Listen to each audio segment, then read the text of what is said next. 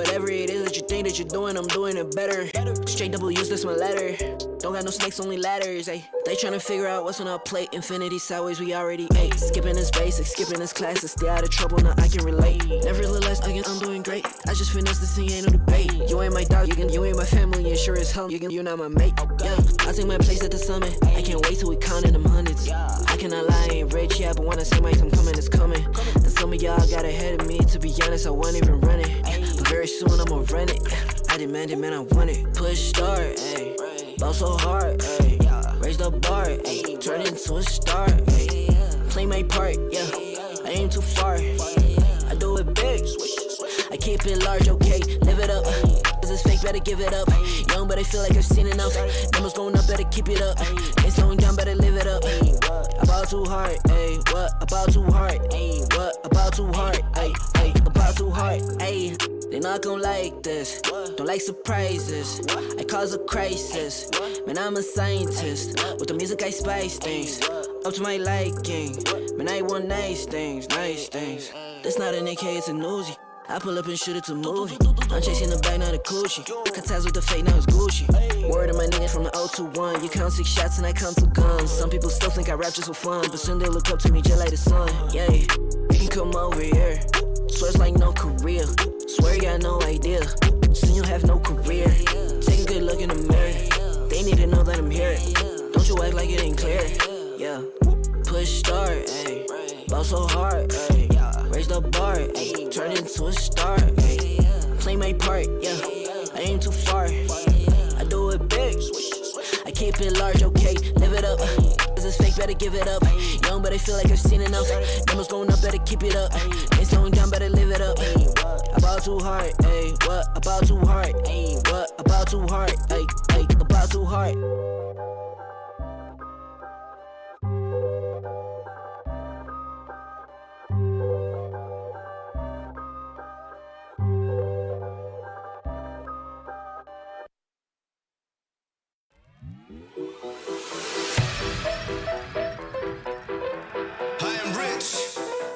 Rich and high. Lex. Yeah. Yo. Got the army with me like Xerxes. Understand you can't hurt me. I got a couple thickies chilling in my room who be shaking it like the twerk team. Ladies, show me where them curves be. Curious, I'm not pervy. Honestly, you and your best friend could go and develop a new twerk scene. Got the army with me like Xerxes. Army with me like Xerxes. Understand you can't hurt me. Understand you can't hurt me. I got the army with me like Xerxes. Understand you can't hurt me. I got a couple thickies chilling in my room who be shaking it like the twerk team.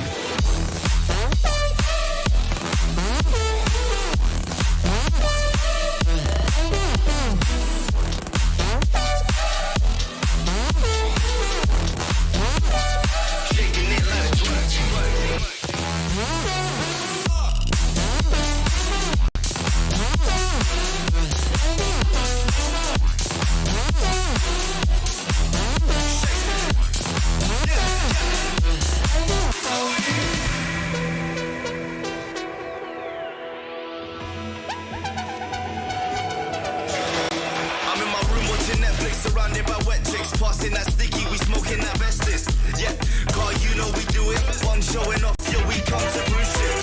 Yeah, it's that A6M. I see you hate, but you rating them. Don't make sense like paying with card. Who do you know that's slaying this hard? Beats be banging, we making this God. Have your girlfriend run straight to my yard and have her up in my bed. Yup, 20 minutes, I'm dead. I tell her, okay, leave. No Snapchat or backchat, please. What color is your backpack? Yep, green. Tell your boyfriend he's a white twat G. Shake it.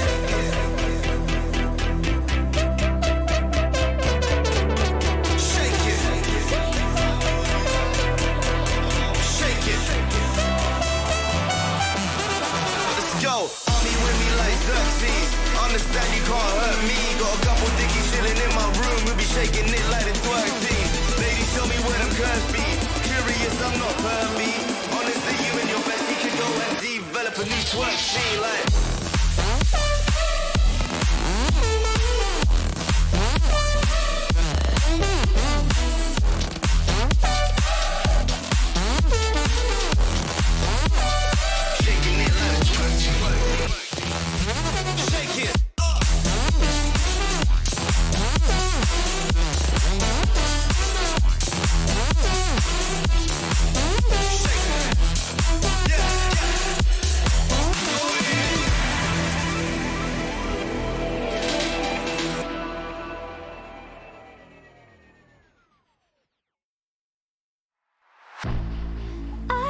was born like a fire in the eye of a hurricane. Always told, stay in line, be alright, better play it safe. I walk a different path, nothing can hold me back. I've passed the point of no return, something is calling me. It's in the air that I breathe. Bring me back to life again. Dancing with my fear, burning with desire. We gon' take it to the edge and come alive. Go to hell and back just to feel the fire. We gon' turn up in this place and come alive.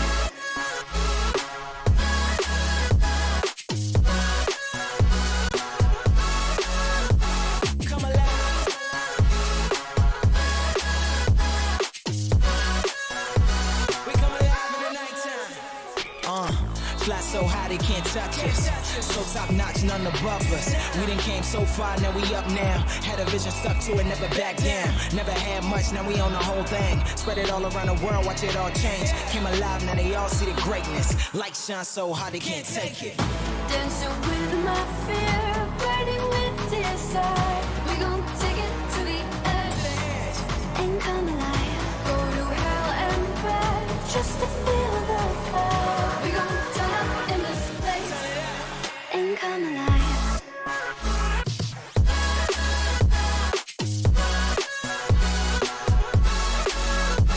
Come alive.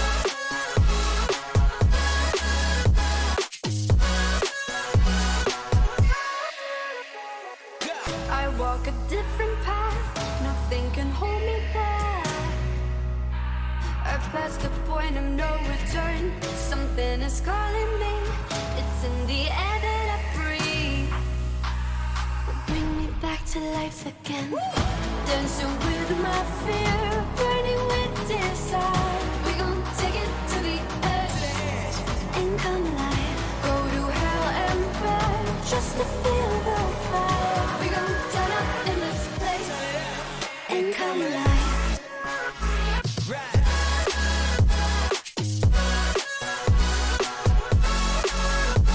Come alive. Come alive. Come alive.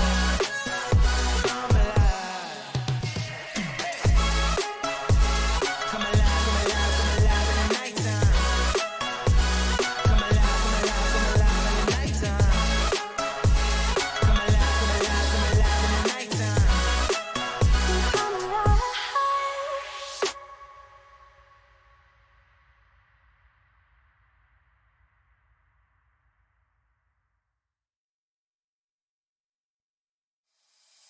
It's been a road less traveled, all alone. Feeling my body leveled on my own. I can just feel it, no way to stop it. The sounds of the music so through my bones. I can just taste it, no need to fight it. 'Cause I'm out here staying, it's fast in my soul.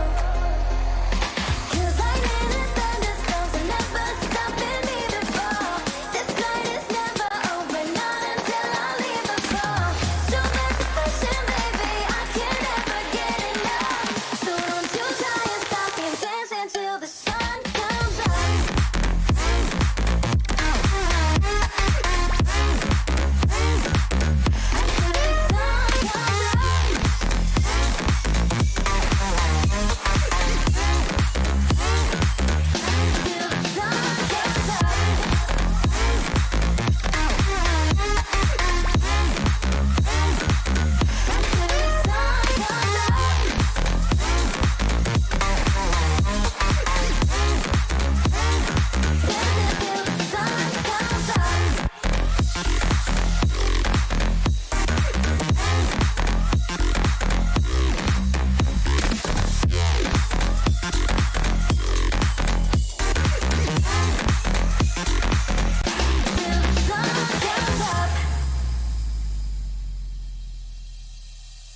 It's been a road less traveled.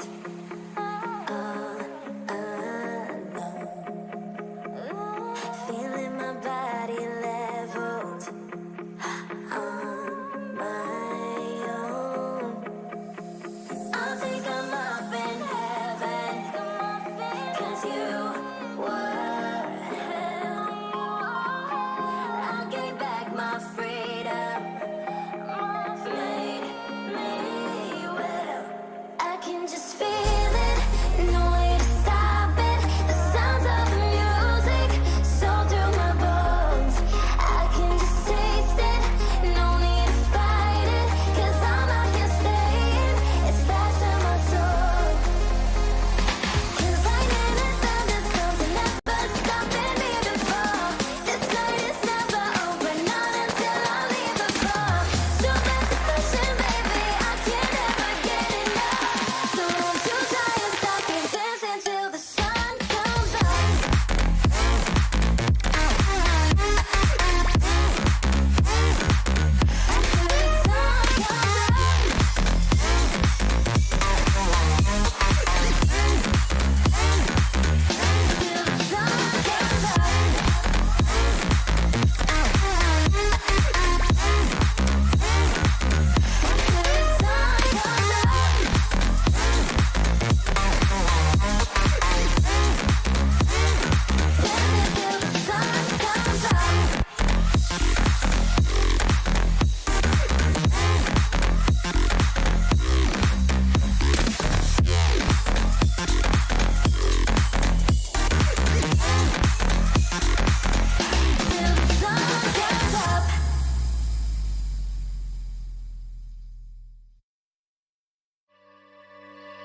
Look above your heads at the moonlit sky.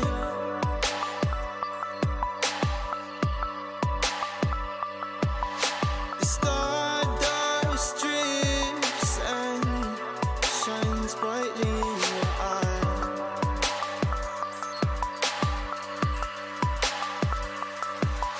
So baby, stay with me where the sun doesn't go down, and we will drift away until the day the world stops spinning.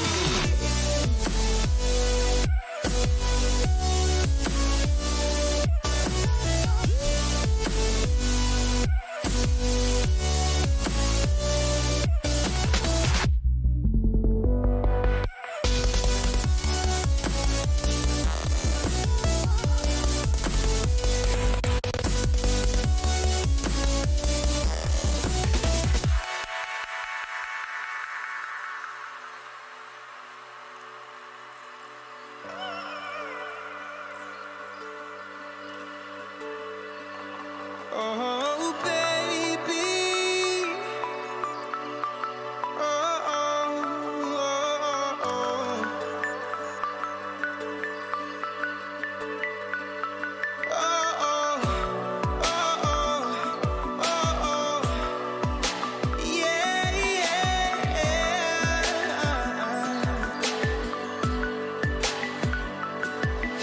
The stars falls around us, entwining us. So baby, stay with me where the sun doesn't go down, and we will drift away until the day the world stops spinning, spinning, spinning, until the day the world stops spinning.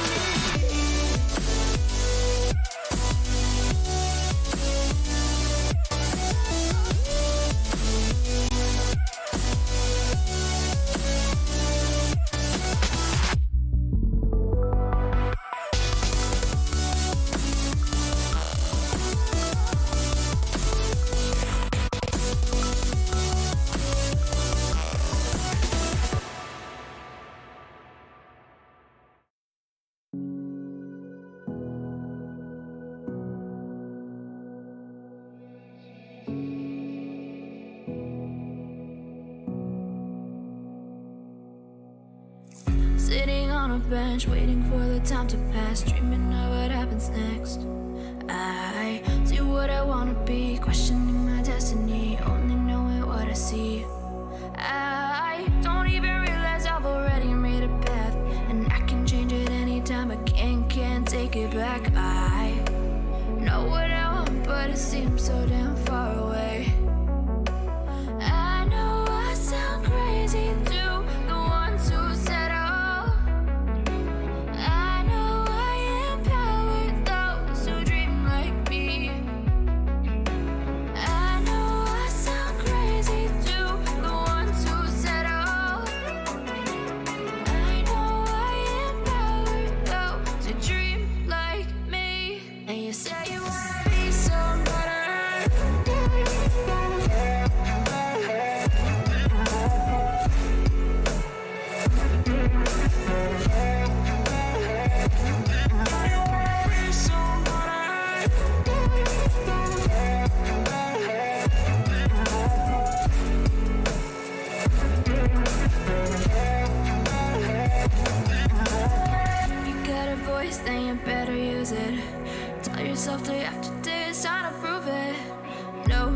off, keep the hustle moving.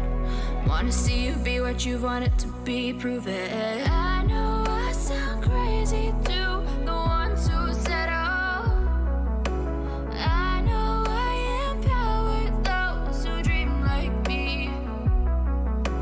I know I sound crazy to the ones who said all.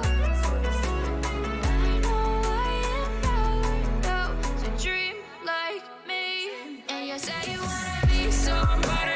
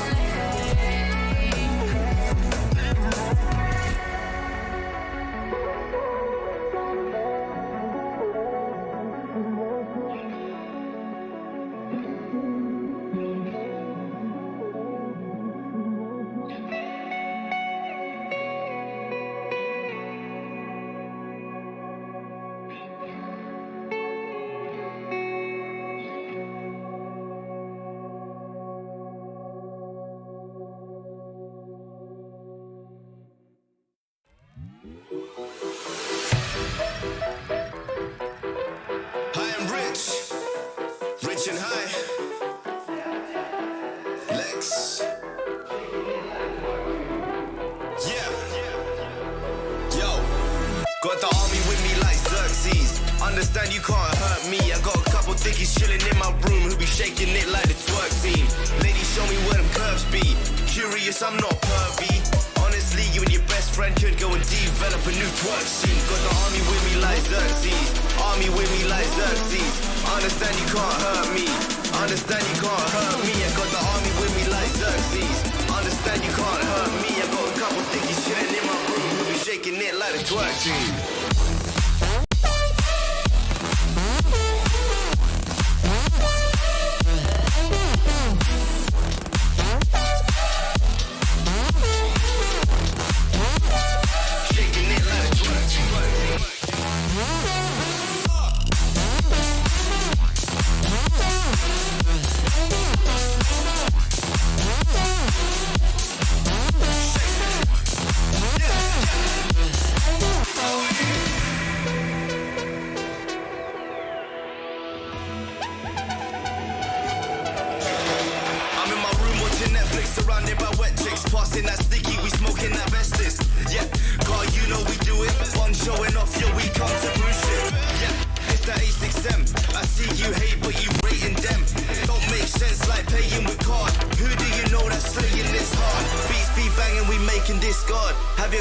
Run straight to my yard and have her up in my bed. Yep, 20 minutes I'm dead. I tell her okay, leave. No Snapchat or back chat, please. What color is your backpack? Yep, green. Tell your boyfriend he's a whack twat. G. Shake it.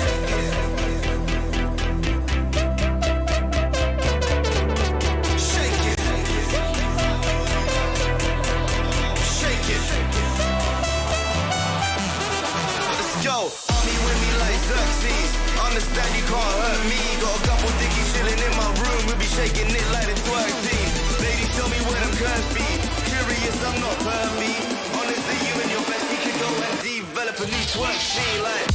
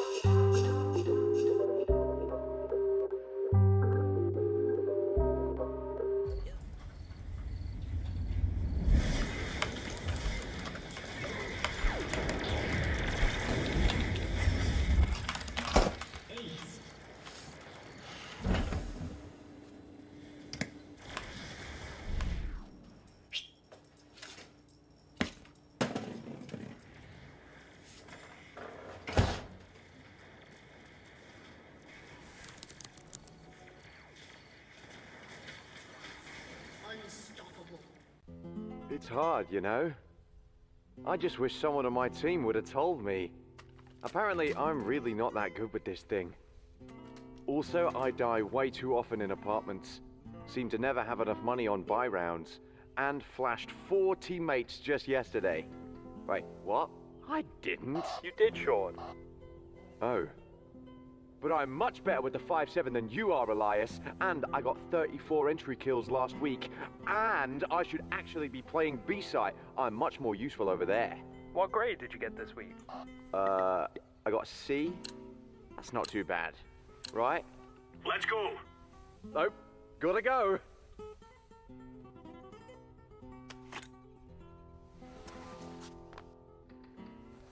If you want to know what you're good at, and, well, also what you suck at, check out csgohub.com. Coming! Sie sind am Zug. Wechseln Sie jetzt Ihr Internet zu Swisscom und wir schenken Ihnen ein Jahr lang das beliebteste TV der Schweiz und Netflix. Aber nur bis am 5. April.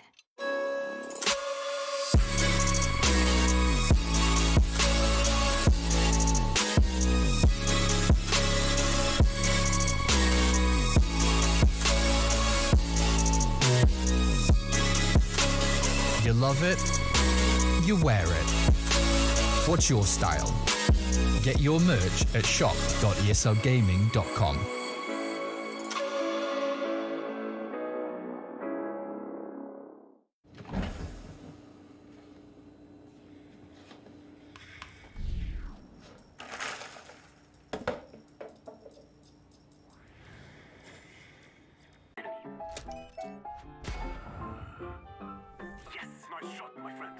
Cheaters ruining your plays? I have eyes on the enemy. Bad servers stopping your shots? What you need is ESEA. Advanced anti-cheat to stop cheaters. And the best servers around, all with 128 tick rate. ESEA, the best way to play CSGO. Psst. Rejoignez maintenant Swisscom pour votre accès Internet et nous vous offrons pendant toute une année la TV préférée de Suisse et Netflix. Mais seulement jusqu'au 5 avril.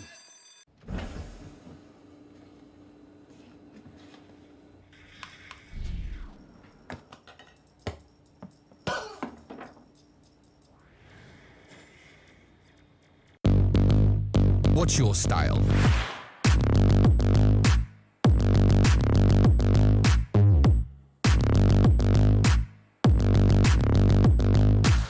Get your merch at shop.eslgaming.com.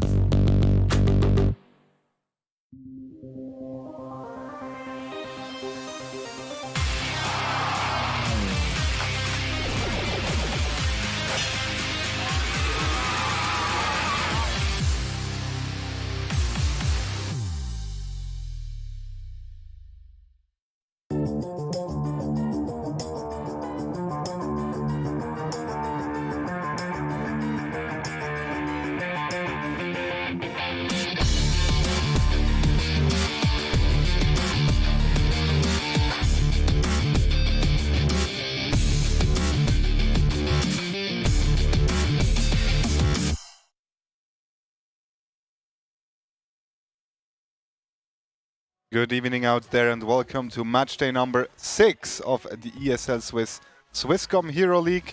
My name is Remo and as every week I'm joined by the beautiful looking Kairos. How are you? Thank you, very well. How are you? Good, thank you. Looking Nice forward to a nice Easter weekend, but before that, some nice CSGO action coming our ways tonight. Tell us what we got. We got two pretty spicy matchups actually. We will be seeing two very strong teams, two teams that I have been looking forward to seeing, CG and Gaijin, but they're not playing each other. So we will have the first matchup between CG and Arctic Gaming to kick things off. Yes, exactly, and we also have some roster changes there, but let's first have a look at the schedule of tonight. As Kairos already mentioned, CG versus Arctic Gaming, off stream we have My Insanity going up against Fragbox Gaming. And then the second match of tonight will be Babos going up against Gaijin, and Jersey Boys taking on Fragbox. So, yeah, backed lineup today. Incredibly so. And just to see how stacked that actually is, let's have a quick look at the standings, just to get a little overview of where we are at. And obviously, we do see 2 out of the top 3 teams as of right now. We will see on stream tonight. Yes. That's going to be Gaijin with an incredible win percentage so far. With 9 wins, only 1 loss. And obviously still, CG not trailing too far behind. 7 wins, 3 losses. They have dropped the ball here and there in a couple of matches. Maybe not entirely expected, but then again, overall, very, very nice performance so far from them. Yes, and I'd like to quickly mention rank number 5 here, Prefu. For a lot of people, they've been kind of like the outsiders, so to speak, the ones that would probably not make it, but they're looking very, very strong so far. Still reigning on top of Arctic, Jersey Boys and Fragbox. Yeah, and still you need to keep in mind Arctic Gaming, they still have a slight handicap, right? They started the season off with a def loss of basically 2 maps, obviously, because they couldn't really play one evening. So what we see from them as of right now might not exactly represent how strong or weak they are. So I guess tonight will be actually a pretty nice little test for them, going up against CG. And I guess many who thought they might actually be deserving of their rather low place in the standing could actually get a bit of a rude awakening, I guess. Yeah, I expect that to be a pretty close game, actually. It certainly could be. I'm wondering, just as like an information beforehand, Mush has left the team for Arctic Gaming. He's been replaced by Hitchi, and that's one thing I'm wondering how that turns out to be, because Mush has been one of the pillars for this team. Let's face it. He had an incredible performance the last time we casted him on Dust 2. I remember that one. Yeah, insane. Absolutely. So, yeah, I hope Hitchi can replace him. Yeah, I guess all we could do is just wait and find out later on. Yeah. But certainly big shoes to fill. Yeah. All right, let's go to the first match of today. We're already talking about it, actually. Arctic Gaming versus CG. Let's have a look at the Arctic Gaming lineup. We already told you. One change. Beside Hitchi, we have Canoe, Magix, Dance, and Aragorn.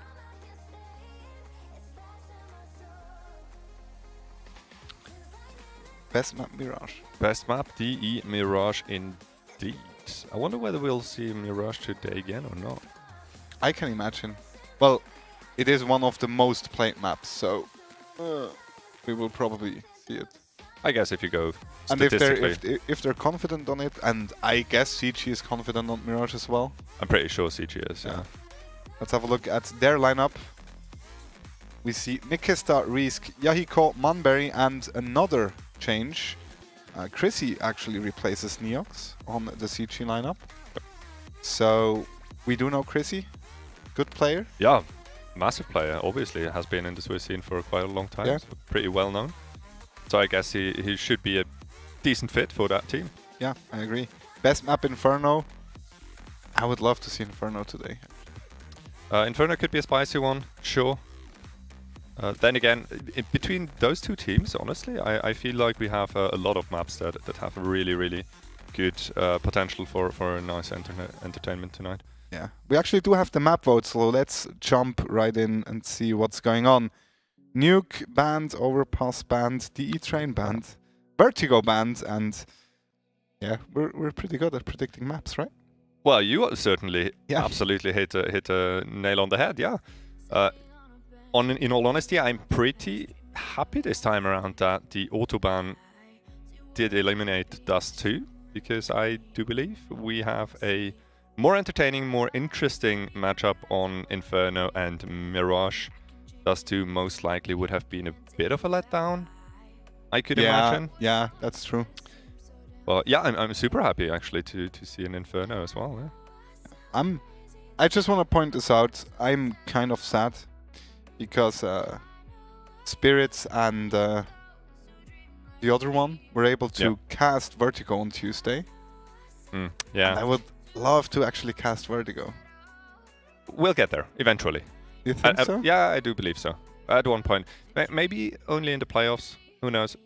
But I do firmly believe we will see Vertigo on stream. I would actually love to. My Insanity looked good on it. They did? Point that out, yeah. Yep. They did win their map. So I hope we will at some point actually see this going on. Yeah, no worries. We should. All right, great. Guys, let's go on Twitter, let's go on Instagram, use the hashtag ESL Swiss. And just as last season, we're now able again to show you live on stream. So we actually see your opinion. Post your predictions and tell us if our predictions are right or wrong. Kairos, what's your prediction? My prediction... Ooh. Big question. How well prepared is Arctic Gaming on Mirage? The thing with Mirage is like... They must be. Sometimes I feel like... I'm gonna throw it out there. It is going to be a 1-1. They will pick up one map off of CG. Yeah. Yeah, I do think they can do it. Yeah. Still though, I think Mirage is kind of like a map. Even if you're prepared, your opponent knows how to play the map. So it's not as you cannot counter-strat your opponents as good as you could do on something like Nuke, Train, Vertigo. Yeah. Because everyone is kind of decent on Mirage, right? Yeah, sure. You do expect a certain base level of understanding the map from every team. Yeah.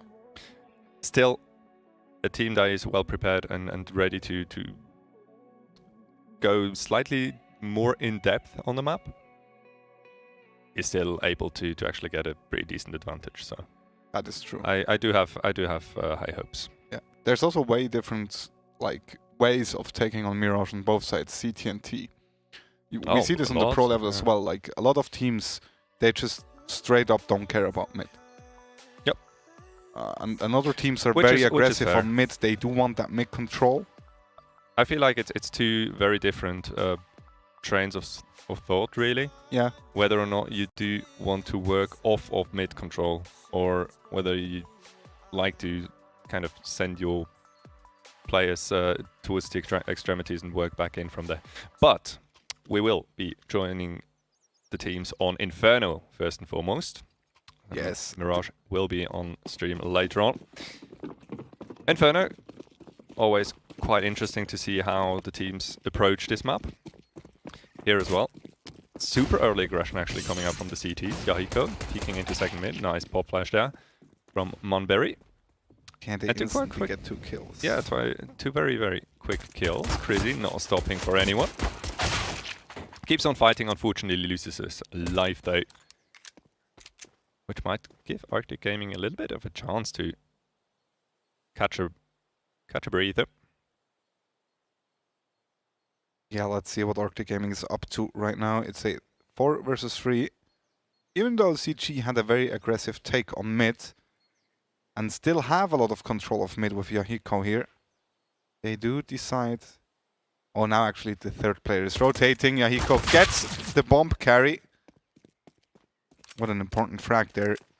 2 versus 3. It's going to be very hard for Arctic to take either of these spots. I mean, CG could even just fall back and play 3 guys on one side and just retake it.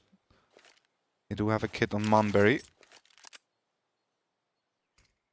Smoke is coming in. Yeah, taking a little bit too long here gives CG the opportunity to actually shuffle one player over closer towards the A-bomb side. He's going to be holding Arch from inside CT spawn. That's going to be Nikista.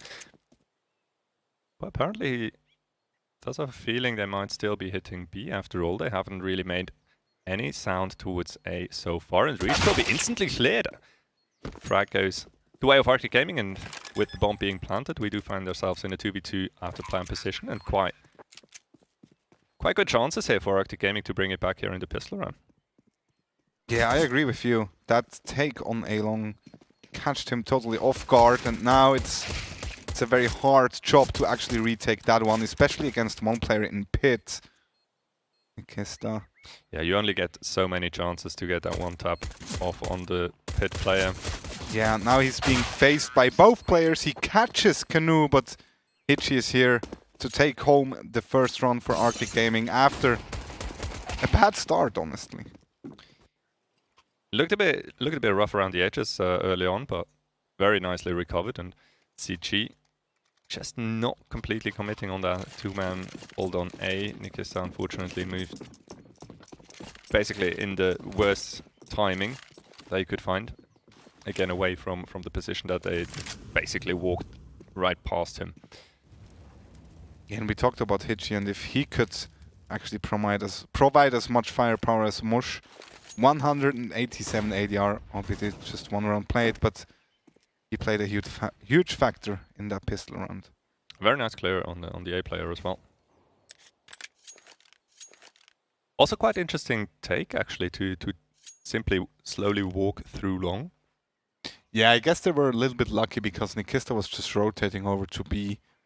So they could have catched them off guard with a bit better timing, but didn't work out in the end. Oh, that's beautiful. That's a silent boost. Love it. It's not going to be too much of an issue really when you have already 4 players stacked on the side. True. But I do expect Arctic Gaming to go for an info play before straight up executing, right? That would be so weird. Yeah, there's a lot of forces towards A side right now. No banana control. We have one player just waiting. A bomb strong impact though. Yeah. And I guess they will face Nikista any second now. So they're happy with the utility they threw. They're confident that at least one player rotated over, so B should be weak at this very moment. Which it obviously was all the time. Canoe finding 2 very nice frags before unfortunately gifting an AK to the CGs, and I would expect them to actually keep that. Yeah, Nikista doesn't make his shot. The bomb gets planted with just 5 seconds left on the clock. That was actually just in the nick of time, Arctic Gaming. Yeah. Running the clock very low. Yeah, imagine if Nikista would have been able to hide a little bit more and then kill the bomb carrier. That could have been the round. That would have been a pain. But as it stands, Arctic Gaming taking their time, playing it fairly safe. I most likely wouldn't have elected for an AK to hold the rotations, top of middle. I think that was a bit of a... well, it's not exactly dangerous, but if you go down, which there's always a possibility, nice little chicken there. Yep. Obviously, you now have given away an AK for free to the CTs. And with 3 Galils having been bought, I think they could have just left one of the Galils up there, used the AK for entries as well. So, yeah. But it's a little, really unimportant detail. Second semi-buy / eco round coming up for Arctic. Nice nade. Yahiko only taking 12 damage though. Munbury trying to make a play with that AK. Yeah, watch him get a 4K and they win the round off that AK. Yeah. Arctic Gaming will be kicking themselves. They have absolutely no interest in Banana so far. Very slow approach. I wonder if they're just playing it cautious against those eco rounds. I guess Banana...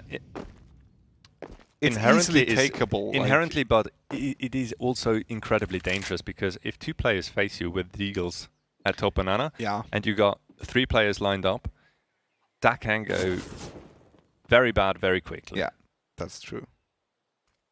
Canoe has been spotted in A house. 3 players are on short, so Munbury might catch a very good timing. There we go. That's 1 free frag for him. Finds a second one. Beautiful done. 2 AKs down now. Or actually 1 AK and 1 Galil. And a lot of information gained for CG. Yeah, 2 CTs already pushing middle. Yeah. Munbury is one of them, AK in hand. If he gets another one, which he will get for free, even a 4th one. Can he get the ace? AK. Oh my goodness, I called a 4K. I could.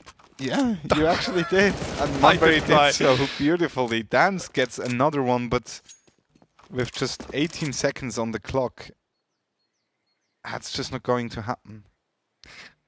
At 9 Right. HP. An unimportant detail is what I called it because I didn't want it to be too harsh on Arctic Gaming for that. Yeah, the question now is, That's would rough. it have made a difference if it was a Galil? I think so, yeah. An AK is just so incredibly dangerous. Also, an AK to control an AK spray is way more easy than a Galil spray. Obviously, not necessarily. Well, he didn't need any sprays. Like the last one? Fourth kill could have been tricky with a Galil. All right. But then again, you know, it probably wouldn't have really mattered. And still, slightly unfortunate, I guess, for Arctic Gaming. It looked so good, so, right up until that very point. Yeah, until Manberry decided to. Yeah, and you need to expect exactly that move, right? If you gift over an AK to the CTs, and that's basically all they have to play with, they will make use of it. They will go for a play, and apparently Arctic Gaming kind of didn't really prepare too much for that. Yeah, I agree. Manberry also with a very nice path of just roaming the map first on B, very aggressive, then going back onto the A side, getting the frags, and in the end, the round. Very fast banana push now coming up. Chrissy is about to face 3 players. Nikista's here. They do manage to gain the upper hand. And it's just Canoe and Dance left. And Yahiko is about to find another nice timing on Canoe. That means it's on Dance. Still holding on to his Galil, but probably not for too long. Yeah, I don't think it has all that much of a chance here. CG not really interested in looking for the fight aggressively because there's exactly no need for it. Dance wants smoke and a flash still to try and maybe get an entry onto a bomb site. But then again, 50 seconds left and 1v4, there's really not much point in trying anything. Actually, I'd expect CG to go for the hunt here. They're very static right now. Don't think that's going to happen. You know, actually I'm quite happy they don't. Simply because CT side on Inferno is so incredibly dependent on utility and good economy that this is a... Well, for one, it's a very solid situation to keep 4 players alive. It really, really builds bank. And if you go for a push, they won't have a goodbye anyway. Okay, so they have at most 1 AK to play with. Maybe some deagles, I guess. Yeah, but if there's a team going for that last frag, it is gonna be CG or Gaijin. So maybe that shows a little bit of respect as well. I'm gonna throw Bobos Gaming in there as well. Those boys are quite aggressive as well. Yeah, that's true. But still, I think from a CG standpoint, that was the right move. Just let him have it. Build your bank. Make sure you can play one more round. And if you hunt him with 3 players and he gets a double kill or a triple spray down, that's not going to look good. Look at him now going on with the AK. We had that already. 1 player with an AK. Look at. Yeah, but the situation is so much different, right? It is true.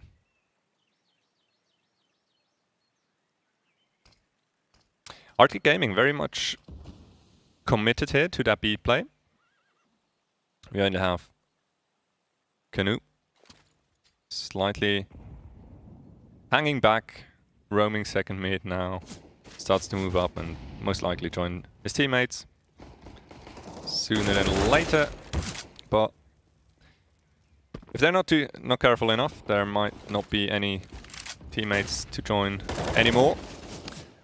CG does wonderful work of holding the site. Canoe quite luckily actually gets a kill on Crazy, but it will be the only man to fall.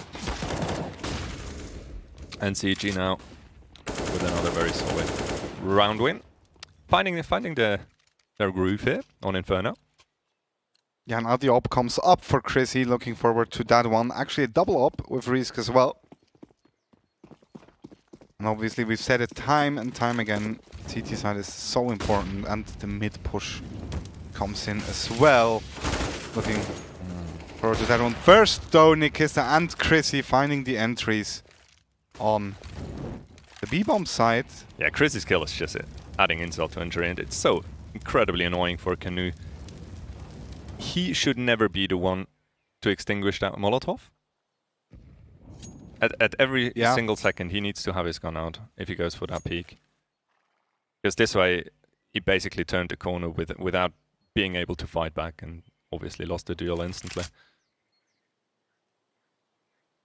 And just like that, Arcade Gaming obviously once again at a man disadvantage. And would you look at that, CG? Yahiko. He fancies a stroll down middle. Yeah. Once again, going for that information. Ooh, nice hold there from Arcade Gaming. Wide swing. But Risk is here. With 1 kill.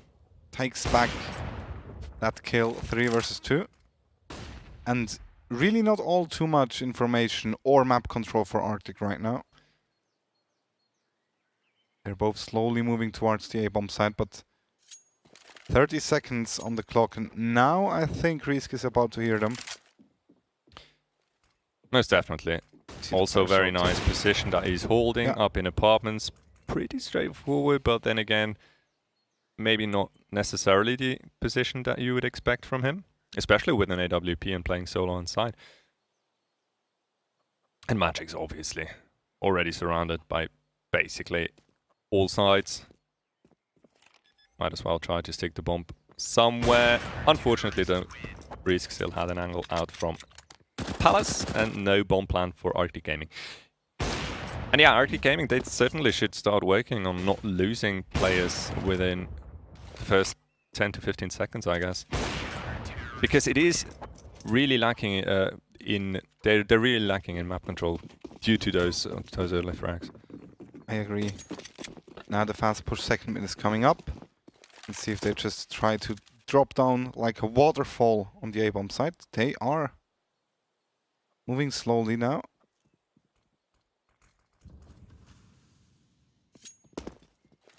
Look at that, Nikista already once again so much control of Banana and bottom mid. There are 2 flashes about to come in on mid, and now the execute comes in. Chrissy does well to just move a step behind. Makes sure he's able to retreat after his first shot. He misses it. Oh, that's dangerous now. Get the second one. Oh! Doesn't matter. Gets the kills with the pistol. 5th round for CG, and they look confident right now. Yeah, that's cool. Nice little follow-ups. Players staying around, fighting him. And in that situation, obviously, a P250 definitely worth its weight in gold. Sorry, did I say P250? Yeah. 570 was, yeah. My bad. Another Byron coming in. Dance has an ult now. Let's see if he's able to open something. Chrissy with a nice peek, but good timing of the flashbang.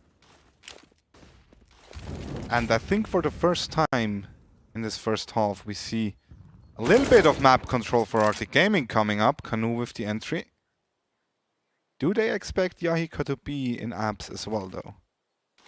Now they do. Obviously, but the first step basically was successful, right?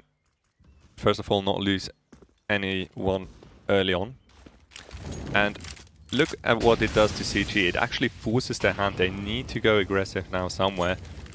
Try and force the issue by playing for information. They decide to re-aggress into Banana, and obviously it is Chrissy with that AWP. But he will get spammed down by Magix. And that's more like it Arctic Gaming. Early frag, pressuring CG, and it works out like a charm. Yeah, Risk now, last man to deal with. He'll go down to a nice shot from Aragorn. Leaving obviously only Nikista now. Canoe is here, still waiting in a second mid, gets the last frag, and with it, the 3rd round for Arctic Gaming. Nice take here. This time just playing it a little bit slower. Getting frag by frag. And in the end, it works out. Still, another double op setup coming up with Chrissy and Risk. And I guess we will continue to see this throughout both maps today. Most certainly. Inferno as well as Mirage obviously do allow a double op setup. No issues whatsoever. Arctic Gaming once again.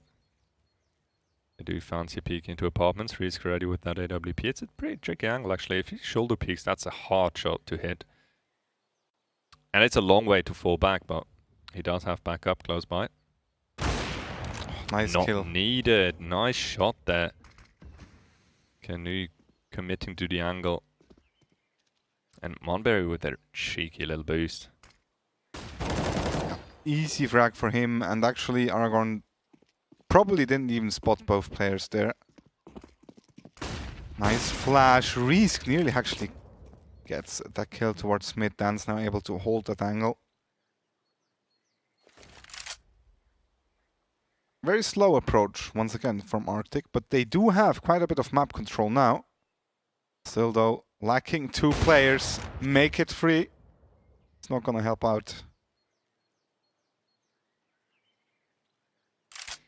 Magics and Dance, what can you do? Dance, obviously. AWP in hand. 20 and seconds they are left. Looking slightly paranoid.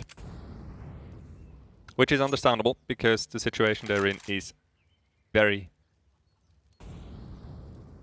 non-confidence inspiring.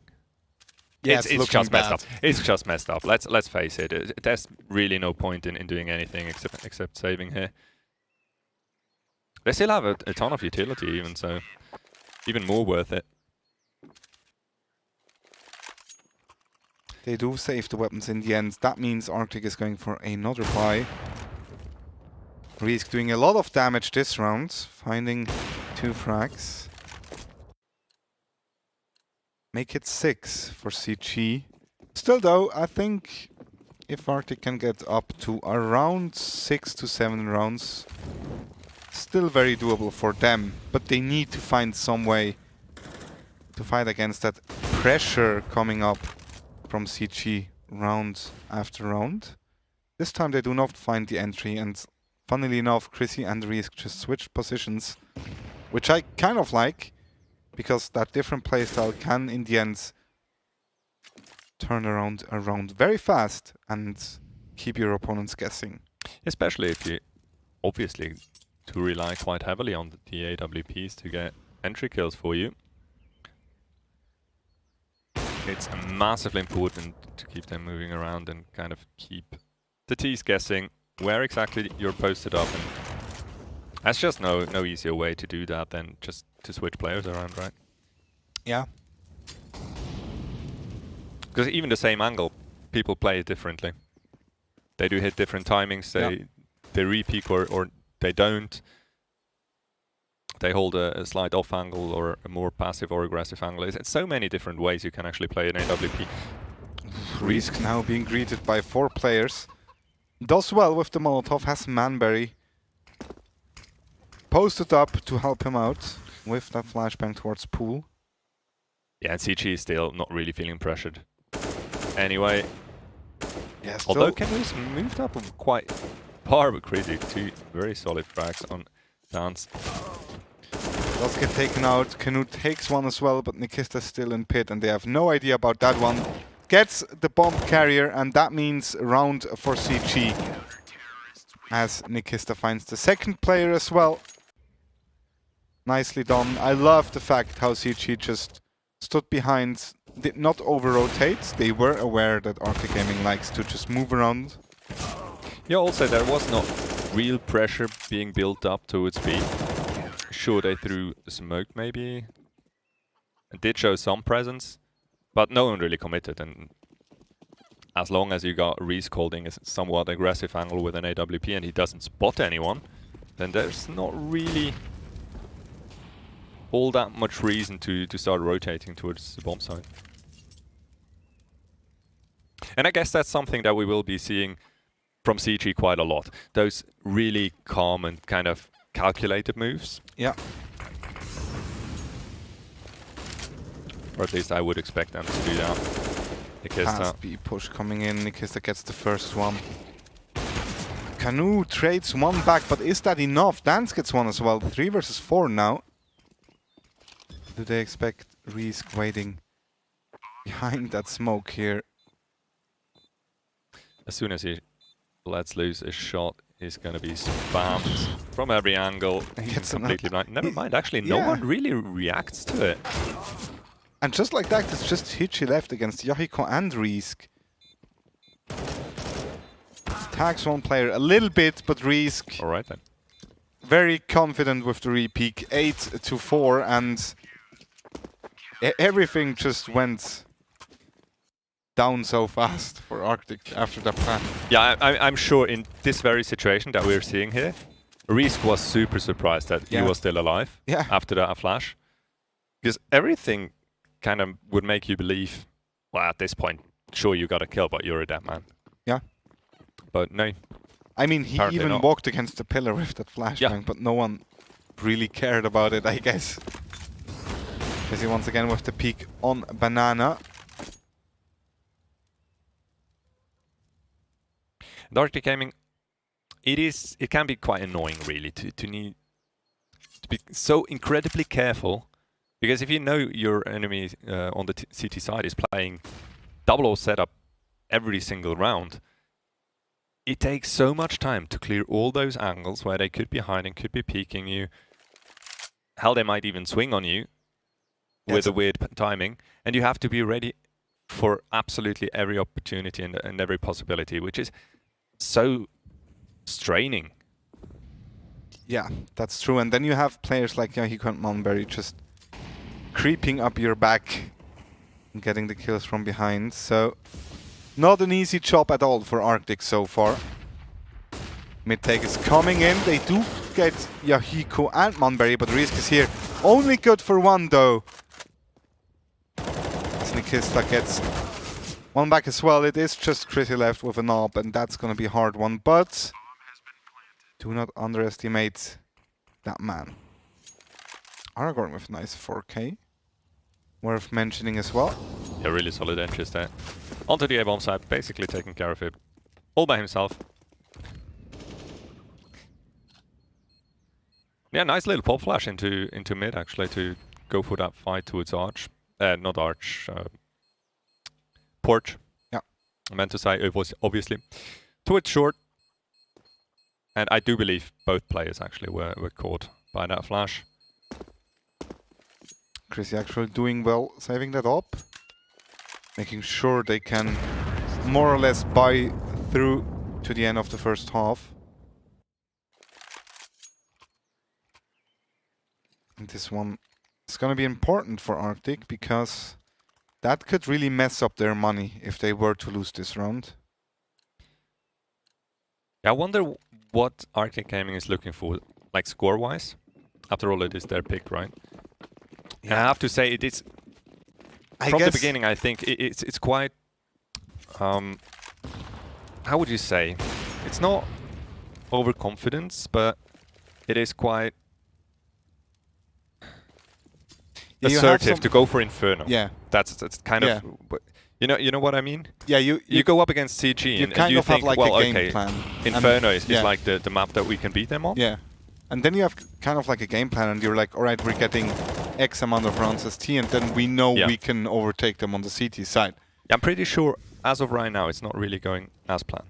No, I think they're looking for around 8 rounds. Like, if you're confident in picking Inferno, you're looking for an equal amount compared to the CTs. I guess so, yeah. On the CT side, everything can go very bad, very quick as well, because you already said it, you need a good amount of utility to actually fight back the Ts. And against a team like CG, who's just able to overrun you and overwhelm you with their aim and straightforwardness, so to speak. Can I just point out, we have 40 seconds left in this round, and Arctic Gaming have not really taken anything except middle. And banana, kind of. Not really top banana, but Magix is actually sitting pretty at tree. But the utility come out from CG. Totally he keeps Arctic Gaming kind of at bay. And once again, they're forced to basically execute into the unknown. They have no idea what to expect here on the A bomb side. Monberry starting it off. Nice little double kill. It is and just like that, Matrix, one man against the world. There we Time go. runs out.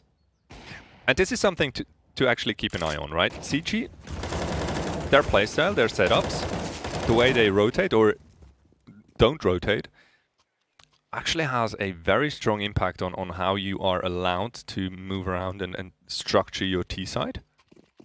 And I think that's very nice to see here from CG, obviously. Arctic Gaming, I would have had slightly higher hopes, really. Just sure, you can have a monstrous CT side on Inferno every day, but if you go for the pick of that map, I would expect you to be more than averagely confident on your T side as well.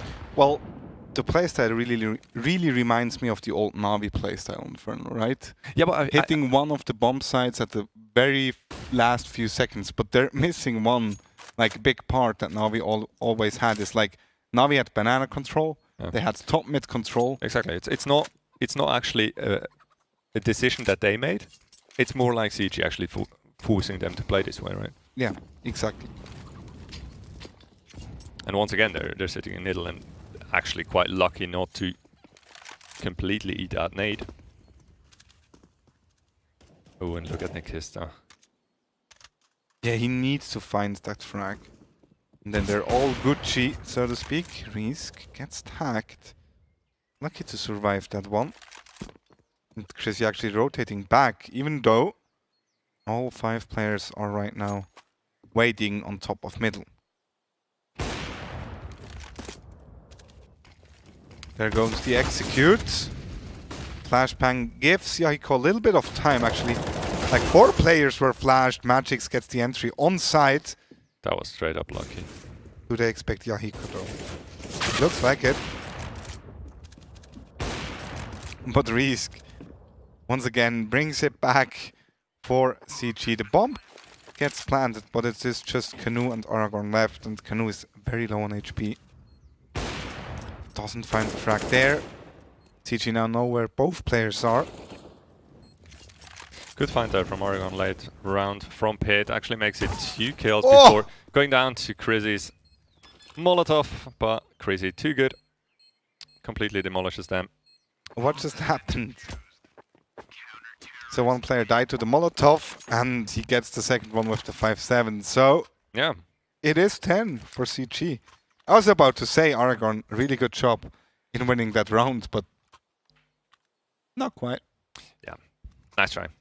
Yeah. No, honestly, I think they were already incredibly lucky for Magix to get that kill.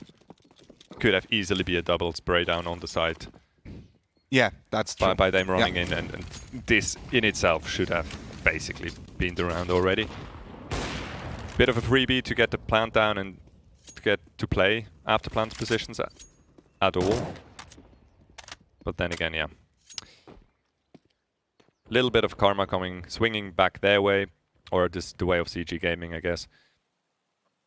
And just like that, Arctic Gaming in the last round of the first half, trying to get up to 5. It's gonna be hard. Munberry takes down Canoe. They do have quite a bit of control for once on top mid as well as apartments, but I like that. Even just looking at the utility, it's gonna be so hard for them to take either side. Yeah, look at that. They have taken control, and instantly CG is kind of forced to make use of their utilities. Reese pretty much disposed of every single nade he had in his inventory, just to make sure they don't really walk out into middle. In the end, he had to give up the angle nonetheless, and Arctic Gaming are grouping up in front of B. Chrissy and Nikista holding the B-bomb side. 1 M4 and 1 AWP. About to get some action. Chrissy with the first frag. That is going to be the first kill. Second shot is whiffed, and he walks right into the T's crossfire button. Nikista hiding at first box, somehow not getting checked, and just like that, picks up a 3k. That's going to be round number 11 for CG. I have no idea how they did not check for that second player, honestly.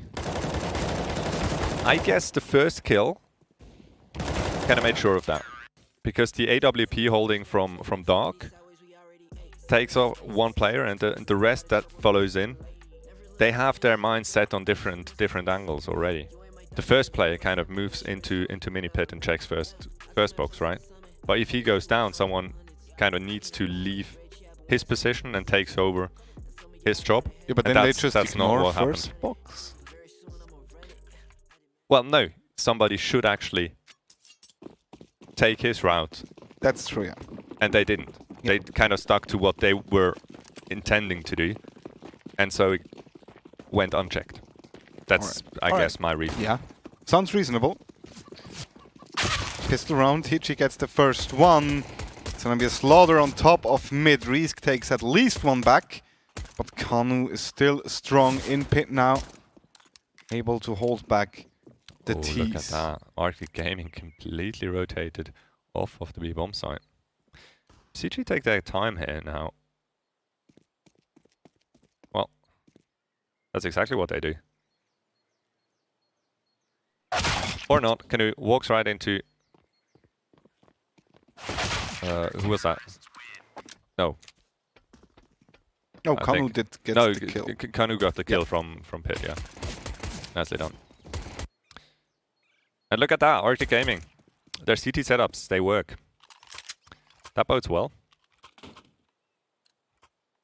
Oh, and the full force buy, it looks like, for everyone. Except Risk, kind of. Coming up for CG, so... Yeah, I'd be scared of those Deagles, honestly. Not gonna lie. They do hit hard.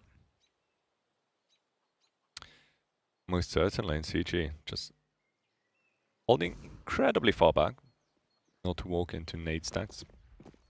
And also just waiting for Arctic Gaming to do any mistakes.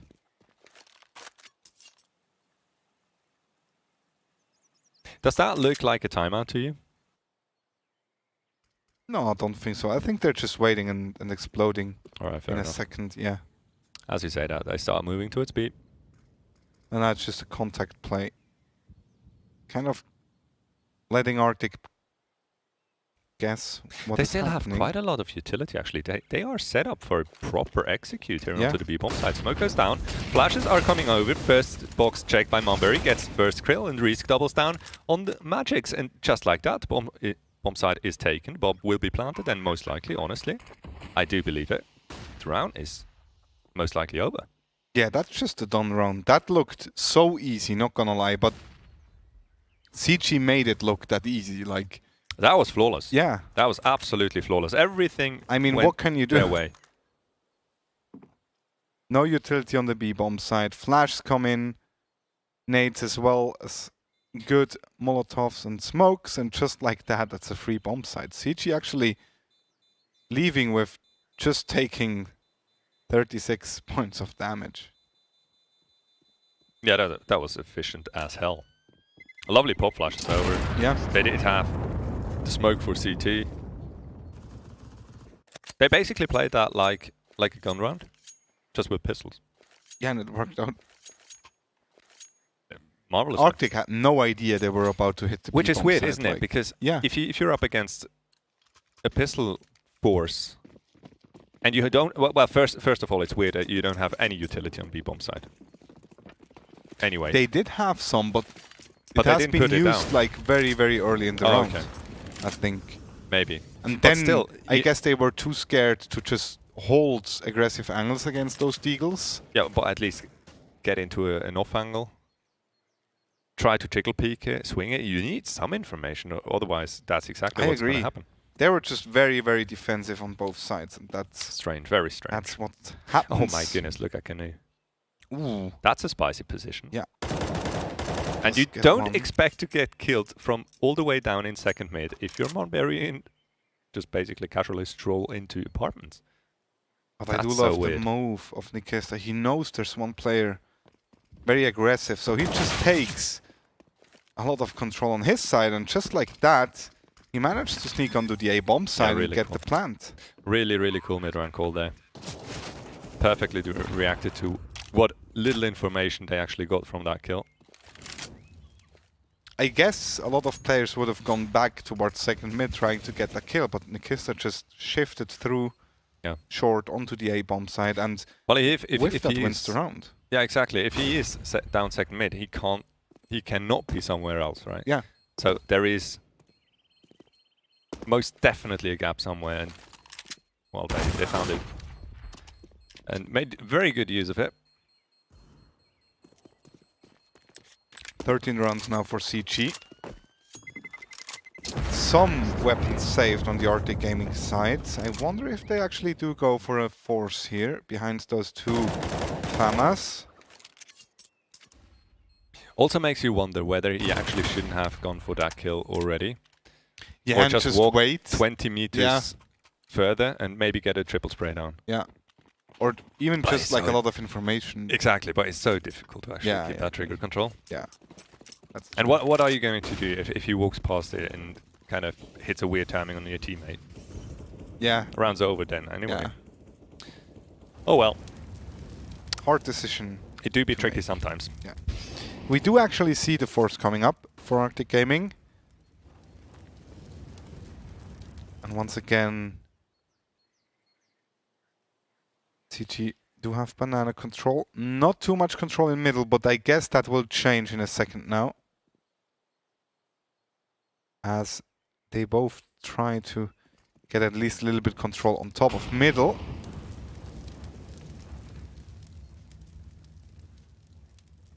Like, that's the thing I don't get. Why would you just randomly throw a Molotov there without any steps, any flashes, nothing?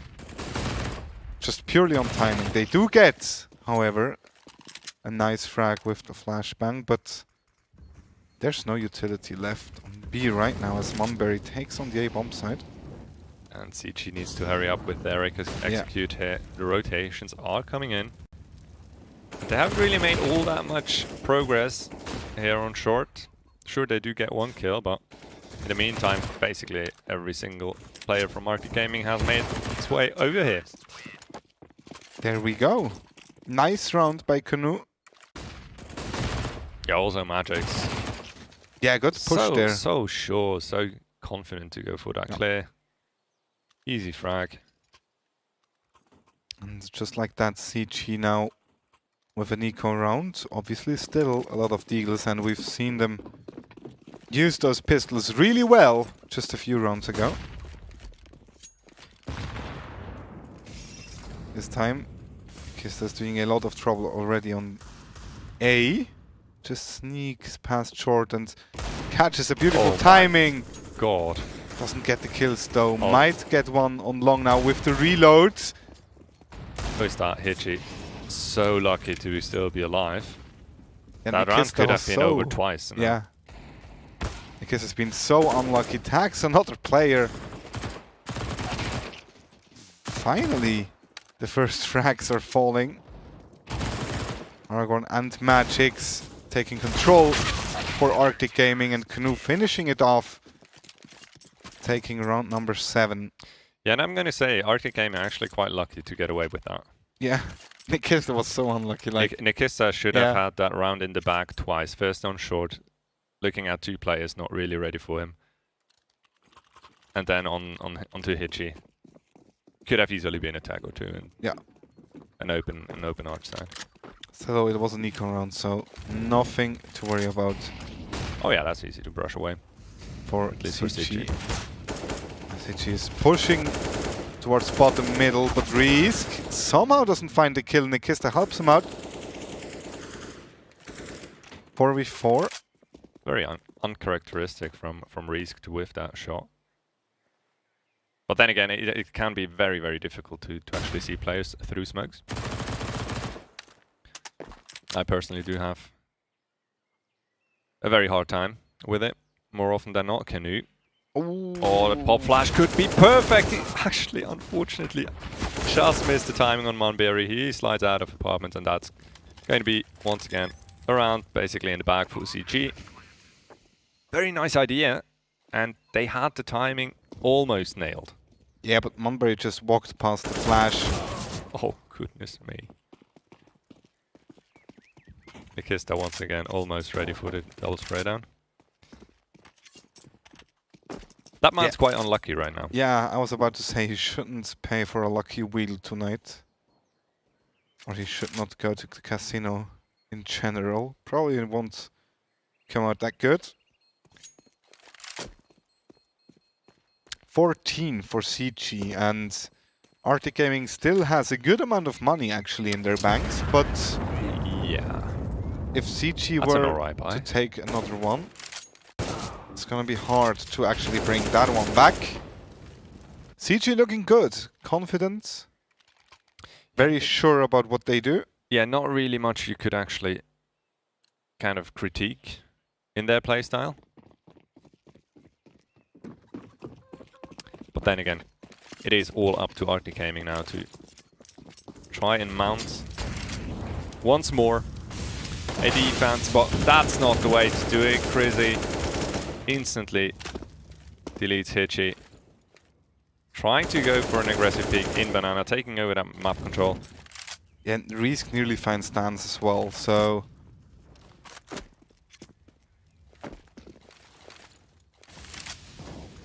just a few seconds played in that round as Chrissy finds the second one. It's 4 versus 3. Just 2 smokes left. The CTs have less utilities than the Ts actually.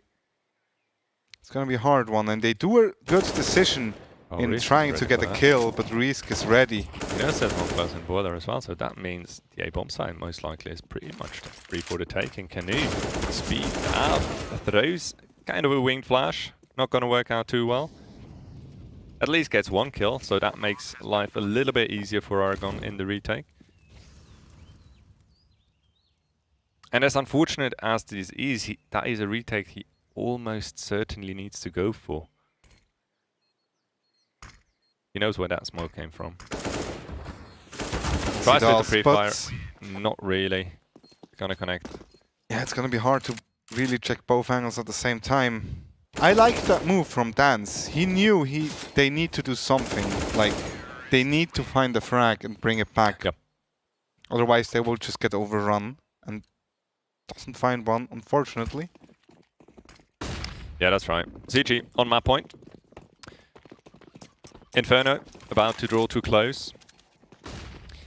As Arctic Gaming is struggling, not only in game, but also economy-wise by now. 3 FAMASes. Dance doesn't really know exactly where he got a shot from. Obviously it was from Crizzy in Underpass. Underground tunnel. What do you call it? Mexico, actually. Mexi? Yeah. Oh, fair enough. I think that spot has like 5 different countries as a name. Yeah, definitely.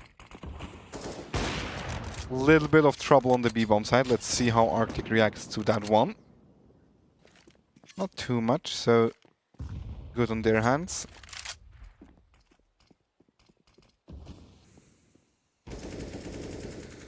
Stans finds the entry against Nikista. That's an important one. Manberry gets found as well by Canoe. Would you look at that? Arctic Gaming. Finding a bit of a rhythm here late into the game. And a good move from Dance as well, rotating to the B-bomb side. Execute comes in. Magix actually just needs to find 1 as Chrissy gets... Yeah, but they know he's here, so they should be really ready for him. Indeed, they go and clear him with 2 to 3 players. They do take over the bomb side. Bomb planted, but Chrissy and Yahiko very, very low when it comes to HP. I love that double dark setup. I'm pretty sure they will... that Molotov is absolutely money. And just like that, lovely little retake coming through from Arctic Gaming. That's juicy. I like that. I was about to say I love that double dark setup because they will probably not check both players. But then I saw the Molotov and I was like, well... Yeah, the Molly takes care of that problem. Yeah. There goes your double dark setup. Arctic Gaming taking back 1 round still though. 7 map rounds left for CG. They do have all the time in the world. Now going in with 2 MAC-10s. Let's see where those beasts will be used. That could actually be something quite funny now coming through. Yeah, not gonna lie. MAC-10s can be so frustrating to play against. 3 MAC-10s, 1 AK to follow up, kind of cleaning up the tagged players. I could see GC bringing out something really, really weird. Then again, it could also straight up be executed once again. It has worked quite nicely last time around as well, actually. They do have an AK on Risk as well, so Risk might try to find an entry and then the MAC-10s just rush in from behind. I can see that working out really good. It's just gonna send them up front. Gets Munberry. Molotov in. Risk gets another frag. And actually they do find Aragorn as well. 3 versus 2 and with a lot of weapons on site. Might just be it for CG. Really like the fact that Risk instantly went into ruins after planting. Yeah.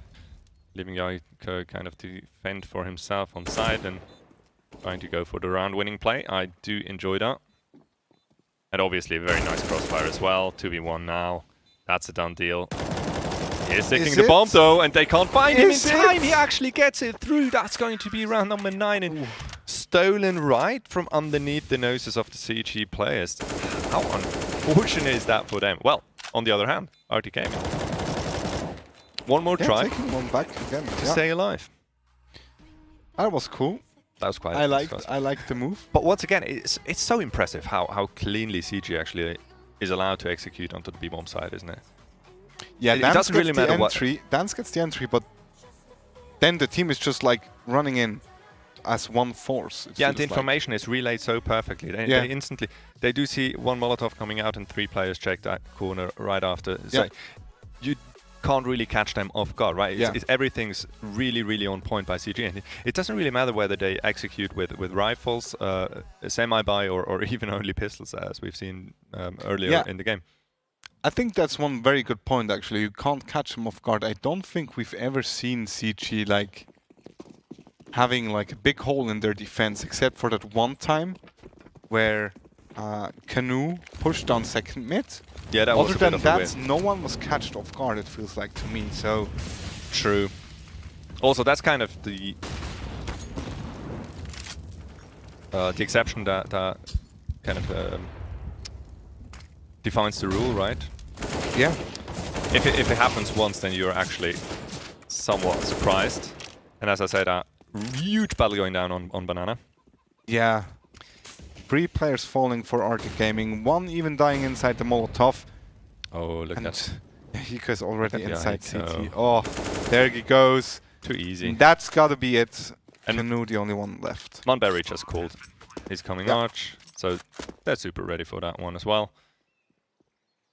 And yeah, I think that's a done deal. Not really much to say here.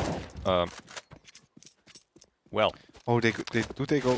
Hold that thought. All right, there we go. Finally, we actually. I was about to say, do they go for the knife? Yeah, no. But then they decided to just finish it off and take home map number 1 in a very convincing fashion. Yeah, very incredibly convincing. What can you say, CG? Just straight up, I think the better team. On this right map now, for sure. Yes. We'll see about Mirage. It's going to be an interesting one to see whether actually Arctic Gaming can kind of switch into another gear and actually.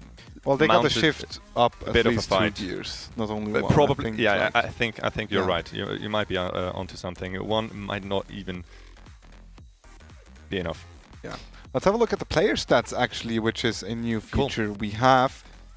And we do have Risk up against Dance, and we see a big difference here actually. Dance with a little bit less ADR, but actually more round damage during the game, which I think is quite nade damage. Nade damage, yeah. Round nade damage. Good utility, certainly. But obviously the big difference, the KD ratio. The KD is quite significant. Most certainly headshot percentage, obviously. They're both AWPs, right? Yeah, just doesn't really so matter. Everybody knows that what we're talking about, all players. They don't necessarily tend to get headshots. Yeah. But the ADR, almost 80 on Risk, that is very, very solid. Yeah, that's As true. an average, that's actually quite sick. Yeah.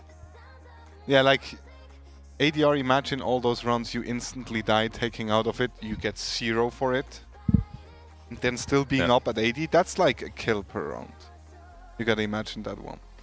Yeah, and half the time you're actually above that, so... Yeah. Bloody hell, yeah. That's very nice. Cool to see, actually. I quite like that feature. I enjoyed that a lot. Yes, I agree with you. So looking forward to see other players going up against each other and actually comparing them. Yeah. While we... Should also be pretty good for a bit of banter here and there. Oh yeah, that's true. Looking forward to that one. Twitch chat and obviously community. Use the hashtag ESL Swiss and tweet us your ADR on your favorite CSGO matchmaking system. Go for it. So to speak. That should be interesting. Yeah. But I think we are ready to go into a quick little break. Let's do that one. Should be back in about 5 minutes.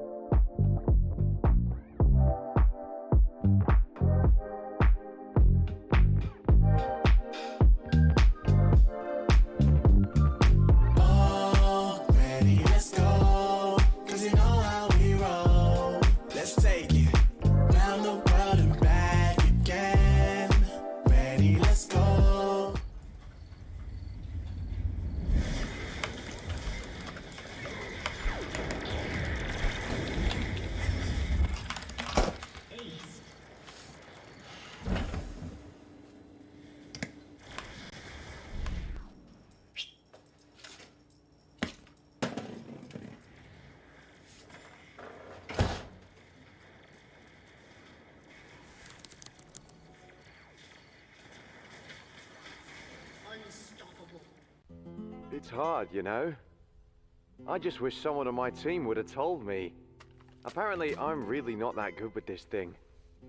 Also, I die way too often in apartments. Seem to never have enough money on buy rounds. And flashed 4 teammates just yesterday. Wait, what? I didn't. You did, Sean. Oh. But I'm much better with the 5.7 than you are, Elias. And I got 34 entry kills last week. And I should actually be playing B-site. I'm much more useful over there. What grade did you get this week? I got a C. That's not too bad. Right? Let's go. Nope. Gotta go.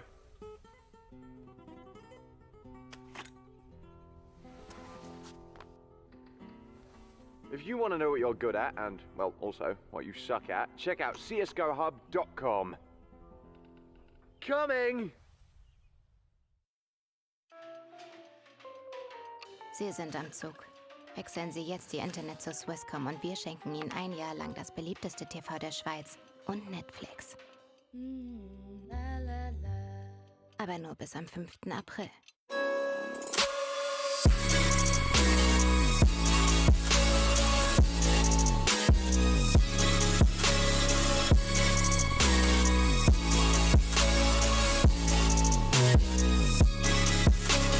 You love it, you wear it.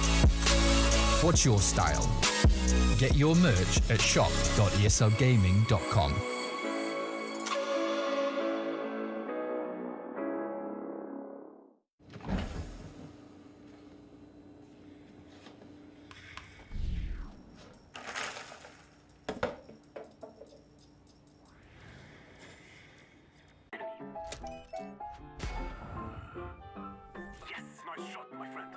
Cheaters ruining your plays? I have eyes on the enemy. bad servers stopping your shots? What you need is ESEA. Advanced anti-cheat to stop cheaters. And the best servers around, all with 128 tick rate. ESEA, the best way to play CSGO. Psst. Rejoignez maintenant Swisscom pour votre accès Internet et nous vous offrons pendant toute une année la télé préférée de Suisse et Netflix. Mais seulement jusqu'au 5 avril.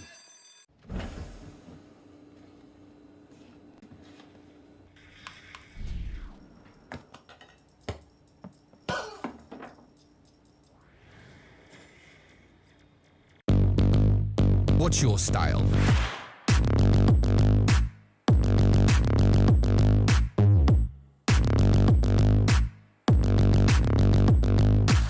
Get your merch at shop.eslgaming.com.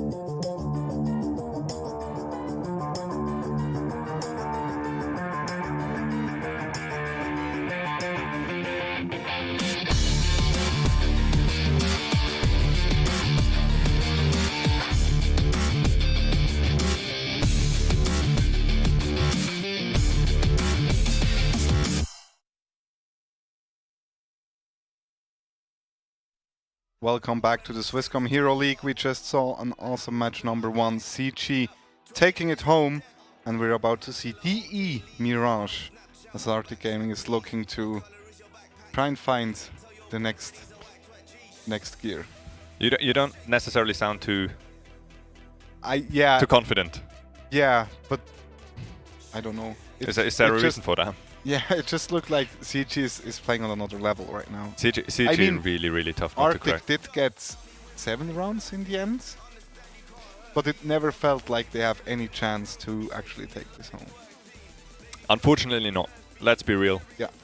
I guess 2 or 3 rounds, they basically straight up won from entries. Yeah. Take those away and you're left with maybe 4 rounds, 5-ish rounds that were actually played out nicely. Yeah. And that's just not going to cut it against CG. Not especially not when you are playing against CG. That is so. It just clicks, right? Yeah. You got a feeling that team, they know what their teammates are doing. They know exactly where to go, what to look for, what to listen for, and what information to relay, and how to process everything that's happening on the map. It looks just clean as of right now, and that actually makes me slightly worried for Arctic Gaming, not least because moving on to Mirage, it is the map pick of CG. So if you think they were dominant on Inferno, well, we might be in for a pretty rough one here for Arctic Gaming. Yeah, and I can imagine CG being a team that takes mid very aggressively. And we saw Arctic Gaming struggle against like really aggressive teams so far. True.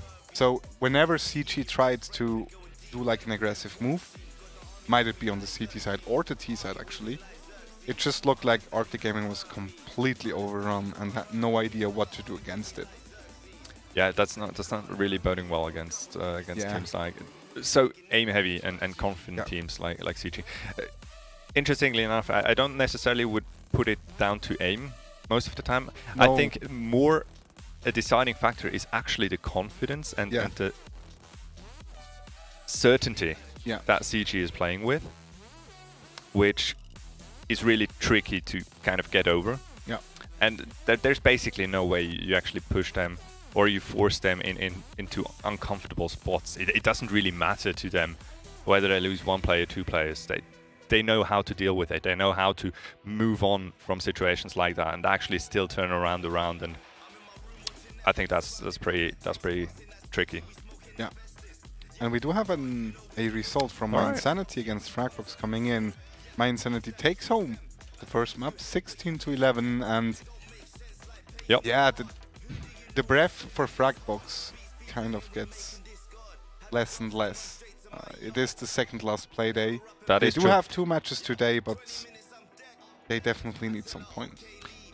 Yeah, on the other hand, it is somewhere in the ballpark what I would have expected from that matchup, my Insanity. Obviously, a team that is actually sitting, I do believe, on around 70-ish win percentage as of right now in the season. Yeah, which is quite impressive. Not gonna lie. Yeah. Second spot as well so far. Doing well. Even in before. Pretty sure they're also qualified for the playoffs if they win that one tonight. Most likely, yeah. Yeah. That should actually. Yeah, that's. Wow. Well done. Yeah. My Insanity, I'm telling you. Really Looking cool. good. Really cool to see them still performing to that level. Always awesome to see. Obviously now. To this match though, Arctic Yeah. Gaming needs Arctic some Gaming. points as well if they want to go for that playoff spot. It's gonna be hard if they lose tonight. They definitely need to win their last match, and I hate kind of beating a dead horse, but that first death loss in such a short season, it's such a massive handicap, isn't it? yeah, well, I mean, it just takes away around 13% of your maximum points you can actually get. So maybe it wouldn't have been so much of an issue had it been against a Gaijin or a CG or a Mind Sanity. Yes, exactly. Right? Any team that you could have lost to anyway. Yeah. Fair enough. You don't lose all that much because it would have cancelled itself out eventually.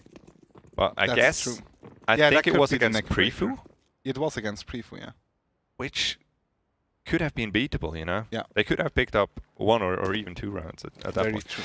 But as we do see, and now tonight they are up against CG and still looking for a map win, obviously. Second chance. It is going to be Mirage, and fast push onto the B bomb site is what we're seeing from CG so far. Arctic Gaming, they are holding quite nicely. Reese, last man standing, LMS. And sliding around those pillars, trying to look for heads, and he will find the first one from Canoe. Dance already moved past him through the apartments. Didn't quite expect that, and it'll be quite a nice Arctic Gaming start here. 1 round up, pistol 1. That looked quite confidence-inspiring. Yeah, very good B holds there. Looked like the utilities were used in a very good way, actually, holding back CG just that little bit for the teammates to rotate in. Now, with those farmhouses and MPs, they're trying to actually win that anti-eco round, but it's a 2v2 trade, and it is just Magic's left on the B-bomb side, as Nikista just straight up deletes him. Oh boy. I might even find the second one. There we go, it is just Aragorn left, and that's what I meant with... If CG try to, or actually go for a very aggressive push, Arctic Gaming just seems not ready at all. Yeah, you can't be ready for peaks like that. Nikista, monstrous entry with that Eagle. Aragorn gets timed from the right. Actually still gets the frag on Monberry. That was slightly odd. But crazy Nikista should easily be able to lock this round down. It'll be crazy to pick up the frag in the end, and Arctic Gaming needs to concede the second round. Well, instantly. That's probably the beginning of the whole shebang, right? That fight on short. Should have definitely gone. Taking out 2 players is good. Yeah, losing 2 isn't. Yeah, that's true. Simple as that. There we go. Tides have shifted. Arctic Gaming now on the pistols, and another fast push coming in for CG on the A-bomb side this time. Arctic decides to actually try and go for a retake. I do expect Monberry to at some point push that CT half. There we go. Gets 1, just 1. But Yahiko makes sure. Alright, fair enough. It's probably back. Time to slow it down a little bit, CG. You are taking a lot of damage and you are losing players. The setup is still very nice though. Chrissy doesn't get magics coming in from CT, but that MP can be very strong, and then against those low health players. And there we go, Yahiko gets the last one.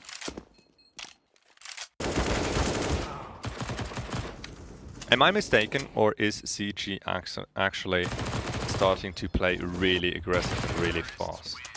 Looks like it so far. Every single round so far. Pistol round, second round, third round.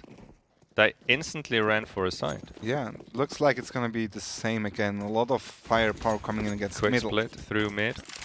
Past short. Together with apartments. Indeed, that's exactly what's happening. Crazy turns around. Fights the player pushing mid. I think he spotted one top mid as well in the end. Magic's. A little bit of a consolidation frag there. On to Crizzy. And you know what? He might very well save that AK. Yeah. Monberry gets the frag on Dance coming in from behind. Magic's now. Ah, he's too slow. Oh. Gets the headshot. There we go. Takes on Yahiko, but is being hunted already by Nikista. And yeah, right now, the only thing with a quicker acceleration than CG is probably a Tesla. Not sure about that one though, because CG is very, very strong on the throttle. Why am I not surprised that Monberry actually stays on the Mach 10? Although he exactly knows he's up against the fullback. I love that. Look at that one. CG actually very anticlimactic so far. Just staying back and trying to defend. Well, maybe the battery's dead. Maybe it is. That was good. That was very good, actually. Oh, Monberry just runs out. Gets one. And with the Mach 10, that trade's actually absolutely fine. Yeah. Don't really need much more. Canoe is about to be tested. Player jumping down. Yahiko finds him in the corner. Magic still good for one trade, but there are a lot of pressure. Good find there onto Yahiko. Magic's will be traded 1-for-1 though. Nikista once again so crisp with that aim, and he calls back his teammate. Reese falls back from the side on B, leaves the CT well standing, and already in after plan positions. Bomb going down, and Dance really has no business going for that. Yeah, absolutely. That AWP is way too important. Also, 1v2 AWP, you would have to switch to even have a bit of a chance, or the CG kind of peeking stupidly into you, which obviously, as we all know, it's not going to happen. I also think no one from Arctic Gaming had a kit this round, so yeah, I don't know. There's literally I wasn't nothing actually to do paying attention. Yeah. Oh, he can hold angles, I guess, and just wait until the timer runs down. And CG so far not really looking too flustered by Arctic Gaming's defense, which pains me to say because I'm not necessarily looking to see a stomp here. But so far, CG just so much on point.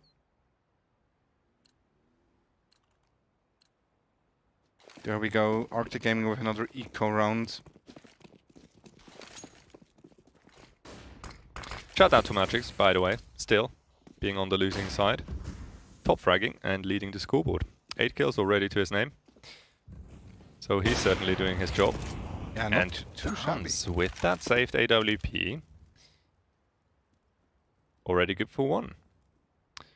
One and a half minutes lot of left. control for CG. They do have window control. Right now, Reese finds 2 players Not behind ready for the towards second kitchen. one. Yeah. And Canoe certainly in a very good position with that picked up AK. To spoil CG's attempt of an A play here. Let's keep an eye on Yahiko maybe. He's lurking over with short, but Canoe into the fray we go. Good flash from Dance, actually gets a kill onto Crizzy. Yahiko now finally moves back over, but only good for one single frag. And Nikista now needs to go masterclass. First one found. 2 still in CT, one's gonna be peeking from jungle in a moment. If he actually goes for that CT peek and the opposite misses the shot. Oh, he should have spotted him. Oh. That was so close, actually. I can see him winning that one. I'm almost completely confident at least one of his teammates was screaming in his ear right then. The same jungle, Yeah, the same jungle. yeah. You know, Probably. Classic one, yeah. Still, very nice run from Arctic Gaming. Finding that second one just with a couple of pistols and obviously the AWP on Yeah, Dance. the AWP actually opening it up and enabling Arctic Gaming to win that second round. And who knows? Maybe that's all they need. Boost coming in. Run boost, always Run good to boost, see. Yeah. Oh, do they decide against it? Oh, just one. Move A a little li- bit back. A little bit There run we up go. space. I believe I can fly. Never mind. And one found in mid though. Arctic Gaming now making sure to stay very, very defensive. That might be final piece to the puzzle, right? That's cool. Smoke goes down into window. Quick push through short. So far, no one really ready for that on the CT side. Oh, and they do get both kills. It's going to be an easy one. Yeah. To move on to onto the B-bomb side. Even spotting the players in window. Having enough utility to smoke it off. Was that a missed call? Because to me, Arctic Gaming, they really looked as if they were not expecting that to be a possibility. Them running up short like that. Well, we had one player spotting on car, and you can spot short as well from car, so... Yeah, he wasn't really spotting it though, wasn't he? Was he? Do you think he was actively holding that angle? No, but he was quite ready and actually had a shot on them. He even took a kill. Yeah, well, his teammate was not covered at all. I think they shot his teammate first. That might be true. Pay attention. I don't know. It looked slightly disjointed. But in the end, it doesn't really matter. Yeah, round number 5 for CG. Yeah, hardcore nearly finds That would have another been frag. That would have been spicy. Yeah. There we go. Will they go for another force buy? They gotta. Yeah, there we go. It's not too shabby. No, it's actually looking good. 2 Mac-10s, and that's gonna be a fast one on B. Beautiful smokes and Canu a million flashes Canu coming in. needs to get back into position to help his teammate. Just a little bit too slow. And Bounce with a bit of an unfortunate early support flash. And that's just it. Like, Dance and Aragorn can just move back again. Oh yeah, absolutely. And you really don't That's an want instant to save. fight against that. Well, that's a funny one. That's I would have hilarious. shot that one as well. Oh, for sure. Good pre-fire coming through from Yaiko. That's a pretty dramatic pose, isn't it? Yeah. It was a good fake. Like, imagine someone just staying behind his body, like the dead body, and just like using that dead body for a bait. That would have been awesome. That could have been pretty funny. Yeah, there we go. I agree. Just like that, it disappears. Yeah. 6-2. So what do we make out of a third of I don't know. potentially second It's map already? a bit unfortunate that we can't really assess Arctic Gaming's level of gameplay here or just yet on Mirage, because it feels like quite often they had to scramble and go for weird half buys and force buys, or they just had 1 or 2 saved rifles. They even won one of their rounds of saved AWP, obviously. So what I need to see are more full buy rounds from both teams, and I want to see how those go. Yeah. Because what we're seeing right now doesn't really tell all that of an interesting story, I feel like. Or like not enough of the whole story, probably. Yeah, no, certainly not enough. On the CG side, obviously, we have a very clear picture of Yeah. what's happening. Yeah. It's just boys run in, kill them, win rounds, and that's They pretty did- much they did all shift that is. down in between those rounds, though, quite a bit. Yeah, There were one or two slowly slow moving rounds. into mid, and then exploding onto a side. It's Yeah, not but I really like that all one. different.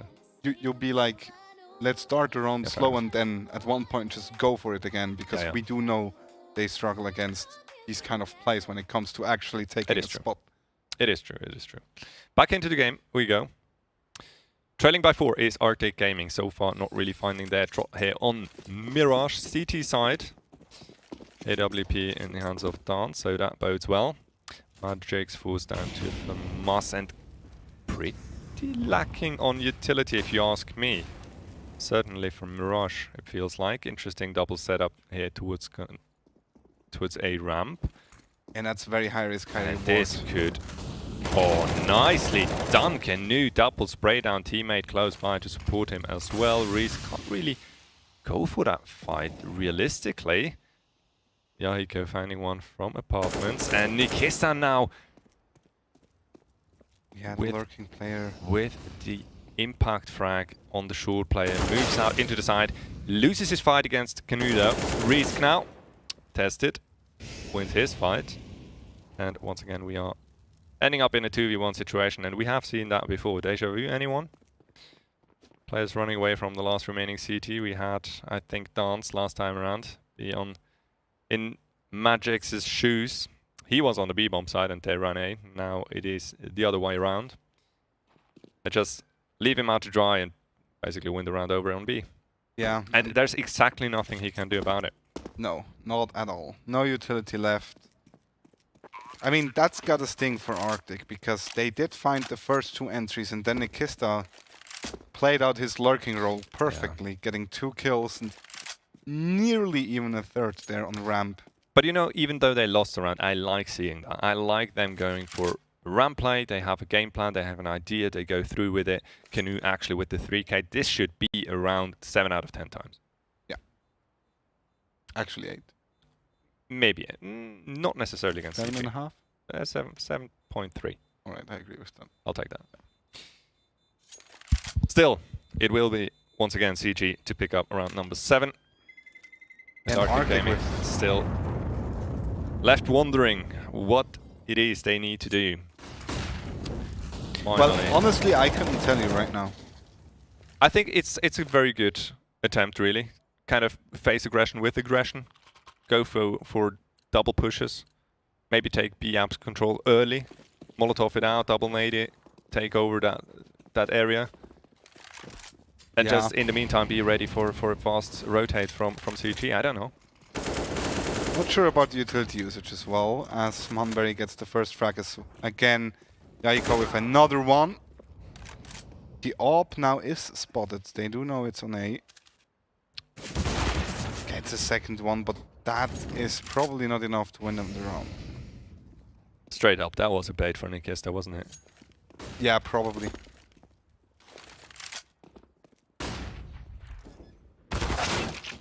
Ooh, Magics. And Gaijin, actually. What are they playing against? Gaijin, Bubbles. Against Bubbles? Oh, that's the... Leading the game 14 to 1. That's a rough one. Bloody hell. I didn't expect that, actually. No, Bubbles not at all. they looked so solid to me. Yeah. That's rough. Maybe they're having an off day. Who knows? There we go. Chrissy finishes off this round. It's 8-2. CG looking very, very strong. Arctic needs to go for another pistol round, and don't feel like this one will help. As CG look like they're in for a fast mid push as well. Again. Yeah, I feel like CG's motto as of right now is, why do something slow when you can do it fast? Well, they just slowed down a bit. There's a smoke on short. And so still, unlucky. Hitchy basically gifted the free frag. Can't really profit off of it. Argon finds Nikista. So that must feel good. Yeah. But if you find Nikista on A side, you know it's going to be B. Yeah, probably. It's like, yeah, sure, cool. I got the rotator. I got the flank. And Canoe once again. Bloody hell, Canoe's doing a ton of work. Yeah. That is actually insane. Ooh, did Chrissy spot the player on short? Looks like he did. That should be an easy one for him. There we go. Round number 9 for CG. As Arctic Gaming, if they want to... well, I guess yes. Monberry with the one tap. That feels bad. Yeah. But still, you really can't hold it against them. CG, they do what works and they keep doing it. And Arctic Gaming, oh my goodness, Dance instantly taken down to 5 HP. Yeah, misses the shot and then the good spray coming out. Double Molotov on short. Was that a? No, that was a single one. So much flames, and still Canoe finds the frag right through it. And once again, that guy is actually trying really, really hard to keep Arctic Gaming, or at least to give Arctic Gaming a chance to stay in the game. A bomb site is completely open though, and Nikista has a prime position to just catch everyone rotating in. As Yahiko, there's one. You should know there's a second one in connector. Now he does for sure. It is Canoe. How long can he stay here? Oh, should have spotted. Okay, there we go. Nikista's still alive in jungle though. Monberry's probably just waiting for him as well. Monberry just needs a second one. There we go. Nikista gets dance, and now it's just him against Aragorn, and the smoke is about to fade. Not sure if he can stick to the defuse with the whole smoke. He does though, and he gets it. Ah, unlucky. Or lucky. Well, true, obviously. 16-1 Gaijin against Bubbles. That's a rough one. Ooh. Yeah. That's, you'd say... That's very unexpected as well, actually. Honestly, I mean, Gaijin winning, Gaijin winning, that's fine, but yeah, 16-1? It's the scoreline that makes you wonder, doesn't it? Yeah. Well, I guess there has to be a story behind it. I wonder what map it was. Wasn't it? Oh, it was Maybe Overpass. production is just joking with us because it's 1st of April. Okay, they're not. So they just assured us they wouldn't be joking. Still not sure whether I believe them, actually. Yeah. I guess I have to. Well, there's no other way to actually verify if it's fake news or not. Back to the game. No, honestly, it's probably actually for real. Yeah. Which would make me feel slightly sad for Bubbles Gaming. Yeah, I agree. I don't think they deserve that. No. In the meantime, obviously CG picks up another win. Quite handily. Only losing one player. Reesk has gone down. After getting a frag himself. Nikesta. So crisp with his aim. Really enjoy seeing him play. Yeah. Also doing a good job in just lurking over and over again. And somehow always finds those sneaky plays. Also staying alive. Yeah. Lowest death counter so far on his team. Only died 6 times. So that life is quite valuable. Yeah. Good trades coming in. Arctic Gaming actually taking the upper hand. And going for entries might not necessarily be his cup of tea. That Maybe. looked slightly weird. Yeah. Slightly clumsy. Shouldn't really be too much of an issue though. CG obviously already signaling on 10. Ooh. Arctic Gaming, best they can do is a 10 to 5 half, which is by no means solid. If you're talking about a CT side Mirage. But then again, you have to hand it to CG. It is their map pick. They should by all means feel really confident. You know what that means? Okay, the second game of tonight already started as well. Oh, you just realized that? Yeah, but like the second map is already starting. Yes, now. I know. They just finished the first one, so obviously they will be starting with the second one, because Bubbles Gaming, honestly, they probably just want to get it over with. Yeah, probably hitchy. Especially if it continues like that. Alright, anyway. Problems. CG just brought it back in around that Arctic Gaming most certainly could have won again. It is good flash. Ooh. Never mind. Terrible flash. No one was flashed. How did that happen? Is Yahiko aware both players are CT? If he is... Yeah, I'm pretty sure, yeah. Here's one. Here's the second one as well. There's the first one. Oh, he can't swing on that. That's just a hide and seek. Oh, there we go. Turns around to awaiting Magix, who's taking the round home for Arctic Gaming. As they go up to 4. You know, and interestingly enough, and I think that's actually a very positive vibe that I'm getting here, is if they pick up the last one as well, 5 rounds, sure, it's not a good CT side. It's probably still a subpar CT side, but it's a doable scoreline. Well, you just gotta take round by round, right? Yeah, after that one. Yeah, but still, I mean, 5 rounds, sure, you can come back. You can come back from that. Still, there is obviously that nasty little question whether he can do it against CG, and the A side by himself. That is insane. It's just Canoe and Magix left. Canoe might find one, doesn't actually. And Nikista gets Magix for the 4th kill in this round for him. Well, what can you do? 11-4. It is really, really difficult to hold a side against one player, apparently. Yeah. Sorry, that's really not very nice. Well, I guess the thing right now is if CG will win the pistol round, this will be over in no time, right? Yeah, no, definitely. Even if they lose pistol, I don't really see CG lose more than 1 or 2 rounds before they come back to their winning ways. Yeah. And as soon as they do, Arctic Gaming will not have any room for errors and mistakes whatsoever. Yeah. They would have. I'm not gonna say they will, but they would have to play perfectly clean Counter-Strike to actually keep the dream alive of bringing it back. Yeah, and I would actually love to see CG continue with their aggressive moves because... Well, it has worked so far, why not on the CT side? Yeah. It is actually quite tricky to hold throughout the whole map for aggressive CT pushes.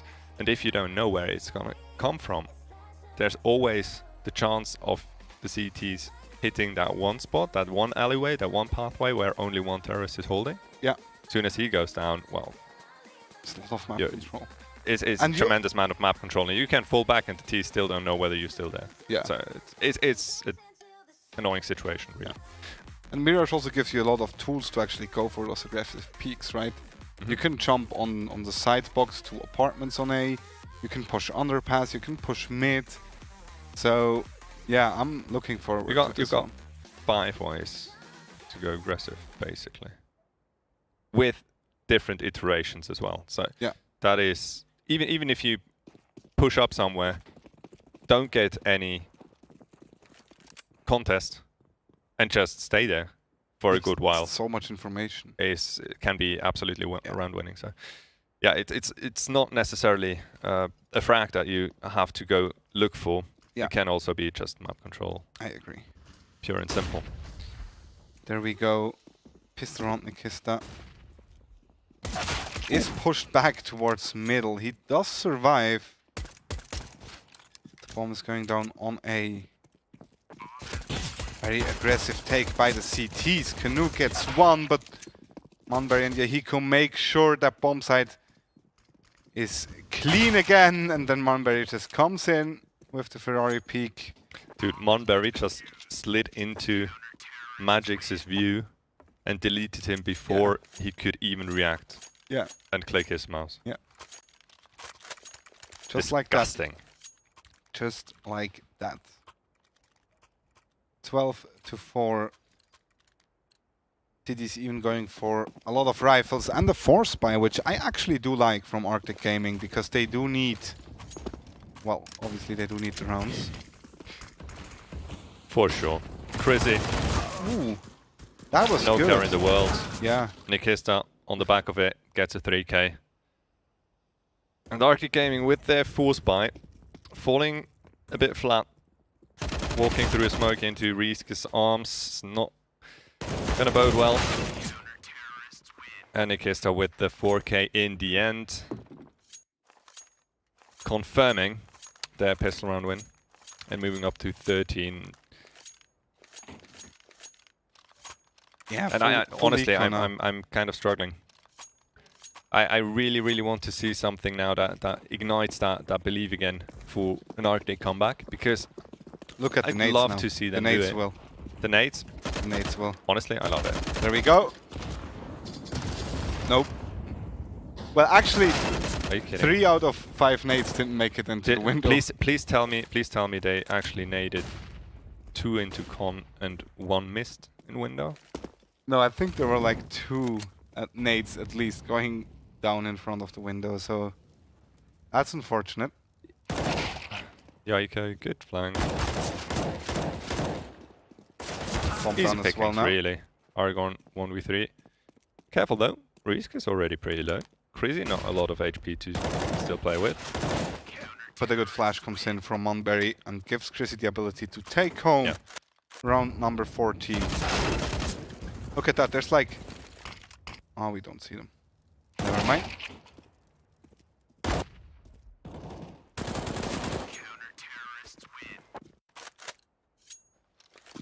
Now is the time to shine for Arctic. Buy rounds, first one for them on the T-half coming in. Dance trying to find any entry really.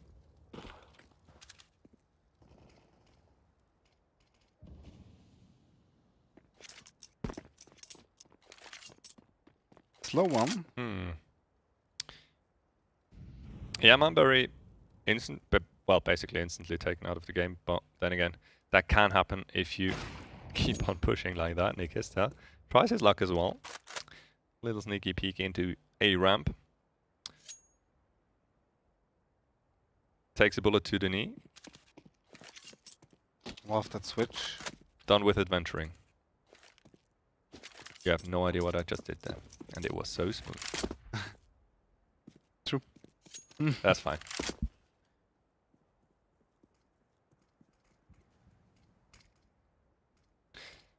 $14-4 and Arctic Gaming, there is a glimmer of hope of them at least moving up to 5.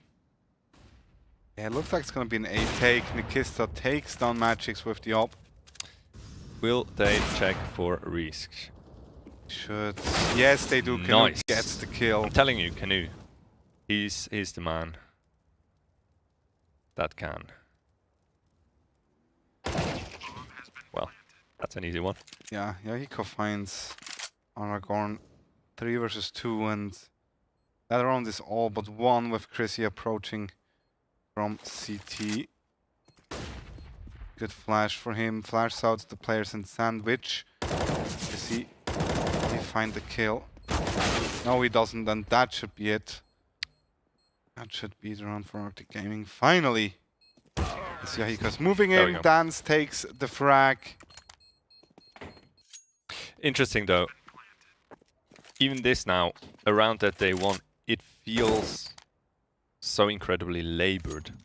It's really, really hard work. Yeah. To even get one more round. I agree.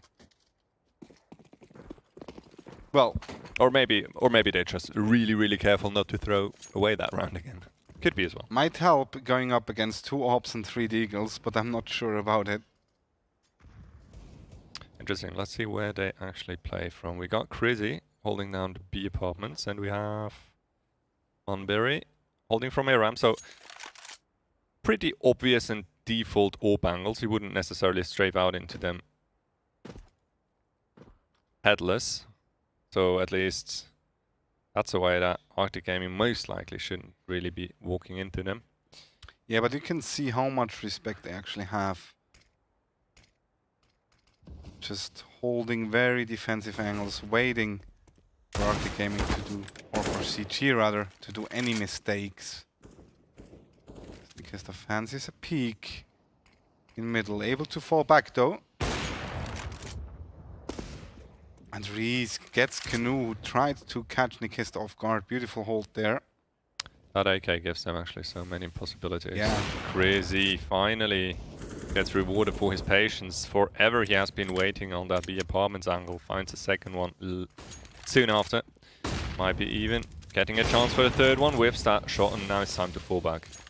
Yeah, but that is enough damage already. 2 players left, 20 seconds on the clock. Yeah, no doubt about it. He did his job. Yeah. And still finds one right on this edge of the smoke. Yeah, and Dance just backs off, goes for a save. Good decision, but it probably won't help Arctic.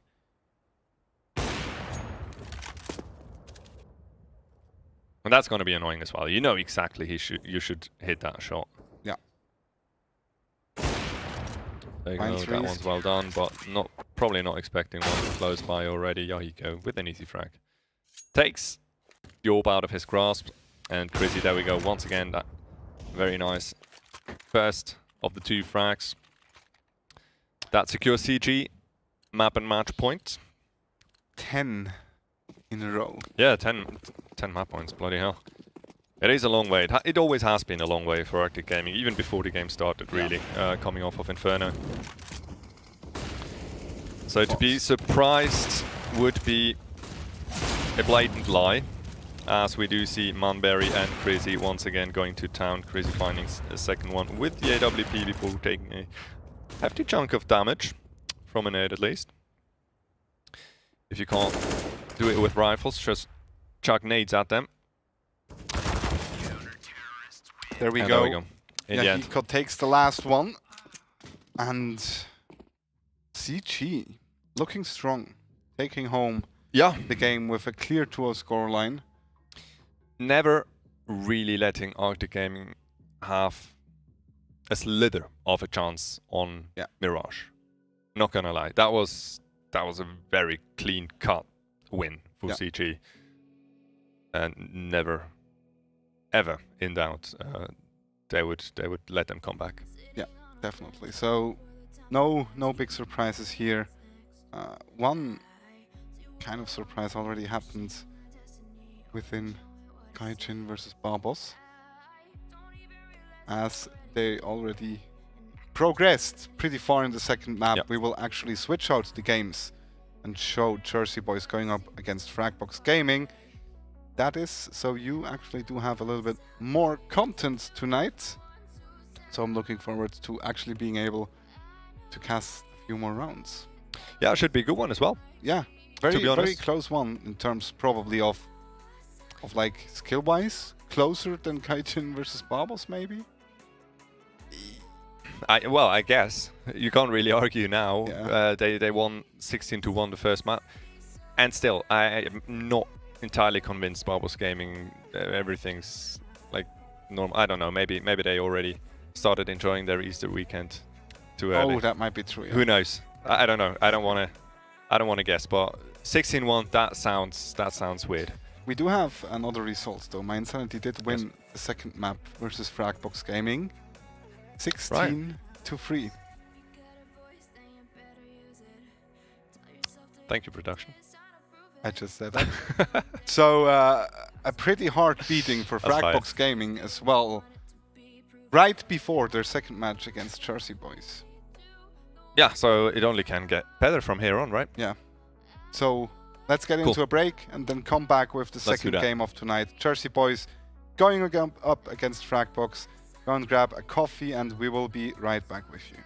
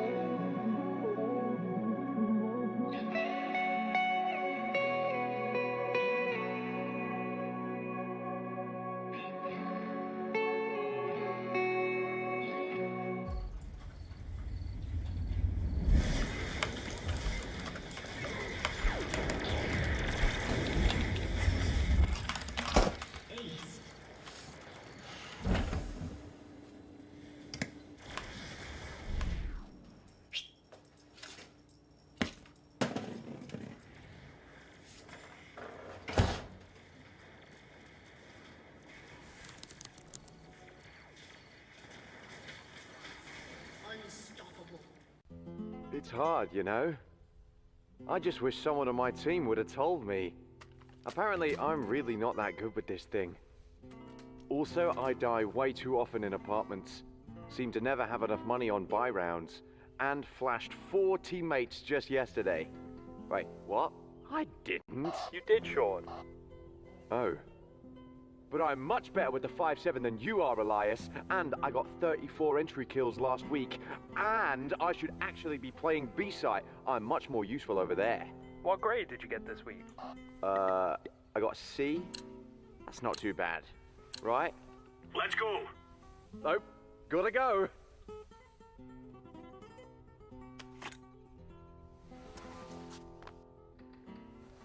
If you want to know what you're good at, and, well, also what you suck at, check out csgohub.com.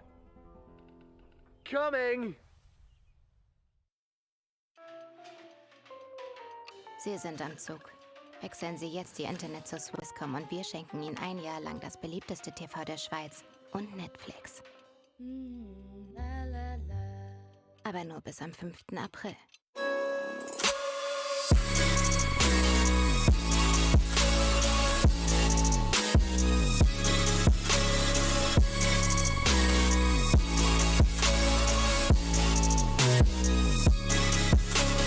You love it, you wear it. What's your style? Get your merch at shop.eslgaming.com.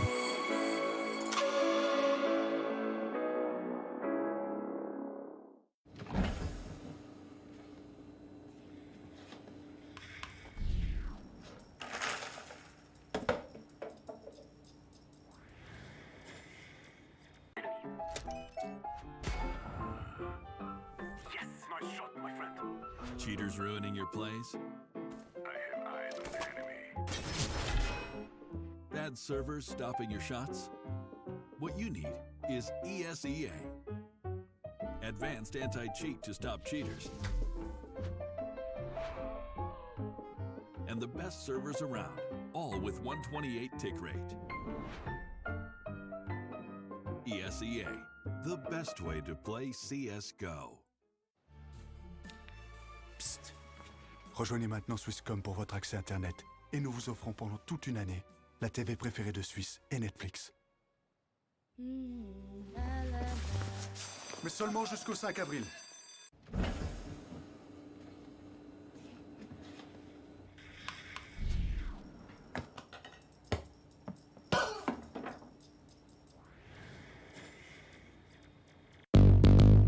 What's your style?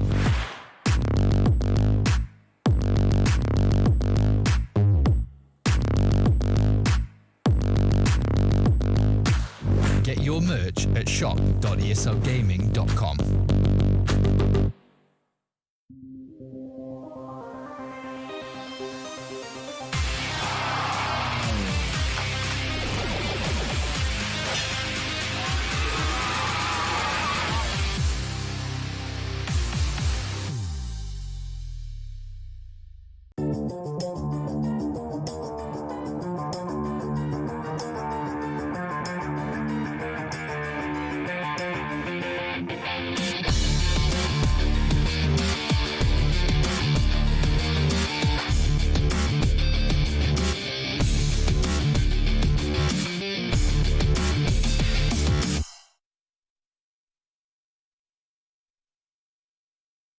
Welcome back, and we're ready for the second game between Jersey Box against Frag Box.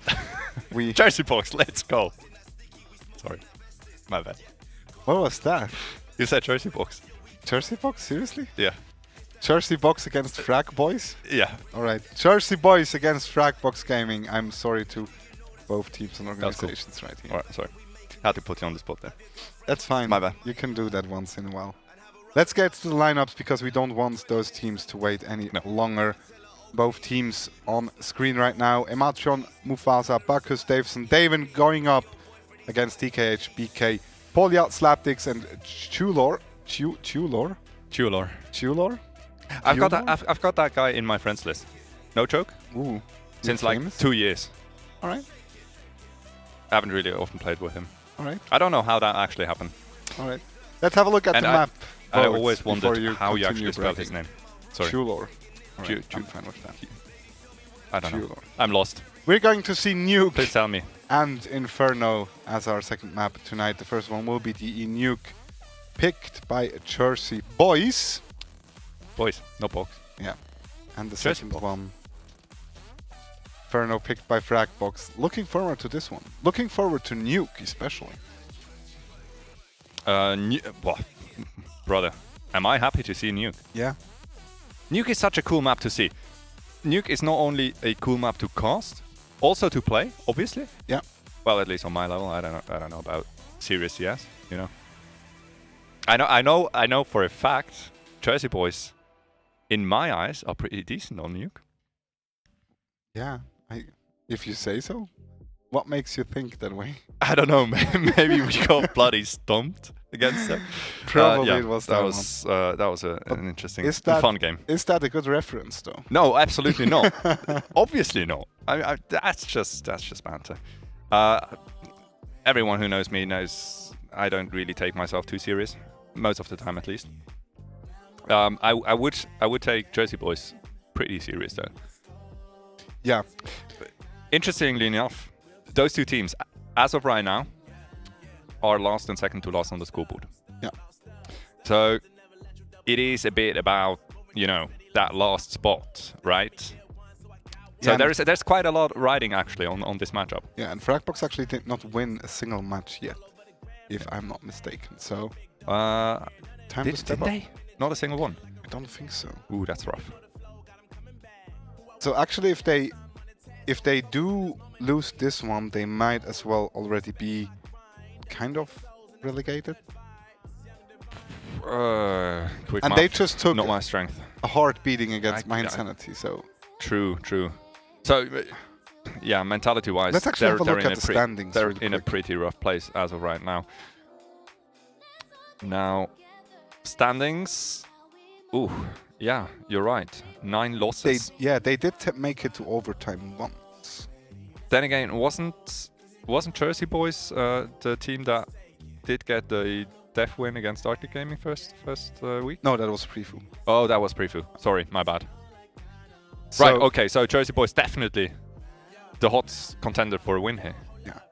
Actually, if Fragbox lose this match, they're guaranteed to finish 8th. Yeah, no doubt about it. Obviously, Jersey Even Boys, if they win, they might not be able to get out of 8th, depending on the round difference.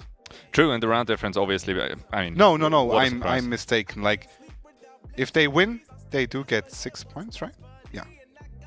So that means they would overtake Jersey Boys by 1 point. Still, though, they certainly won't make it to playoffs, and actually, neither will Jersey Boys. No. It's not about a playoff spot anymore.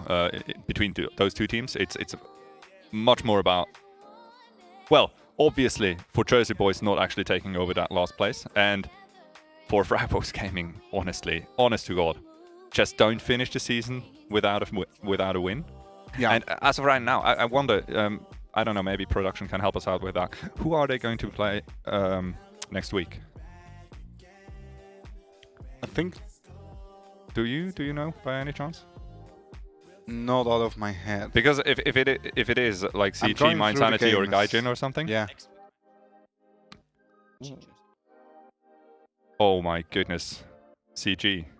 Yeah. So yeah, that's basically last chance saloon here for Fragbox Gaming to pick up a win this season, I guess. Because going up against CG, obviously, You CG, never know, but it is always a bit of a weird situation going into the last week of regular season play with teams that have already secured a playoff spot, right? yeah, but like looking at the table right now, we already have the playoff teams. Everyone except Jersey Boys and Fragbox. Well, that is actually very true. Yeah.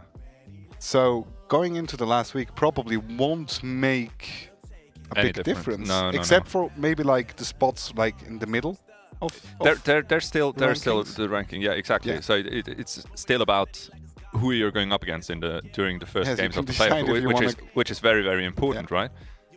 But still, CG, obviously, there's not a lot riding for them on that last match day. So maybe if, I don't know, if every single star in the universe aligns for Fragbox Gaming, they might actually pick up a map against CG.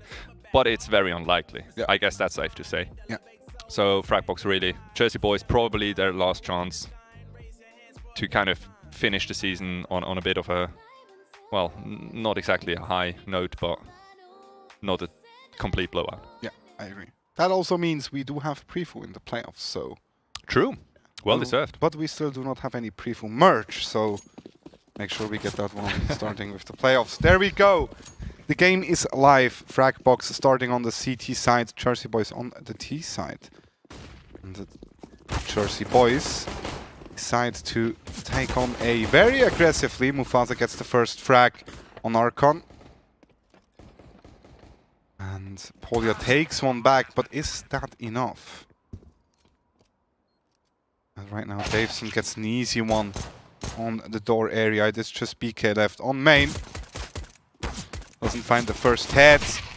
Finds the one of Davin though, but with just 10 HP, he might as well try and save that armor. Yeah, it's always a bit of a pain in the ass to have to go basically for a save in a pistol round. Sure, yeah. Not much you can do, 10 HP. Would have been all headshots. Not gonna happen. He loses his armor as well, so not really successful in saving that. Match paused. Instant pause being called. I think I saw Mufasa being very, very laggy, so that might be the reason for it. Bit of technical difficulties, maybe. Yeah. Maybe. Just waiting for the ping to go down. Let's see. 13 ping though, so it's not looking too bad. But that can obviously be just a bit of a delay. Yeah, that's true. Who knows? So Jersey Boys starting off with a pretty solid T side. Yeah, and obviously every round you get on Nuke T side is a huge win. Yeah, it's worth quite a lot. Even though we had that discussion like in our puck games already, like T side of Nuke kind of like shifted of being ultra hard to just being hard. So it's way easier. It's way more common to get 5 rounds on the T side, and especially with teams that put quite a lot of focus on Nuke as a map. Yeah, it is quite common even to see them rack up the rounds on the T side quite consistently. Yeah. Still, it is fairly easy to play a solid CT side. So if you're actually like a specialized Nuke team, you do have a huge ace up your sleeve if you can bring it through in the pick ban phase. Yeah. So yeah, we do have a result from Gaijin against Barbos Gaming. They do win the second map 16-3, so yeah, not good news. Yeah. Barbos Gaming, I'm pretty sure they're done for today, and might as well just go to sleep. Well, or you know, enjoy your prolonged weekend. It's certainly well deserved. They did. I think they did put up quite a good fight so far throughout the season. Since we actually know that they did make it to the playoffs already, are they like? Was that intentional? To maybe face My Insanity in the playoffs? No way. Because they do know that they have a good shot against My Insanity so far. They just played 1-1 in 2 leagues. So My Insanity is on 2nd place and they're 4th, I think. So they would need to lose 2 games. No. That's like a lot of speculation. No, like no way. Absolutely no way.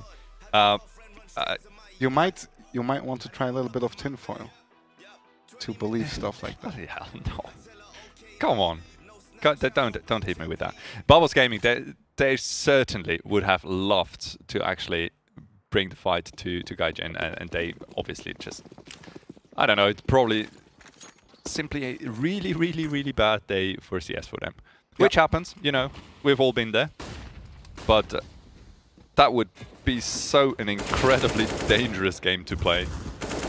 I don't really see them go for something like that. Already 2 frags. Make that 3, make that 4. in fast succession in the second round here, so no big casualties taken for Jersey Boys. Yeah, clean second round. What more can you ask for? Slaptics, MP9 might find one player. He certainly was ready for that one. Heard Damon step there towards CT. And once again, I wouldn't really put it past Jersey Boys to actually go and hunt him down in CT spawn as soon as the bomb is secured for long enough. And instantly we do see three players actually converge on his position. There we go, the push comes in. Don't necessarily like them going in. Alright, okay. They actually group up and take the fight 2v1. Nicely done, Slaptics loses an MP9, no save for him. Jersey Boys move up to 2. And so far, everything is going as planned for the boys. Or the box. The box. The box against the boys. Here we go, third round, full eco, except for 2 nades for Fragbox Gaming. Stay looking for an outside push, but Imatrin is here with the Mac-10 and with the dollar signs in his eyes. Just gets one, but the information is enough for Jersey Boys to actually just go down ramp to the B-bomb side, or even maybe up heaven. The B-bomb side, it is going to be late rotations from the CT. Oh, look at Slaptics. Might catch one off guard. Oh, instantly gets sprayed through the smoke. Wilder tries to look for any engagement whatsoever, but David Bacchus and Davison in the end chimes in with one as well. Jersey Boys move up to 3. And obviously so far, Fragbox not really too lucky in their endeavor. Yeah, they do have another shot right now with weapons, finally. BK goes for the AWP. Probably takes that outside. There we go. And is about to be greeted by 3 players, I think that is. Yeah, yard smokes have been thrown decently quickly. But that's already quite a bit of map control taken for Jersey Boys. KH and BK able to find the entries. Even looking for a pick towards ramp. He's not aware about Slaptics' advanced positioning. Nicely done. Nearly gets a second one as well. It is just Bacchus and Davison left. Make that just Davison. And make that no one. And look at that. As soon as they do have rifles, it's a whole other story.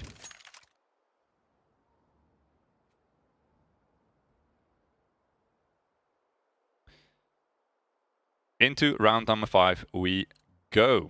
Let's see how Jersey Boys react to Fragbox Gaming actually putting up a little bit more resistance than obviously in the eco rounds beforehand. Early Molotov, not really gonna do all that much. Yeah, outside smoke's coming in, and BK needs to be ready for that peek. I think he just spotted that head on top of Silo. Must have called his teammates. Nice, Mufasa takes his time to line up that shot, and Davison obviously already pushed up quite far into secret. There is still one player lurking in front of the door as Archon gets Davin. Fabic's already on the B-bomb side, so he's ready for the push to come in. But look at that, Bacchus with a double kill. He just cleaned up the A side. Just like that, and still bomb is planted on B, and that might actually be a quick defuse coming through. For Slaptics, he needs to connect that spray, will do that. Nice try though. Really couldn't have gone for anything else. I guess that was a bit of a panic moment for the Jersey Boys. Death from above coming through. I like how he waited for the plants to actually go down and try the ninja defuse. Yeah, that was smart. Obviously, that was like the one play. Yeah, he had to go for. Harsh rounds so far for Fragbox as they not able to convert the second gun round. They do have another chance right now. Slaptics is about to say hello. to a whole Jersey Boys gang. He's able to get out, reposition himself. David Marcus just gets our took a huge chunk of damage. I do believe it was from BK. Rotating in from heaven. And Slapdicks, once again, might get tested on the B-bomb side. But as of right now, Jersey Boys, they do decide to turn around, look for another approach. While the EKH... Yeah, that's a lot of information. He might sneak in from behind. Depending on how long Jersey Boys actually take. Oh, they want to go back. They refocus on outside Davison.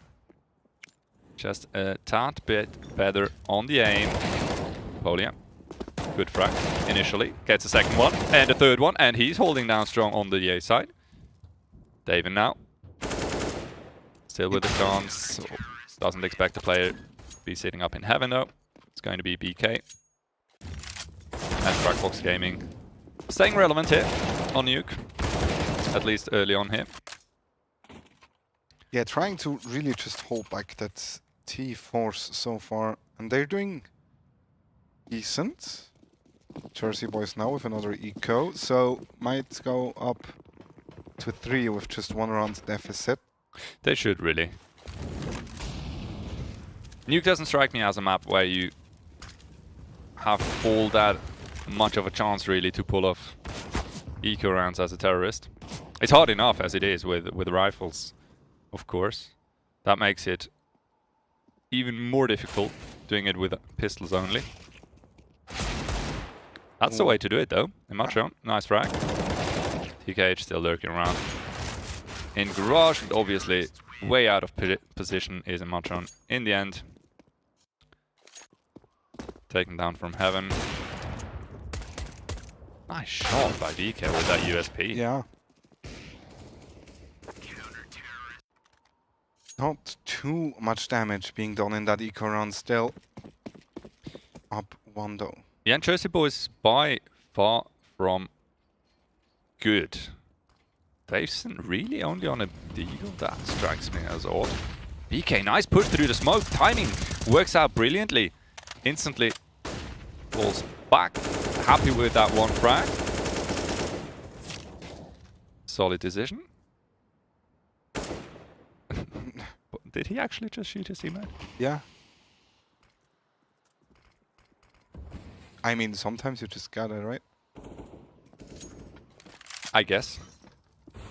It's funnier though in Face It when it doesn't really do damage. Yeah. Just to annoy your teammates. Very slow approach from Jersey Boys.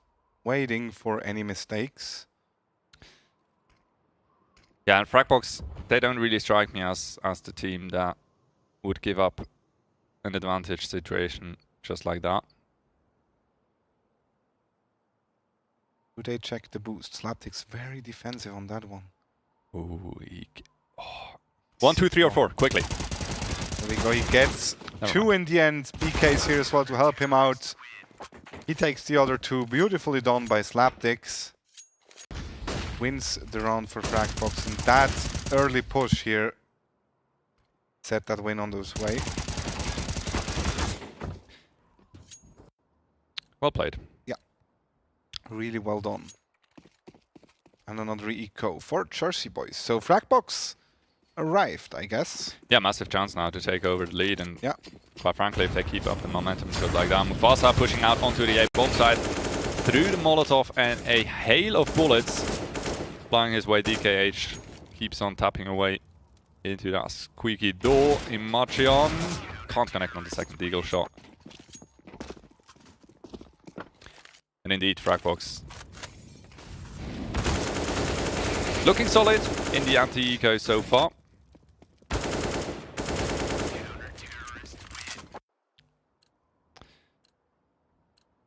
As finally, Jersey Boys back on a bye. And Mufasa on that dreaded AWP.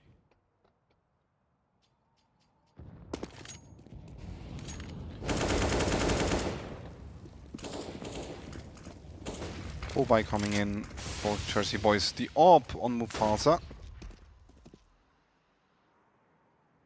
We saw him have a slow start the last time we actually casted him. But then, at some point it just clicked, I guess.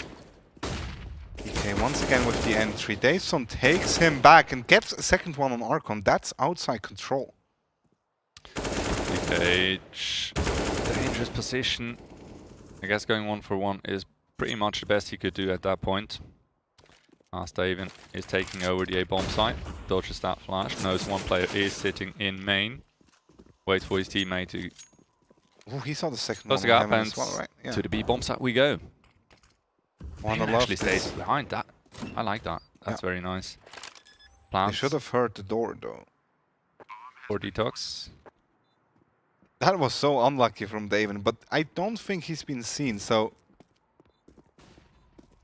he's still kind of unknown, as well as Mufasa behind site. Obviously, he needs to go and help his teammate eventually. Second player has been spotted. Mufasa can't connect on the AWP shot. Daven knows exactly where Polio is sitting and needs to open the door, so there is a chance. Spray comes through. Polio off the bomb.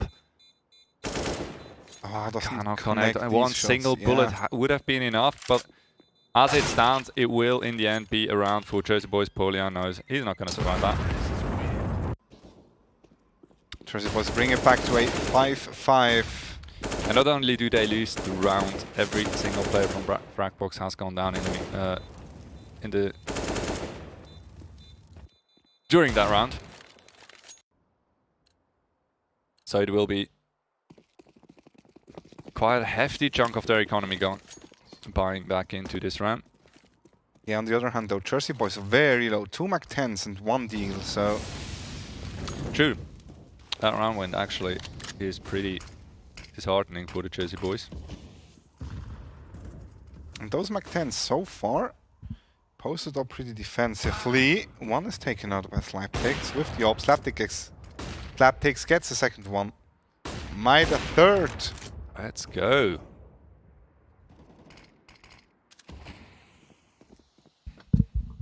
Spots the player jumping on box and hightails it out of there. Emulsion has the angle but can't win the fight against the M4. Fossa last man standing. Easy pickings for Slaptix out of Aqua. 4K for him, so beautifully done. Holding that ramp area. Yeah, nicely done. Peeking left, right. From behind that orange box, and it's a pretty tricky angle to fight with a rifle against an AWP. Maybe even one of the most difficult ones. It feels like, because it's two angles so close together. You can actually peek it quite quickly. And BK being completely caught off guard here from the flash outside, runs right into the container. And Fragbox Gaming, they will make decently quick work of the Jersey Boys running outside. Yeah, Mufasa now, together with Bacchus. Alright, you really do not want to pick Mufasa. Two tags, he gets 3 two. tags. Nearly Equal gets to the kill. fourth. 2v2. The third, I mean. Jersey Boys still somehow need to get a hold of that bomb. Might be time to reconsider your approach. Coming out of A main is not going to be an option in the long run. So they will have eventually go for a bit of a I like that one. They boost one guy up heaven. Yep, that's one way to do it. Let's see whether Fragbox Gaming do have that on their screen. Slaptix, yeah, he's holding for it. Enough time has passed. They need to be ready for that. I think he has been spotted. Indeed, Slaptix ready on the trigger. Did Bacchus hear the player? Now he's seen him at least, so he knows where probably both of them are now for sure. Going for the peak. So many angles to check. Yeah, Polya takes him down. 4K for him. Nice defense of that outside position. After they've kind of been overrun at first by Jersey Boys. Yeah, maybe that first initial frag actually kind of doomed Jersey Boys' approach. Yeah. After all, they did rush him down. Lost the bomb pretty much in an unrecoverable position. Mufasa ready this time for Slaptics to speak on ramp. Yeah, he gets a fast kill. Also knows that there's a second player now on ramp. So he's able to pass that information on, and Archon actually looking for an adventure. Finds Daven, who quickly ends that one. Makes you wonder whether Daven actually would have been ready for him once the smoke faded. Yeah, good question. Bomb plants about to come through on the B site. PKH, BK and Poli are now trying to move back in onto the Jersey players. Good entries there, making it a 3 versus 2. Obviously 2 players quite low, so still a solid chance for Imacho and Mufasa. Poli, a good frag there. Oh, never mind, that was actually Mufasa. Yeah, both players. Okay, taking out his teammates earlier on. Matreon up against 2 very low players, but can't connect on Polia. Was too scared from being peeked up above. And Fragbox Gaming. Quite convincingly now taking over. That's more like it, yeah. That's what you would expect from a CT side on Nuke. Certainly, at least for the Fragbox Gaming camp. As the Jersey boys, let's face it, 5 rounds on the T side, that's already pretty decent, It is I guess. solid, yeah. I mean, you can work off of that, so even if you lose the pistol round, you still have at least 1. Yeah, and everything you get from here on is basically the cherry on top of the cake, so... Still, obviously, an 8-7 scoreline would feel quite nice and comfortable. Looks like that B-bomb side is completely empty. Yeah, I was just looking on the radar to see who actually is covering it. Archon ready as soon as they try to plant the bomb. And obviously in the meantime, the rest of the team has arrived for Fragbox Gaming, and once again, 4v2. This time it is going to be Buckus and Davison trying to recover, but once again the bomb so far in the open. And so many Fragbox Gaming players actually covering it. Davison turns around, at least manages to outflank one of them. Still 3 to find, and he will lose the fight against the first one of them. So Fragbox Gaming 9 secured, and Jersey boys, best they can hope for now is a 6th round. But even that will be quite a challenge. After all, their buy is far from optimal. Sure, they do have 3 AKs, but quite limited utility. 2 of their players, Bacchus and Imacho, they do opt to go for an A set, but are significantly lacking in the weapons department. And Archon will have a field day here together with Slaptics. Pushing through that smoke is a very dangerous undertaking indeed. And Fragbox Gaming, very solid first half, 10-5 it is in the end. 5 early rounds found by Jersey boys, and for a time it looked quite convincing what they started to do on the T side. It all kind of went sour from there. Basically, as soon as Fragbox Gaming started to play rifle rounds, it felt like they had it quite tidied up. There were quite a few rounds though where it could have gone both ways actually. So fair enough. That's one thing. And still, obviously, we need to find out how well the Jersey boys actually are in hunkering down on those sites, and how well their rotations obviously are on point, because Nuke, so much is won and lost by the correct rotation at the correct time, basically. Yeah, I agree. And that closely tied in with how you gather information and how you relay that information usefully to your teammates without actually overstating things and giving up basically wrong information. Yeah, and also just stay patient on the CT side sometimes. There are good moments to actually push hut, push towards ramp or something like that, but you really gotta work with the information you got and decide upon that if you really want to make that push, because it's a high risk, high reward thing. For sure. Yeah. Also quite interesting to find out how a CT side approaches, for example, the situation of outside smokes. Yeah. How do you react to that? Do you move a player down from the A side that takes over the secret, or do you rotate one over towards ramp and he in turn moves down? You got a lot of ways to actually deal with that, as we see Fragbox Gaming really quickly indeed making their way onto the B-bomb side, and left, right and center, the Jersey Boys players are falling. Imatrion already has been domed, sitting pretty on only 7 HP. There is a kit in play still, so a slither of a chance, maybe. But already Imatrion is moving into a fight he can hardly ever win. As I say that, he does connect on the headshot. Yeah, but he still has 3 in front of him, so... Yeah, 7 HP. There we go. Beautiful take for Fragbox Gaming, and a very important round as well. Since those T rounds are so hard to actually take, the pistol round obviously always very good one to take. Still, bomb has been planted, so yeah, that allows Archon and his team to go at least for 2 rifles and 3 Mac-10s. And well, they did win the round, so yeah, but still, you know. Well, actually, where was I going with that? That's rubbish. You probably. Oh, sorry. Yeah, I had it the wrong way. For, yeah, obviously. No. Yeah, Mufasa. He had a Max 7, didn't he? Yeah. He always has a Max 7. He does. Like, he's known for 2 weapons: the AWP, and the Max 7. Yeah, the bloody Max 7. I mean, we felt his Max 7 already, so. It's good fun still, though. Yeah, it's always cool to see, especially if it works out. Yeah, I agree. It's so annoying.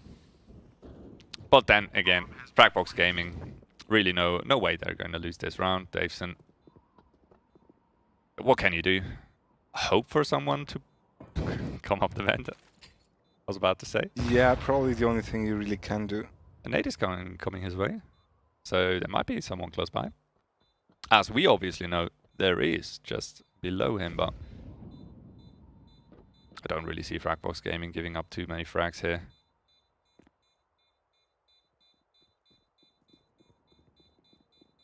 Two players exiting through lobby, but so far not a single deke shot has connected. Yeah, no one really wants to take the fight. There we go. Ooh. All right then. And another one. Fair enough. In the end, he will be gifted 2. Not connecting on the easy shots, but I guess sometimes the difficult ones are kind of more instinctive. Yeah. It doesn't really help if you have too much time sometimes to line up a shot. It's you can mess with your focus. Number 18, and the buy for the CTs actually looks quite bad. It is a force, and they actually make it happen somehow. First 2 entries taken for them, but DKH and BK actually able to bring the score back, 3 versus 3. As Polio gets Imatrion. And there we go, once again Mufasa with his Max 7. It is just Polio left, Bacchus comes in, and that's it. Jersey Boys with their first round on the CT half. And yeah, we just talked about the Max 7. Yeah, if you can obviously upgrade it to an AK, that's pretty decent. Yeah. Makes your life a whole lot easier. And honestly, I feel like that round might be signs of what's to come still from Jersey Boys. Looking quite comfortable here. Sure, obviously they're trailing by 6 rounds, but whatever is 6 rounds on the CT side of Nuke. Yeah, that can be gone like really, really fast, so shouldn't be too sure about those. Working very fast towards ramp again. Doesn't find Mufasa. What a cheeky little peek. Yeah. Close corner. Bacchus comes in to help him out, and he's able to retreat. Slaptics moving around Silo, trying to get a bit of an off angle with that AWP. Well, Davison's ready for it. Yeah. And did they even spot? How many players did he spot on door? Looks like just 1. Yeah, but CT is obviously still very well set up to deal with that. Daven, bit of a whiff there, but still a lot of damage done. Marjon coming in with the MP9, finishes off. DKH and BK goes down to the AWP.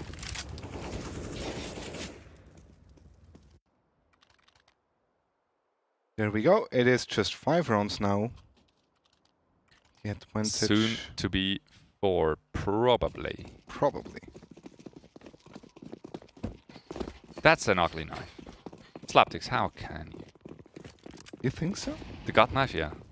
Not a big fan. Well, the gut knife in general is not like... Yeah. Well, sure. Poor man's knife. It's obviously pretty nice with the emerald green, but then again, not much better than a polished head. Sorry, that was a bit rough. Finds a lot of people moving to him on ramp. Archon actually gets the entry. Metron spotted now as well, but he does a good job. Yeah, that's more like it. Of taking down 3 players. Might find a 4th. Oh, there we go. Daven helps him out in the end. Once again with that USP. Yeah. A near clean round for the Jersey boys. And that's like another thing, right? On the CT half, you're able to kind of start like that money farm. Yeah. Build up your economy, and ideally, you really never want to go into an eco on the CT half. Yeah, that's actually one way how you can really let the terrorists back into the game. And obviously, Fragbox is sitting on 12 already, after all, you know? Yeah. It's not many rounds they need to make it quite dangerous here for the Jersey boys.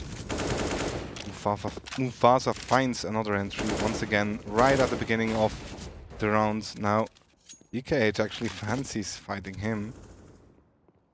Not sure if you really want to do that. Daveson gets slapticks. Daveson once again playing that secret position. Quite like it. It's a very solid way of shutting down any aggression coming your way through the yard. As Polia is looking for an engagement close to main. And Daveson, there we go, finally gets rewarded for his patient peek out. And mid-air, Polia actually gets a shot on Imatron. That's quite unlucky. Yeah, it doesn't really matter though, as Daveson finished him off. Daveson actually finding 3 players. I wonder if at some point they just decided to not care about Secret anymore, or if they actually thought he was going back. But either way... Well, a Molotov onto his position would go a long way. Yeah. Nade stack could be fun as well. But for now, it'll be a bit of a Hail Mary with the Eagles. 1 single nade and a couple of flashbangs. Flashes to allow them to cross into Secret. As I say that, Mufasa starts rattling off a shot with the AWP Archon. Good trade though. Martin and Daveson with a clear advantage, obviously, but Daveson now needs to be careful. One player is already up close and he can't actually switch his targets soon enough. Bacchus now needs to pick up the slack. Daven moves out of main, sees one enemy and needs to be careful now not to get sandwiched between the 2 terrorists. 2v2 situation. Yeah, rough one right now for Jersey boys. Matron, it's really all on him right now to find any entry. Decides to push ramp, which might be a good idea. And it is going to be a question of timing. Imatron, how long will he hold that angle? It looks like he might have pretty good chance to pick up DKH here. Moving in from the right, can't swing over quite quickly enough. Still a lot of damage done, so Daven, there is still a chance, but it's going to be quite tricky. Archon just made his life a little bit easier by jumping down and taking some damage. At least cannot connect though. And it will be Archon's frag to put Fragbox Gaming on to 13 rounds. Sorry, my bad. And it really started with that deagle shot from Archon there, taking out Mufasa outside. And in the end, winning an anti-eco round, or an eco round from the view of Fragbox, if you want so. So, nice one. I guess that's a good start to finish off the T-half. Or trying to actually. Yeah, Jersey boys obviously dropping the ball just for a second there. Question is, can they recover and bring it back here in round number 23? Slaptics holding the angle of Bacchus. Even with a quick rotate towards Secret. Wonder if he fancies any peeks there. Might be able to catch one player off guard, which is Archon. He actually went up once again, so B-bomb side. It is just Imatrion right now, but he has a good positioning to actually delay this push quite a bit. Still, can be pretty tricky playing from being a man down on the CT side. After all, there are a lot of avenues of approach here for the Ts. Very slow approach on the B-bomb side. It is still Imatrion defending it. But that smoke gave up his position clearly. So they might try and single him out, but the information apparently never got to Archon. Doesn't really matter. In the end, nice shot from BK onto Mufasa. Can't do anything with the AWP. And Davison, good for one. Bomb about to be planted, not in his line of sight. And DKH, crisp shot to Davison's dome. And Fragbox Gaming moving up to 14, and now it is definitely getting close for the Jersey boys and their comeback. Yeah, they do go for a force buy. 2 AWPs on Davison and Mufasa, so I guess one will take it outside, the other one towards ramp. Behind that though, just 2 SMGs and a Deagle, so... Yeah, you're counting a lot on those AWPs to get the first frags. Mufasa. Ooh, he did not spot that player crossing red already. Did spot the second one though, but Polya on top of that box gets the frag. Davin in a lot of trouble as well now, but he managed to get at least one. As Davison once again creeps up behind Secret. Finds the bomb actually. What? How in the world is that now? Alright then, Slaptics. That was Slaptics actually jumping up to heaven, right? Yeah. Like he just... Yeah, well, I guess you just really have to hit those. Yeah. Maybe that was his strategy to evade the bullets. Who knows? Sure. Evade 100. There we go. It's a bad buy for the Jersey boys. Will the Max 7 do it once again? No, it will not. Polya and Archon find the quick entries. There we go. Just Imatrion and Bacchus left. Make that just Bacchus. He's spotted as well. And Archon takes the frag. And with that, the first map for Fragbox. And yeah, I guess that's it with playoffs for the Jersey boys. Most certainly it is. Yeah. And obviously Fragbox Gaming, well deserved. They really turned it up to 11. And Jersey boys, they started off decently enough on the T side, but after a couple of rounds, it was just it felt deflated and not really all that inspired. Yeah, I would say. And at that point, obviously, it was only a matter of time until Fragbox Gaming starts to pick up rounds on the T side, and I think pretty much as soon as they found the first one, it was close to game over. Yeah. So, and it actually was the pick of Jersey boys as well, so do not forget that one. So, yeah. Let's head into the last quick break of tonight before we kick off the second half. We will be back in around 5 minutes, so don't go anywhere, and make sure to be back in actually 5 minutes. It's been a road less traveled, all alone. Feeling my body leveled on my own. I think I'm up in heaven, 'cause you were hell. I gave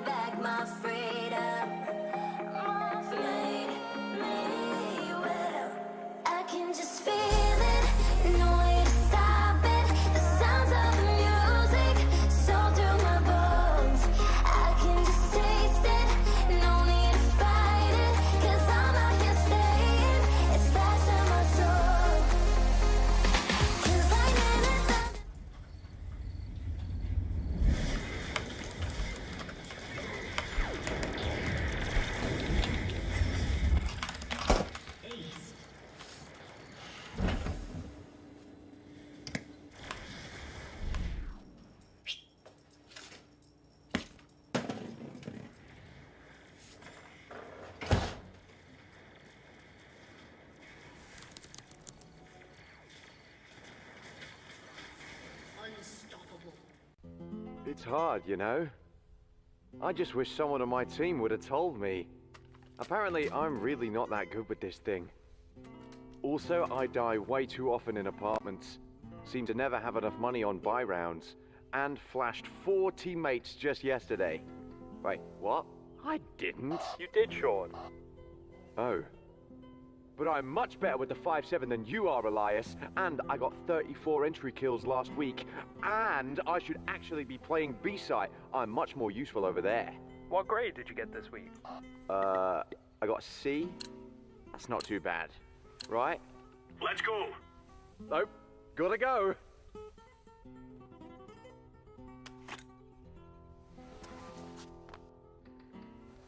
If you want to know what you're good at, and, well, also what you suck at, check out csgohub.com. Coming! Sie sind am Zug. Wechseln Sie jetzt Ihr Internet zur Swisscom und wir schenken Ihnen ein Jahr lang das beliebteste TV der Schweiz und Netflix. Aber nur bis am 5. April.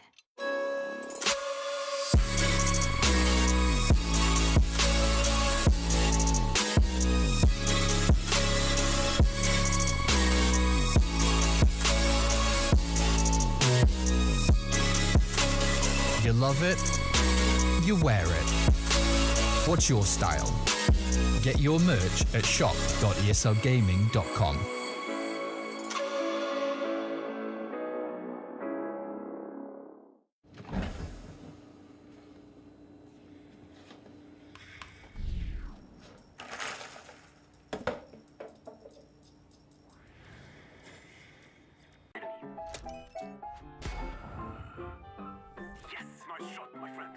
Cheaters ruining your plays?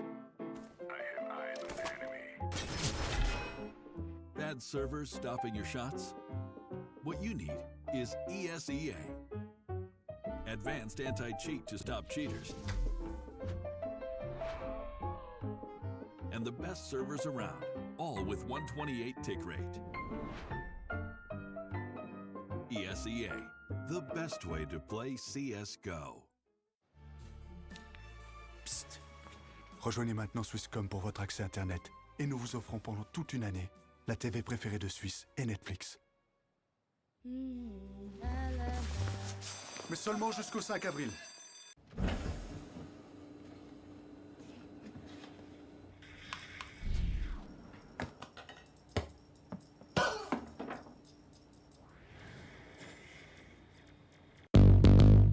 What's your style?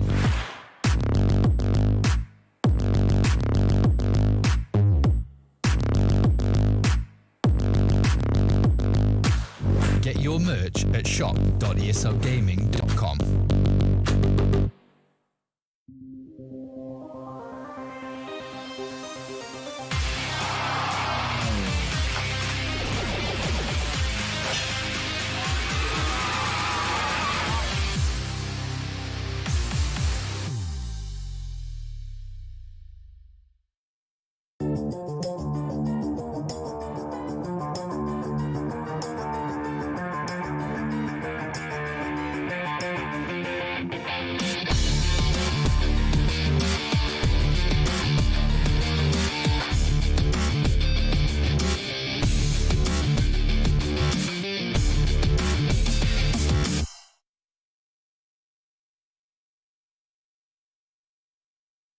Welcome back. We're ready for the second map. We hope you are as well. You can still cast your predictions using Twitter and the hashtag ESLSwiss, and you will be live in the studio. Meanwhile, let's have a short recap of Nuke before we jump into the Inferno. Yeah, short recap from my side. Jersey boys looking good on the T side to start off. And then not so much anymore.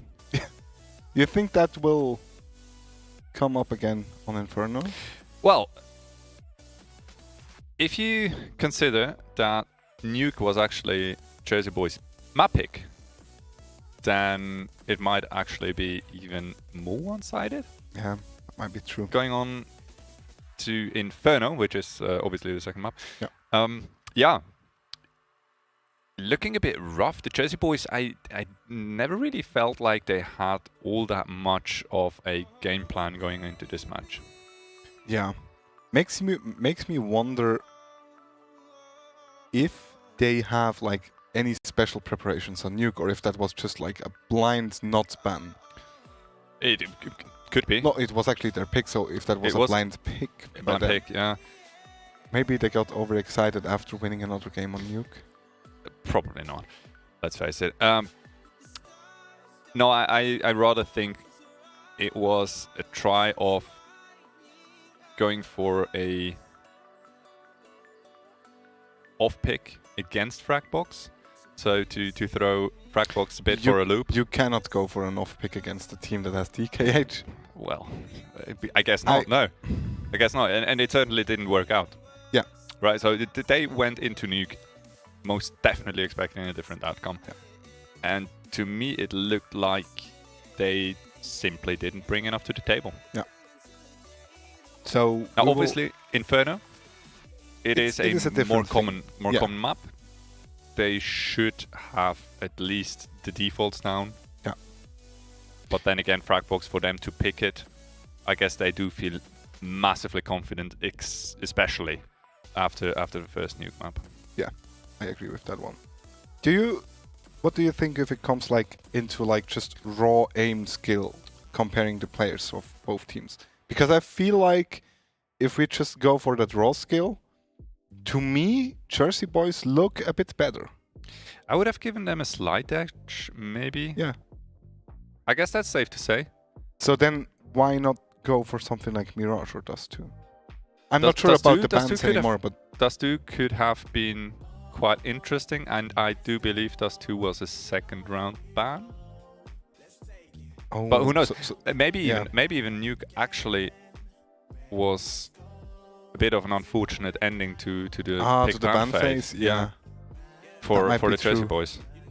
Yeah, I can imagine. I'm not aware of the picks and bans anymore, but I can imagine Vertigo being banned by Jersey boys. I think Overpass was banned as well. Overpass? And then I guess Fragbox bans Dust 2 and Mirage, maybe? Could be.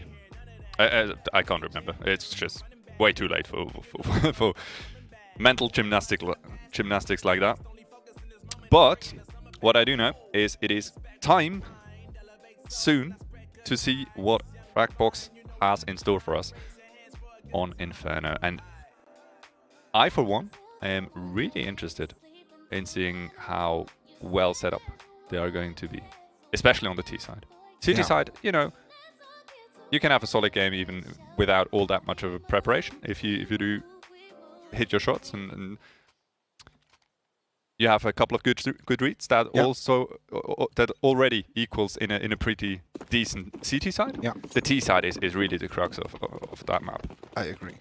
And they will start off on the T side as we just see the game commencing. It is a fast push towards mid with a couple of nades raining in as well. Imatrian actually able to back off. That smoke won't help all too much. T's wrapping up around long, and Davison gets a headshot instantly. DKH takes him down. Bacchus falls as well. And it's already going to be very hard for Jersey boys to actually come back here. They even doesn't find Paul. That would have been the entry they needed. 2v3. I think, yeah, Imatrian still has a kit, and bomb is not yet planted. He actually finds the kill on Polian. That makes that absolutely doable. Yeah. There we go, another one. Imatrian 1v1. Doesn't take out DKH. He gets a free K and wins the round for Fragbox here. And still Fragbox made that closer than it needed to be. I have no idea why the plant was so late. That for one, and also Polia's position right on the balcony, they're going close to Haystack. I don't really see the idea behind that. Might as well just play it passively from pit, and that would make it so much more difficult for the Jersey boys to come back into that round. I agree. Nade stack on top. BK gets a quick kill on Davin. And that's the B side significantly weakened. Yeah. And instantly Fragbox Gaming decide to push Bacchus here. He has been spotted as well now, so with that small execute coming in on the B-bomb side, that shouldn't be any problem. No, it's basically pretty much full safe round. Yeah. Only Matreon and Daveson on the Eagles. Bassa and Buckus, only USPs to play with, which is never ever going to be enough against Mech-10s and the rifles. Might sometimes even be harder against the Mech-10s because the fire rate is so incredibly high. Yeah, and you can just jump around the corner. Yeah. I mean. Now going for the hunt, Archon finds Mufasa. Matreon is good for one, but... That's the AK. Ooh. Yeah.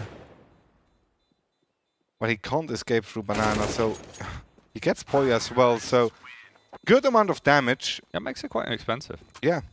AK recovered though, so no, not that much harm done. As Fragbox Gaming is up to 2. But since the Jersey boys did actually go for a full save in the second round, they're able to buy up now, and Mufasa going for the glass cannon up. Let's see if that pays out.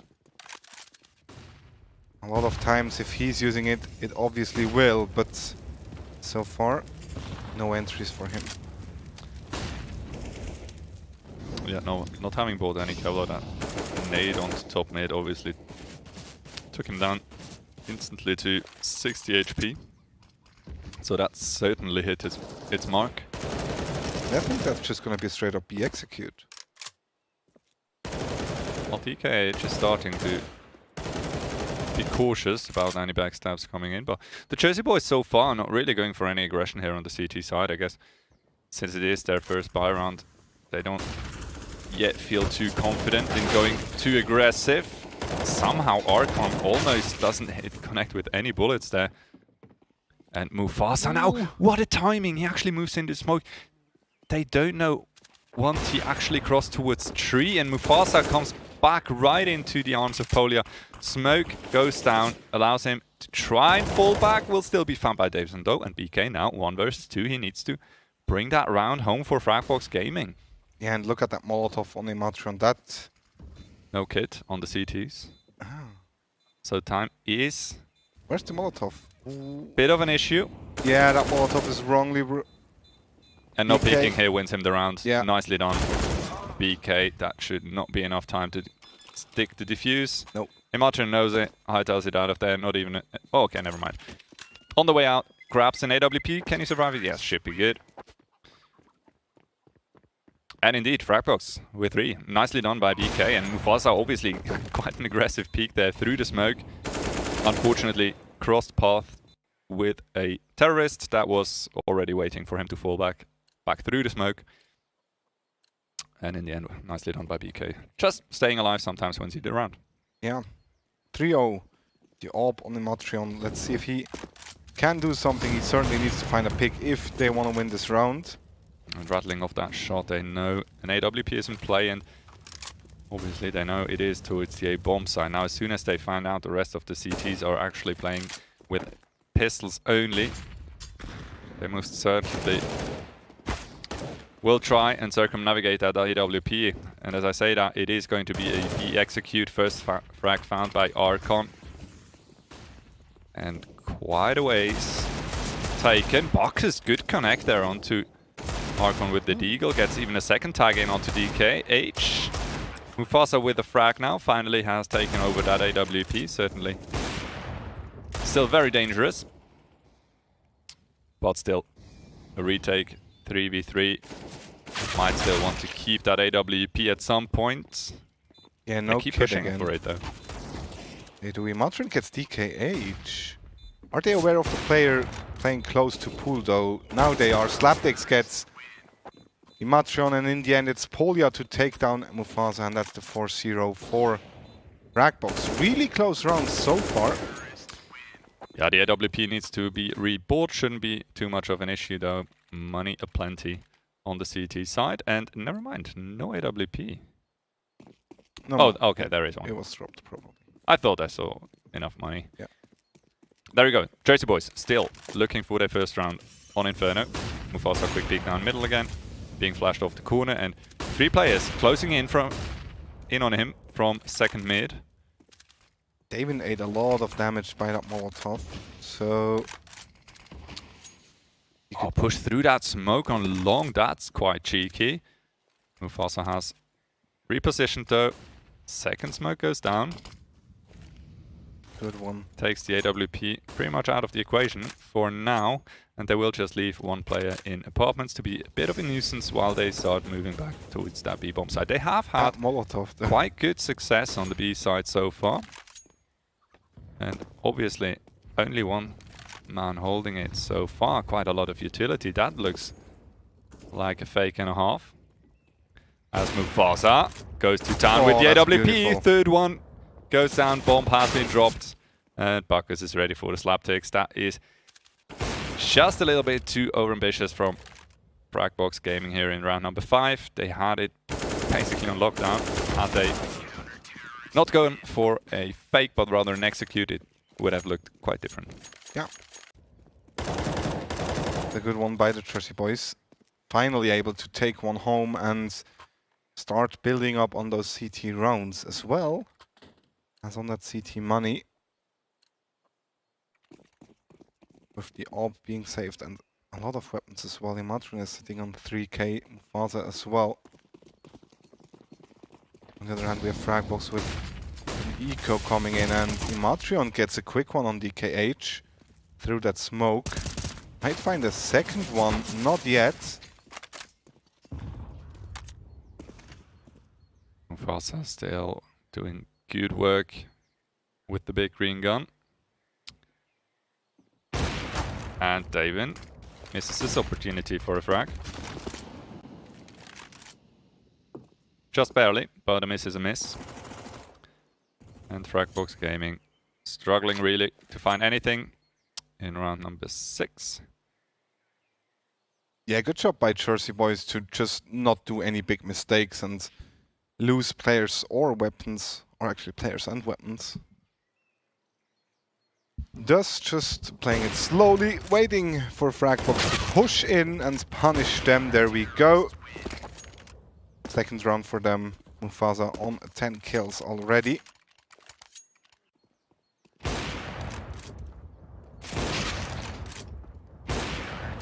Clean. Yeah, what a round. Hold. Yeah.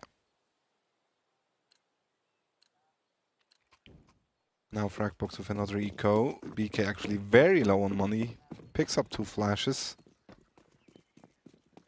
Will probably be a mid to long or short push, but a lot of nades coming in bottom mid. Trying to flash off Mufasa off that mid angle. Imatron is here and ready to take over. And I expect that flash to go through the smoke. Second flash into mid. There we Mufasa go. though juggling it. Moves past the flash and Imatron swinging out wide from Boiler. And together they will clean ship in top of mid. I didn't even rhyme. That was cool. Yeah. Nice one. 4-3. So the Jersey boys. Slapdick's just on a Galil this round. He went for a lot of utility though, so I guess he will use that one towards Banana. Double Molotov bottom mid coming in.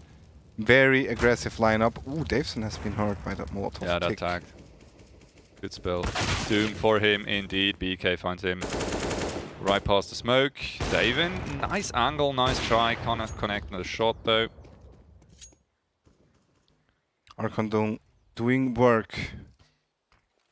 And now Mufasa once again. Needs to go absolutely ham on the A-bomb side. He's got 4 players coming his way. First one is being dealt with. Swings out, gets the second one. That was a no-scope. How in the world can you connect that? Finally Archon there with the trade, and Daven even finding DKH. Once again, absolutely doable, that retake. Archon slapticks against Daven and Bacchus. Pit player has been spotted, taken out of the equation. Now it is all up to Archon, and Daven slowly moves in his position, and what a quick scope. Nice shot onto Archon in the end to find round number 4. Yeah, once again, Mufasa doing so much work. Absolutely incredible. When you talk about Mufasa, I talk about Daven going out of library, with a quick scope and then a second quick scope towards the player on short. Beautifully done. So that double orb setup definitely paid out this round. They bring it back 4-4. Fragbox once again in a pistol round. With a fast mid push, but that has been spotted. Imatron, is he aware of the player on ramp? He is not, so they might as well just go back and run towards B. Yeah, if they get a second frag for free, this could become very dangerous for the Jersey boys. Took them quite a bit of time, so there we go. Bakus does not get anyone. That's a free B bomb site. I don't think the CT player is fast enough to actually rotate. Oh David, no, that Molotov he went that Molotov as well. Went somewhere. Here's the plant behind Fountain, so he shoots in that general direction. Unfortunately, can't connect, and with Davison already on 15 HP, that's going to be a save for sure. Fragbox Gaming about to pick up round number 5 here for their T side. And yeah, as soon as Mufasa cannot have a massive impact into a round, it is starting to get tricky. After all, that boy is sitting on 14 kills already after 8 rounds. That's insane.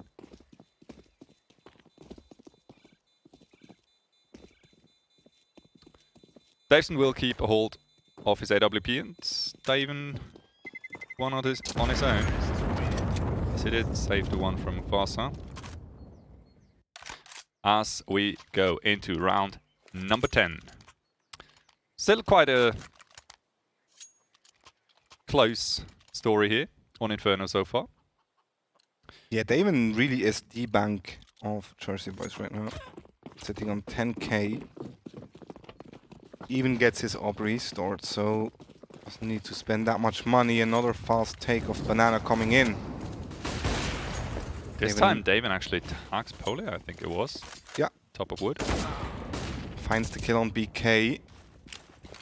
More to come. Good Molotov, but he has enough time to actually just reposition and wait. The second Molotov doesn't do anything. Yeah, good counter smoke as well. Completely stops Fragbox Gaming's advance. Polio from the boost. Oh Gotta no. move now. That's unfortunate. Not only do they need to fall off the boost, they actually distinguish the molly as well with the smoke. Smoke that could have come in very handy a late round. Yeah, there's just one smoke left and one nade. Two players actually having firm control over apartment, so I don't really know why Mufasa wouldn't elect to stay closer to B at this point. After all, his teammates should have quite early information should they move up through mid, but then again, still utility on the B-bomb side to spare. And with 30 seconds now, Fragbox aiming once again, they do turn around right into the hands of a Matron. He's not actually ready for the rush now. Davison, he might as well certainly expecting them, but instantly, once again, they do turn around. And they know it. Yeah, they know. Davison heard him coming. Davin now. AWP. Straight on their position. Together with Mufasa. Easy pickings for the orbs. 5-5. Very close, and might actually give it to Fragbox a bit more since they're on the T side.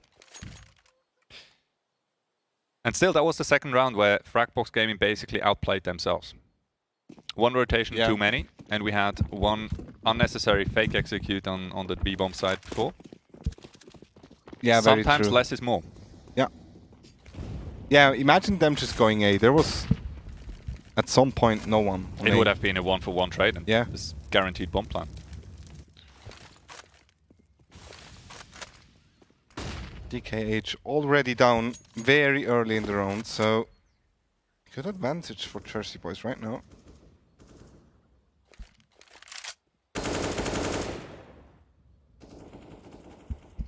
Pretty static gameplay right now. Bit of a utility fight going down in top of mid. Not really much to write home about though. Mufasa on the AWP. I think he spotted the leg there coming out of the smoke. Still ready and takes out Polia. on the re-peek. Taven from the other side completely whiffs the shot. That's unfortunate, but makes good on it on the second one. Yeah, might re-peek as well. Fight to win. It'll be Davison from Haystack to help him out, lend him a hand, and secure Jersey Boy 6th round. I love how confident Mufasa just peeks mid over and over again, just knowing that he will win those battles. Yeah. And so far, Fragbox Gaming, obviously, they haven't really found a consistent way to deal with him or push him off the angle. Sure, the flashes, they do work, but usually a teammate is close by to bail him out of any issues that could arise from that. So far, the Jersey Boys looking pretty crisp on the CT side as well. Fragbox Gaming. Oh, still, of course, good chance to make it up to 6 or 7.5, which obviously would be pretty decent. But then again, as of right now, I would give the momentum with a slight favor to the Jersey Boys. I totally agree here. Good back off there from the CTs, not losing any weapons or players. Oh, BK, that was a couple of instant things with the with the Glock, I believe. Glocks, man. No control for Fragbox, but they're given banana for free. Mufasa jumps back from middle. Retakes his AWP, and once again, Fragbox Gaming, they want to test that A-bomb side. Or will it be a split onto B? No, never mind. Okay. It will be. I don't know. They're all over the place. Yeah, Davin is ready though. Finds one. Just needs to hold that angle right now. Bacchus is here as well, and the lurk from Banana is just way too late, it feels like. EK gets taken down as well. Finally, Slaptix finds Davin. Ooh, should they be able to deal with Bacchus here? This could get spicy once more. But Davison from Banana comes in, swoops in, and gets the kill onto Slaptix. Now putting Polia in a bit of an unfortunate situation. No utility to work with. Baits out a peek and gets the dink, but it is not going to be enough after all. 90 damage or thereabouts with the M4. If you connect the bullet to the head. And Fragbox Gaming, I don't know, I feel like it is just that tad bit too chaotic sometimes. Yeah. Like 1 or 2 times they could have really like just made the difference by playing it a little bit more simple. Once again. I mean, he's even unlucky to not get the kill there, so... Yeah, could have just as well be the first frag. Nate does some damage, but not all that much. Davison, good frag. The bomb. Swings out into middle and gets taken down. Good trade there from Archon. Into a 4v4 we go, and obviously on the other side of the map, Davin is holding down Banana with an AWP, so no pressure so far. That allows all 3 remaining CTs playing around the A-bomb side, and now for once Mufasa maybe with a bit of a too aggressive peek. Bacchus though ready to keep on fighting on the A-bomb side, will get ended by Archon. Both players tagged though, is that known? Because Davin does have a nade, so could take out one player out of the equation at least. Question is there a rifle to be picked up somewhere? Don't think he needs one. Well, Eagle should should be be fine. And obviously they know they're both low. First one found, second one sitting back on side, and so far Davin isn't really considering that but if he checks position. pit, he will throw the nade, right? No. Oh, I guess not. Baiting him out. There we Still go. connects through the pillar on site. And that's going to be another round for the Jersey Boys, indeed. Starting to look strong right now. I imagine they want those 10 rounds at least on the CT half, and that would be good. Like, going up 10-5 is a really decent result on the CT half. So it is most certainly if it's not your map pick. And on the other hand, Fragbox Gaming starting to look a bit disappointing here on the T side. flash towards second mid, that's going to be a peak. Jason actually gets the entry beautifully. Also able to call for his teammates that there's no one else second mid. Should hear that self boost. There we go. Imatron takes down BK as well. Yeah, BK being baited in by the running CT. Checks the wrong side, and Imatron obviously ready for the frag. Polia once more gets lucky on Mufasa. Spots him sooner than he is spotted himself. But still, left. Yeah, 2v4. Quite tricky. I think one terrorist actually made it past Damon's angle, so that could be a bit of a game changer. Did Bacchus not see him, mate? No, he didn't. Ooh. He actually moved past him. There we go, never mind. Nate, They're actually Kobe. allowed. Oh, 1 HP, 1 HP.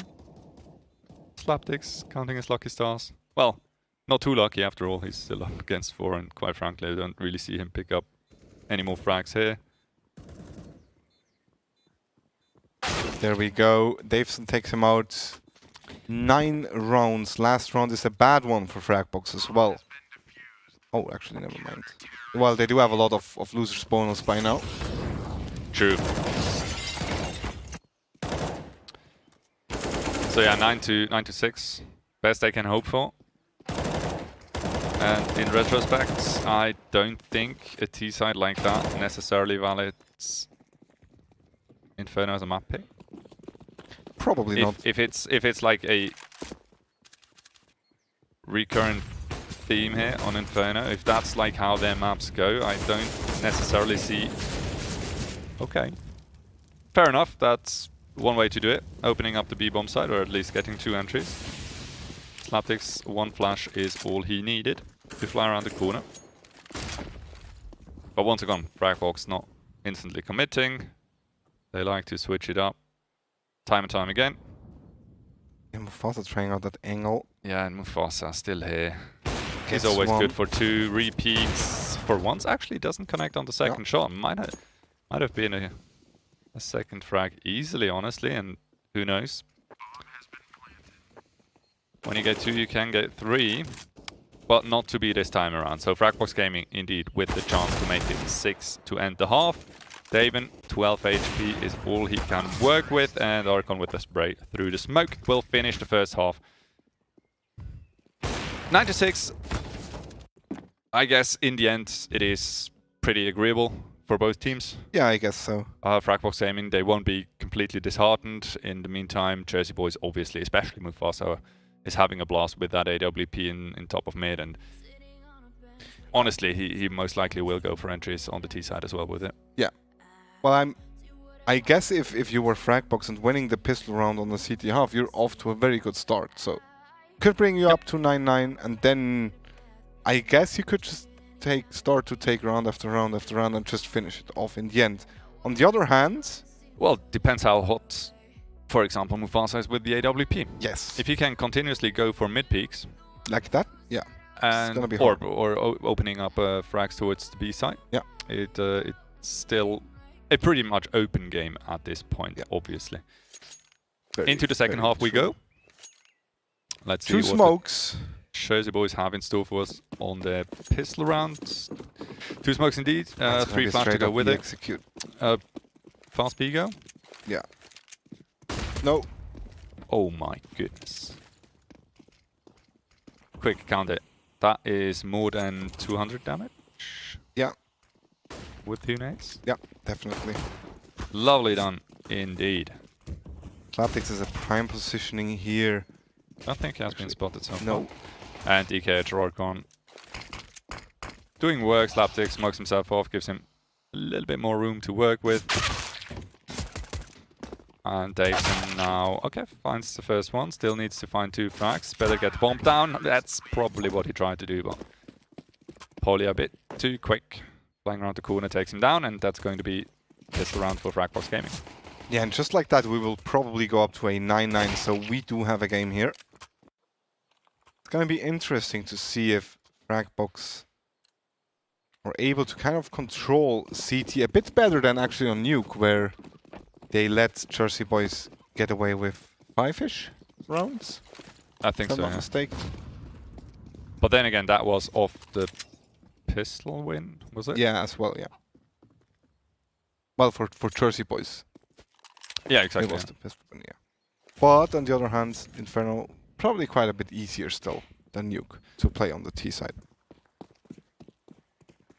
I do believe so, yeah. Still, you're going up against Fragbox Gaming, and having seen their T side, I don't think that's what inspires their confidence on Inferno, so I have high hopes here for their CT side to be really solid, to have very good positions and rotations. Indeed, Port Flash wasn't too bad, but only gets them 1 kill. Are they aware of Mufasa already being inside CT? He gets so. 1. Archon does well free to find that frag on short. Still, 3 terrorists pretty close to each other. And that is a very adventurous peek, but it works out in the end for Archon and Polia.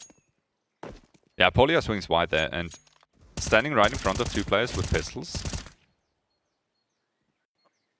You don't win that fight every day, or at least close. If he falls there, you'll survive it. It's gonna be a hard one. They do manage to actually take it though. That's 8 to 9. Jersey Boys able to buy up not too much utility, so let's see if they actually decide to go for a fast take on either A or B.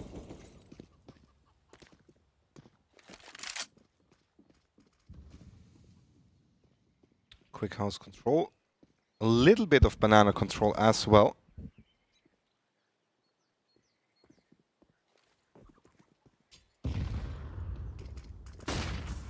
Very slow so far. Obviously both teams do absolutely not want to lose this round.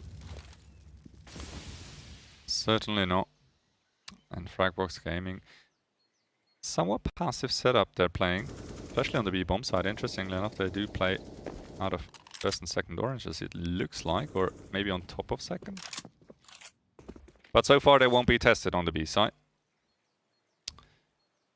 And we have Polia once again playing a close position to short. Oh, that's a tries to swing flash. in and get the trade, but Mufasa once again just too strong. Archon now surviving in pit, or at least trying to. Yeah, is he aware of the second player? Yes, he is. Doesn't get the frag on Mufasa though. Mufasa with the 3k so far. And that honestly should already be the round for Jersey Boys. Yeah, DKH looks to save his FAMAS and BK is M4. So Jersey Boys going up to double digits. That indeed is the case, and in the process they only lose Davison, so it should be a bit of an economic boost as well for them. In the meantime, Fragbox Gaming obviously should be able to scrap together a buy, I would assume. I'm not sure if they really want to. They do save 2 rifles. Polia can buy Polia's certainly 4k, 1. yeah, then And Archon, it's gonna be a Slaptics, scrappy buy, but it's going to be a bit of a weird one, maybe 1 or 2 SMGs. But you thrown in probably there. should go for it with, like, off the back of an M4 and FAMAS. There we go. They will. Yeah. Yeah, I guess you just don't really want the Jersey Boys to run away with too big a lead. Yeah. So you try to stay relevant. Oh, but it's gonna be a mid. Obviously makes sense. Okay. Could have been 2 kills. Might still be. Slaptics unfortunately not gonna connect on that shot. And just like that, it's once again DKH and Archon against 3 good frags found by Archon, but they even just drive by, slays him with the AK through the smoke. Yeah, it is DKH left. Mufasa has so much control on A already. Probably hurt DKH as well. Yeah, there we go. Round number 11. And now obviously that buy comes back to haunt them. That was, by the way, a sick shot with the D from Archon. Really nicely done, even with the follow-up. But yeah, buying up that last round, obviously now your economy is definitely in shambles. Nade stack towards Banana. Let's see whether Jersey Boys actually want to contest it. That Could might be good. Daven brought down to 36. So solid effort. Could in the long run get them 1 or 2 frags with the deagles and pistols in general. Davison approaches. Hodge looking for the fight as they know Fragbox will be rotating through CT Arch. BK on site. Important frag by Davin. They have no idea there's one player in pit. Slapdix gets the kill on Davison. Is that enough? Archon takes down 1. It is Davin against DKH. I don't think Davin has any idea. If he starts to move towards B, he's gonna be my hero. Oh, he's in library, so DKH shouldn't see. Did Davin actually spot him? Oh no. I think he did. That's so cheeky. Oh, now for sure. Certainly did now. And he will indeed beeline it. Oh my god, that is so close. But makes it around the corner. Puts down the smoke in. DKH obviously now needs to tread really carefully.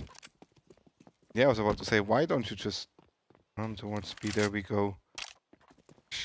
Oh my god, that is so close. Good Molotov. Gives a little bit of time. DKH with that smoke, just obviously. Sneak through the smoke. Mind. That's weird. Kevin actually gave up his position with that, and that seals the deal. On only 7 HP, you would have wished for a bit of trigger control. Yeah. Or maybe some, like, sneaky play. As I said, maybe through the smoke. Maybe go for something special. You know, at that point, with the smoke being in CT, DKH coming onto site with the plant where it was, has at some point to consider him being deep in banana. So just playing time could have been it. Yeah. If he taps the bomb, holds the banana angle. Yeah, especially because of that smoke, Damon can be anywhere, right? Yeah. Exactly. Both teams now able to bring in a buy. Mufasa actually with the Zeus as well.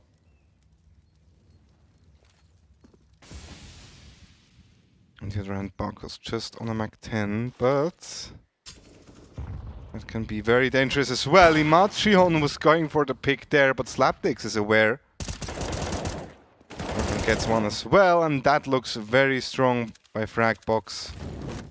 They will probably go up to double digits as well. Boom, moving towards B, but BK as well as DKH are ready for that. Davison still has a smoke, so they can neutralize DKH in CT, but might very well push through that smoke bar right into the hands of Mufasa. Good trade from BK, and he shuts it down, takes down both terrorists. That's going to be double digits for Fragbox now as well, and Jersey Boys not so big a lead anymore. Only one single measly round separating the two teams. Yeah, and if I'm not mistaken, Jersey Boys will go for an eco this round. Yeah, there we go, full eco. Kind of. Couple of P250s. Yeah, P250s, Deagle. And one smoke. And once again. So much damage from those nades. DKH just holds mouse one. Hopes for the best. Yeah, Matron even burns to death, so... DKH. Come on, go get him. Yeah. Go get him. That reminds me of Happy, actually. There we go. Okay, BK actually gets punished for trying to steal the ace. Bit of karma, always good to see. DKH, really nice hold. Yeah. Well done. Good job on not stopping those spams. We're even again, 11 to 11. Looking at the scoreboard, we see Mufasa nearly on 30k already. Yeah, that's after 22 rounds played. Yeah. No. Yeah. That's That's actually insane. That is pretty sickening. Ooh, Slapdix had a good chance actually. Yeah, got connecting one-way that shot. smoke. That's the move back, but I'm pretty sure he's aware that there's no one aggressive towards banana now. Now he might be in a bit of trouble. Managed to make it out. Reposition himself. Next angle it is.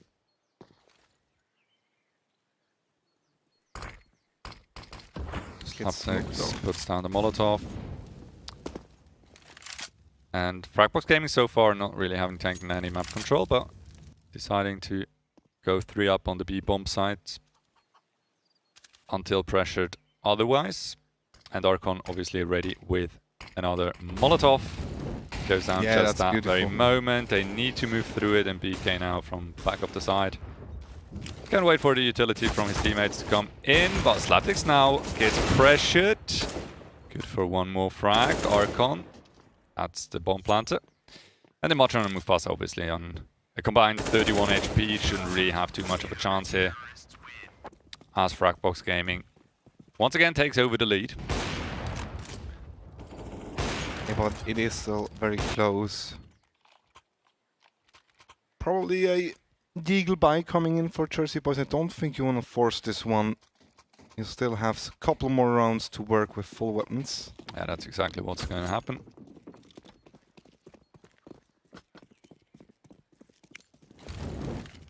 Molotov deep mid. Jersey Boys taking control over apartments. I like it. With the Eagles. Well, board pistols in general. Not too bad of an idea. It's a good way to put some pressure in close range. Davison knows once. Should know once up close still. After a 6 shot, gets instantly traded, unfortunately. Once again, a very good money nade. nade. Yeah.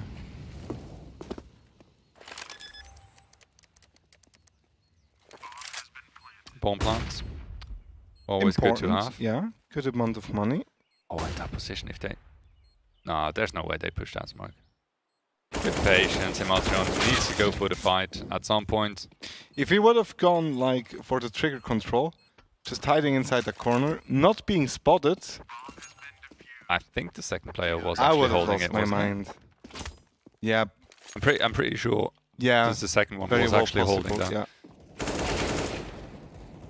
I'm still slightly surprised that Polio actually wasn't wasn't expected up on balcony. I did feel like he actually stepped up there.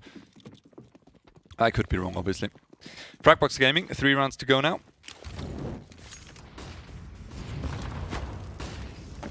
Deep Molotov in mid kind of separates those two T's, but without any pressure coming up. There's nothing really happening, so Jersey Boys now going for an A execute. That is very fast. Imagine jumps out and takes down the short player. And just like that, that's a 3A bomb site.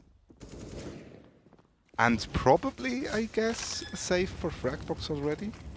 Well, I guess it very much depends on whether they find frags soon, or sooner rather than later. Which most likely is not going to happen. Too much utility is being spent here from the Jersey Boys. Another Molotov down towards long, and that finally prompts them to hightail it out of there. But look at Mufasa. He's not here to play. He just wants to win. Here's them come into CT, picks up the first one, knows both are right across the corner. Right around the corner, not across. DKH with a sneaky peek there, takes him out though, but he still does get one weapon, and it's already quite a bit looking at the money from Fragbox Gaming. Polia though on 8k, so it will be enough for at least one more buy.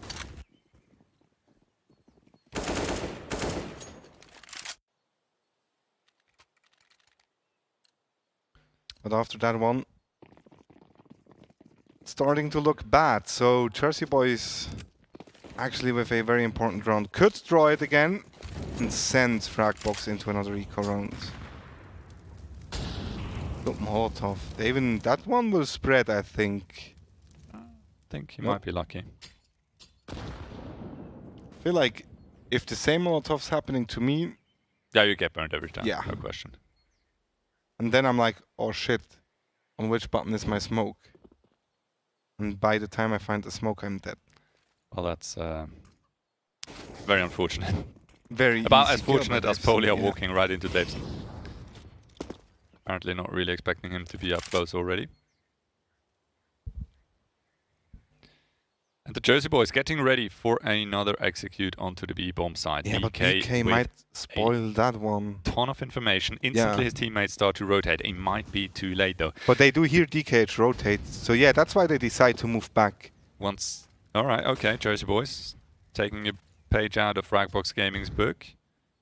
Yeah, but that was all on DKH just stepping. Yeah. Huh. BK still not hearing anything in mid.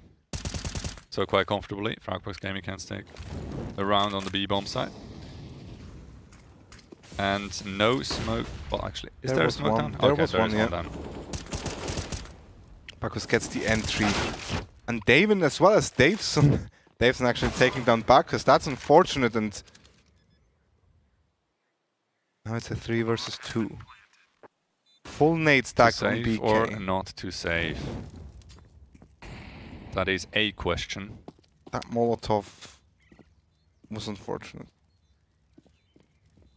They save both rifles. There could still argue for a force. Yeah, now Slapdisc goes for the save. Yeah, Davison, no. however, with a good peek, catches him off guard. We're all even once again. Might as well go into an overtime if we continue like that. But now Jersey boys have a huge advantage in actually taking over the lead, as Fragbox Gaming will opt in for an eco round. It's quite a consistent back and forth here between those two teams on Inferno. Quite surprised, Jersey boys. Definitely putting up a serious fight here. Not really wanting to gift Fragbox Gaming that second map. And certainly not for free. DK, cheeky peek into mid. Now the chest is up. Jersey boys, they know they're up against the Eagles. Yeah, playing very cautious, not trying to gift anything. Good coverage by Sarkon David. does the mistake. Focus, sure, he does get dinged, but instant support comes through. David getting a second one. Might be good for a third. Not gonna be repeats. That is pretty much all on Slapdicks, not to die in banana. He doesn't die. Why he's damn near close to it. Yeah, the Golden Armada now reigns in as Polia actually finds one, and Slapdicks as well. Is that enough? I mean, we still have Davin very low, and they actually decide to go back once again. And with the quick decision to rotate back towards the A-bomb site, they should just about get there in time for a plant. Yeah, but if one player is planning and there's two players pushing in that, never mind. Mufasa makes sure to not lose that round and puts Jersey boys ahead. Ooh, that was close. Most definitely good and valid effort here by Slapdicks from top of the boost. As Jersey boys start to close in on that final scoreline. Yeah, it is do or die for Fragbox right now. Yeah, definitely. Should they lose that, it is probably just gonna be it, but Polia a good first frag.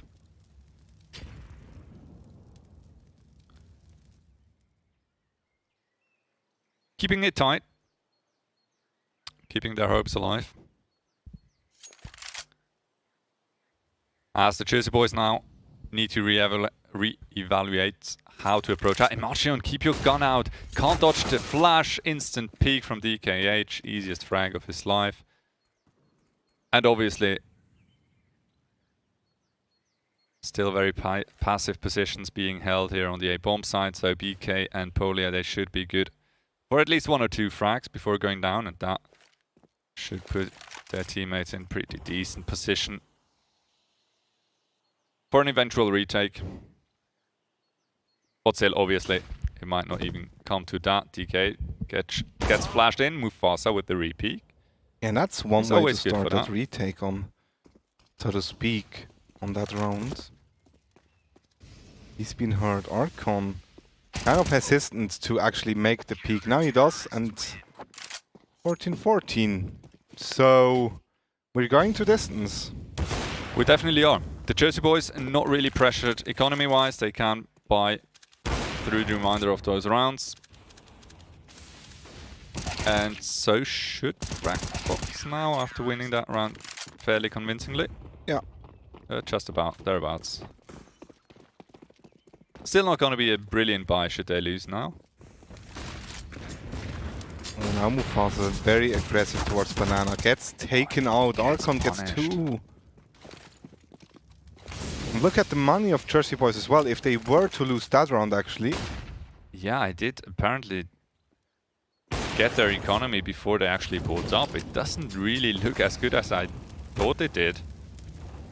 Trackbox Gaming putting the hammer down. Davison right into Slaptix's angle. And he was already scoped in, I do believe. Honestly, Jersey boys, go for a save. You want to have something next round. Yeah, this is the question now, whether you actually believe in going for overtime or not. Then again, the Jersey boys, they do strike me as the players that do believe until the bitter end that it is still possible to pull it around. Yeah, watch Daven just completely destroy me now. Lift that up. Imatran is actually allowed to walk out. There we go. BK takes him out. Archon with the 3k. Map points for Fragbox. 2 solid buys and 3, well, let's say subpar ones. Matron good for an AK still, but exactly no utility whatsoever. Focus MP7, that's quite wild, and 3 AKs to go with it. Jersey boys, they are struggling. And they are scrambling. Now, Fragbox Gaming, they had twice pretty decent success with early utility down Banana. This time not really doing too much damage, but still denying quite a bit of early map control for the T's. As the Jersey boys not really looking as sure as they have been before.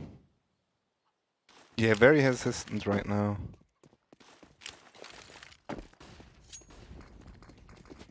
That just feels sloppy. Is that a B-rush? Yeah. That is a B-rush. It is. It is certainly the right spot to push. Polia, good for the first one. Archon with one as well, but the trades, they do come through. Bacchus 5 HP and still a Molotov on Slaptix. So depending on where he comes from. Let's have a quick look. He is already standing in CT. This is all on Mufasa though, once again. Yeah, Mufasa needs to take care of those 2 CTs coming his way. Do they check him together? They do not. He's able to find a one-on-one for free. The AWP should be good. Oh, they just moved past him. That Molotov is good. There we go. They do find the second one. It is just Mufasa left. They should know where he is. Yeah. Is he able to take 50-50? the first one? And he does. And he actually gets it! Oh my god! Mufasa, you beast! Actually brings Jersey boys into overtime single-handedly. I have no idea what I just saw. Yeah, Mufasa putting the hammer down and straight up not wanting to concede that map. Yeah. 15-15. Massive performance, massive performance. I didn't really catch the final KD, but it must have been over 30 by far, right? I think it was around the 38, 39 maybe. So close to 40. Even with the last one, yeah. Almost 40 in regulation. I mean, that tells a story all on its own. Mufasa turning it up to 11, going completely ham and basically denying Fragbox Gaming what looked to be a fairly certain victory. Yeah.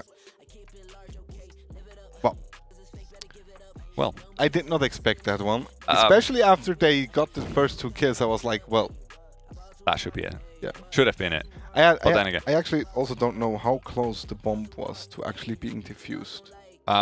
Honestly, I didn't really pay any attention. I was just focusing on Mufasa's crosshair at that point. Fair point, yeah. But it didn't really feel too close. I think it was probably maybe 2 or 3 1 seconds and 1 in. So yeah, no chance really to come off of it. In the end, it was a 50-50 pick, right? Either he comes from the left or the right, and I think he was even looking the right way, but it just didn't hit. If you can't connect the shots, then it's gonna be a rough one. And Mufasa obviously isn't gonna miss those. Yeah. So the players are probably going for a short break. It looks like some of them aren't. I think so, yeah. Moving around. Who's gonna take it now? Well, I mean, honestly, it looks psychologically, it's on would be Jersey's Jersey boys. boys. Yeah. Absolutely. I mean, if Mufasa can keep it up in overtime as well with that sort of a performance, then in all honesty, I see him winning that map single-handedly. Yeah. What a performance by him. Then again, Fragbox, over majority of the game, they looked at least very competitive. Yeah. It wasn't, even with a monster performance by Mufasa, yeah, they just barely made it. Yeah. So if he drops even slightly off peak, it could be might as well be a quick one for Fragbox. I agree. So it's absolutely open, wide open, I would even say. Really, really difficult to call.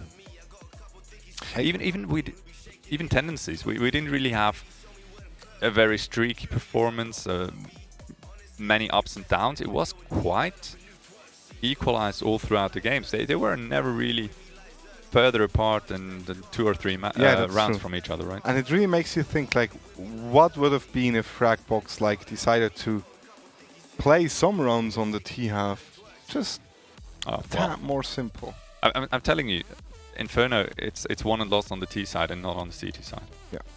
Well, on the CT side, well, yeah, kind of depends. But I know what you mean.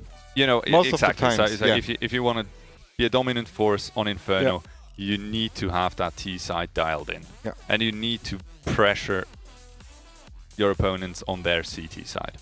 Yeah. If you manage to do that, you can in the end close it out on the CT side. But as I said, 5 rounds on the T side, it is most of the times going to be a pretty close affair. Yeah, I agree. Going into the overtime, obviously both teams starting with a lot of money. I think it's 16k. 16k, yeah. And 6 rounds, 3 rounds on the CT half, 3 rounds on the T half. You need 4 rounds to close off the map. And what's important as well is to note that both teams actually already get 1 point for the ranking. True. And there's a second point up to grab, so no one will get 3, but one of them will get 2. Yeah, and obviously you continue on whatever side you were on last. So we do see Jersey Boys starting overtime on the T side. And Mufasa right back on that AWP, obviously no surprise there. And BK on the CT side. Fancies a quick peek down middle. And once again, tons of utility being thrown down banana. Archon going for the peek, but instantly punished, of course, by who else than Mufasa. Smoke along, so a little bit of BA control about to be taken. BK does good and just taking out 1 player. Slapdix has been spotted. Is that flash fast enough? It is! He gets a 2k. Nearly managed to get out in the end. Gets taken out, but BK is here as well. It is Mufasa left. He gets 1 and surely not. There we go. I was scared for a second. Honestly, I was close to saying, I mean, what the hell is BK doing there? 3v1, you go for the peak, giving the 1v2. That's doable for guys like Mufasa. And he was under no pressure to peek in there. He could have just held down long. He had a mate coming in from CT spawn. You got 1 down in middle. Where the hell can he go? Exactly nowhere. Yeah.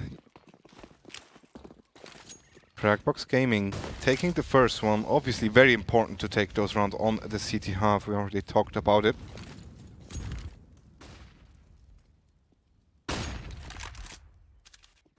Don't think we've seen BK play the op all too much so far during that game. Not usually, obviously, it's Archon. Did make a good shot though. I think it's Archon, right? Should be. Oh no, it's actually Slapdix. Wow. Oh my goodness. Slapdix has been playing it, yeah. Yeah, but Slapdix, he hasn't necessarily been too loud with it. I don't feel like I have seen many impressive or very impactful frags from Slapdix so far here on He Inferno. did have a couple on Inferno, to be fair. Did he? Yeah. Okay, then he, well, I guess I wasn't just paying attention. In the meantime, the Jersey boys on the B-bomb side. BK takes down Once the again, big being box. precious. Look at Ematrion. He's still all the way in T-spawn. His Slapdix running it. Oh, I'm sorry. That is... Well, oh no! I have no idea what just happened. That is so unfortunate. What is that nade? It doesn't matter in the end, luckily for Jersey boys, but... That's a weird timing. He basically threw a smoke right past his enemy's head.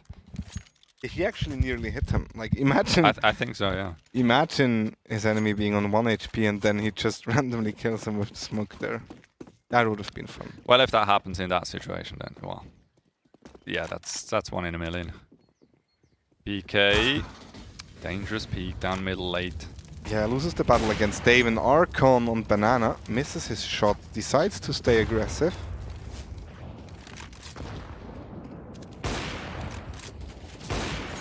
Quite a bit of damage done onto Archon with that nade.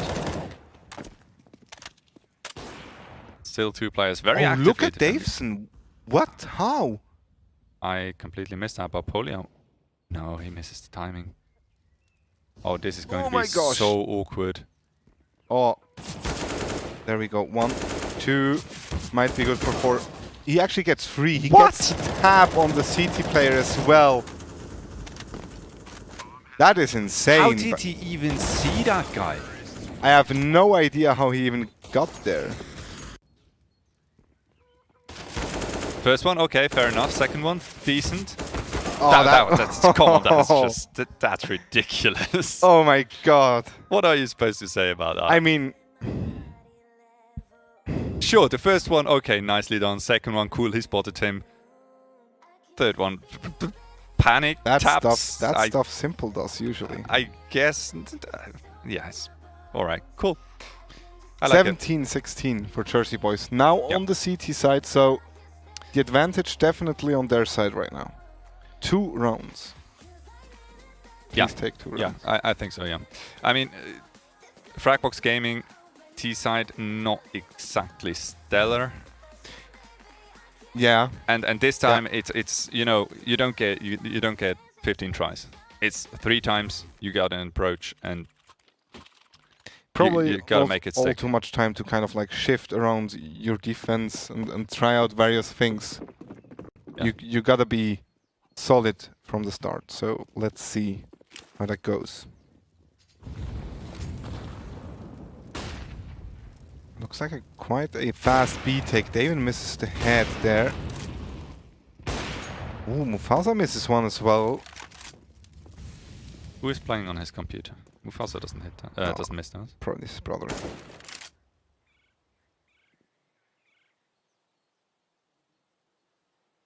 I know David with a very, very short angle. Once again, Jersey boys, they have taken so much control towards second mid and still no one actually rotates over towards B. That is so weird. Trying to bait out the shot. Oh, come on. There we go. Davison once again, like... I was about to say. He's a ninja by now. Like, he evolved during this match. Slapdix gets Bacchus.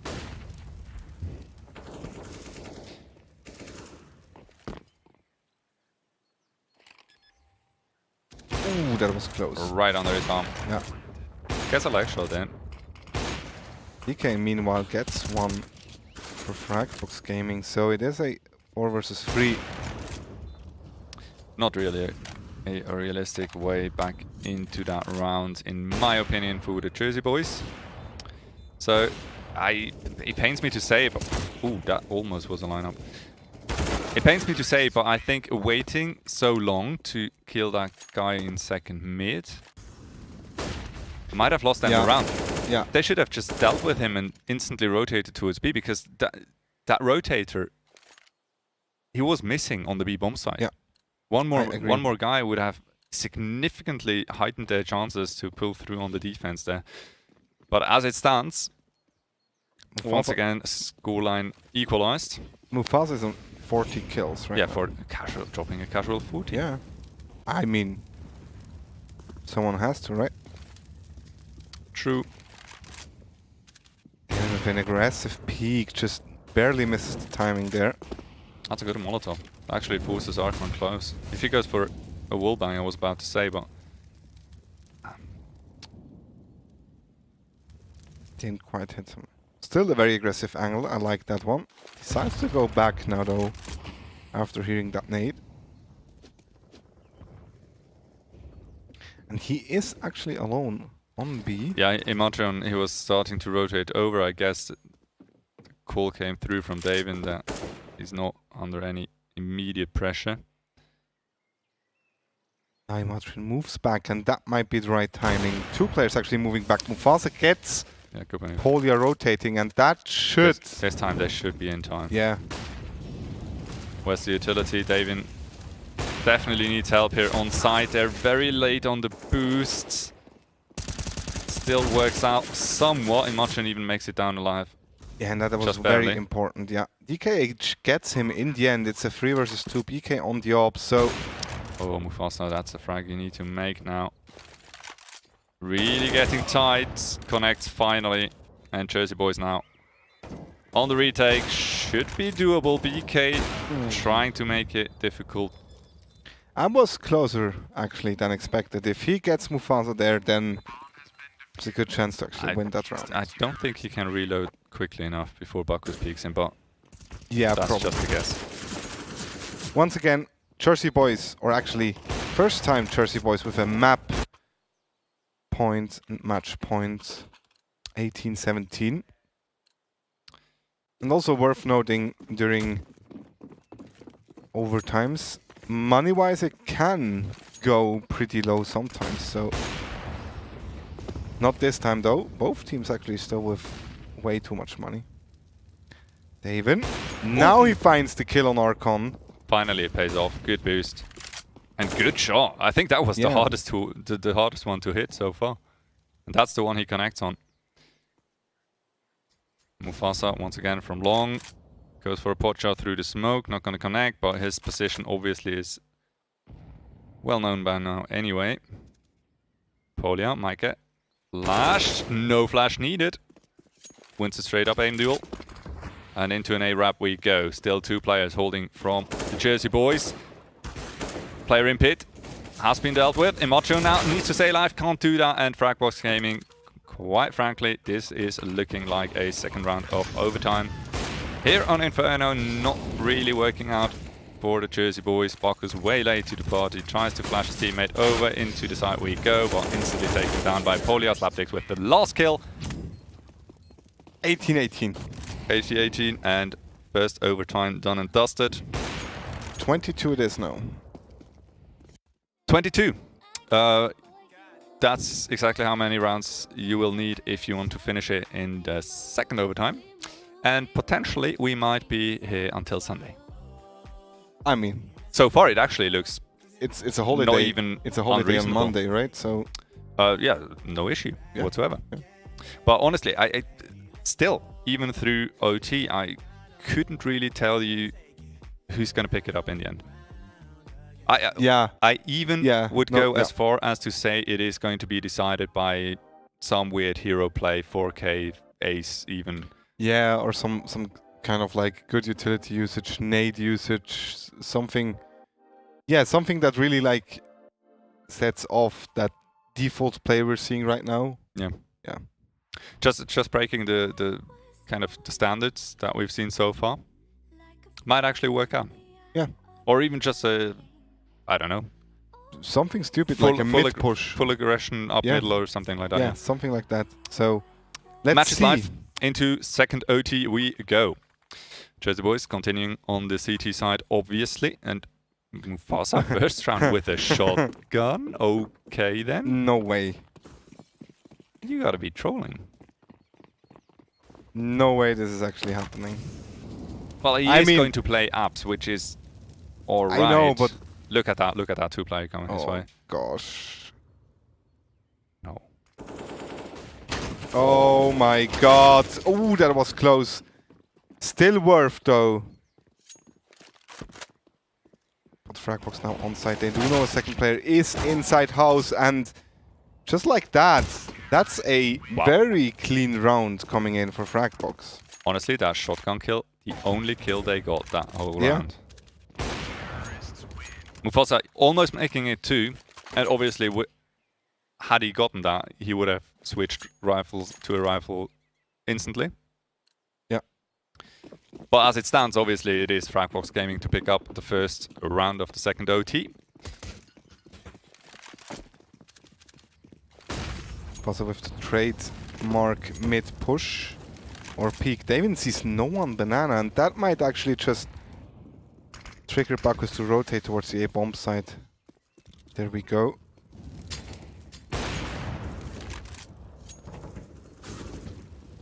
Archon gets Davison, and somehow stuff has shifted in terms of Fragbox finding the entries, and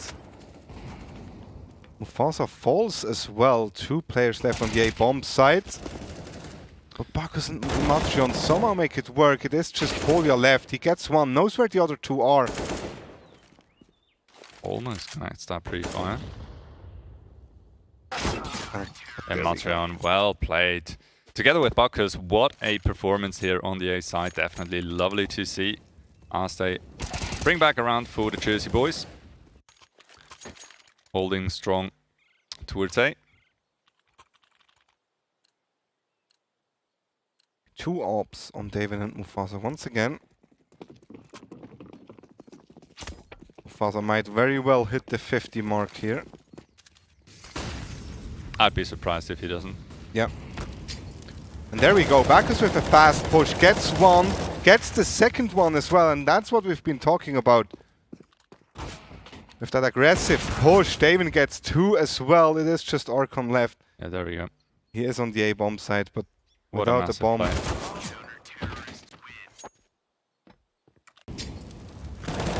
Yeah, that's the aggression that's not necessarily expected, and it worked like a charm. Yeah. Absolutely brilliant. And the Jersey Boys, they do secure themselves a slight lead going into the second half of the second OT. Now, two rounds still to fight. To find? My goodness. It's getting late. That's fine. It is. Yeah, so Fragbox Gaming obviously now on the CT side once again.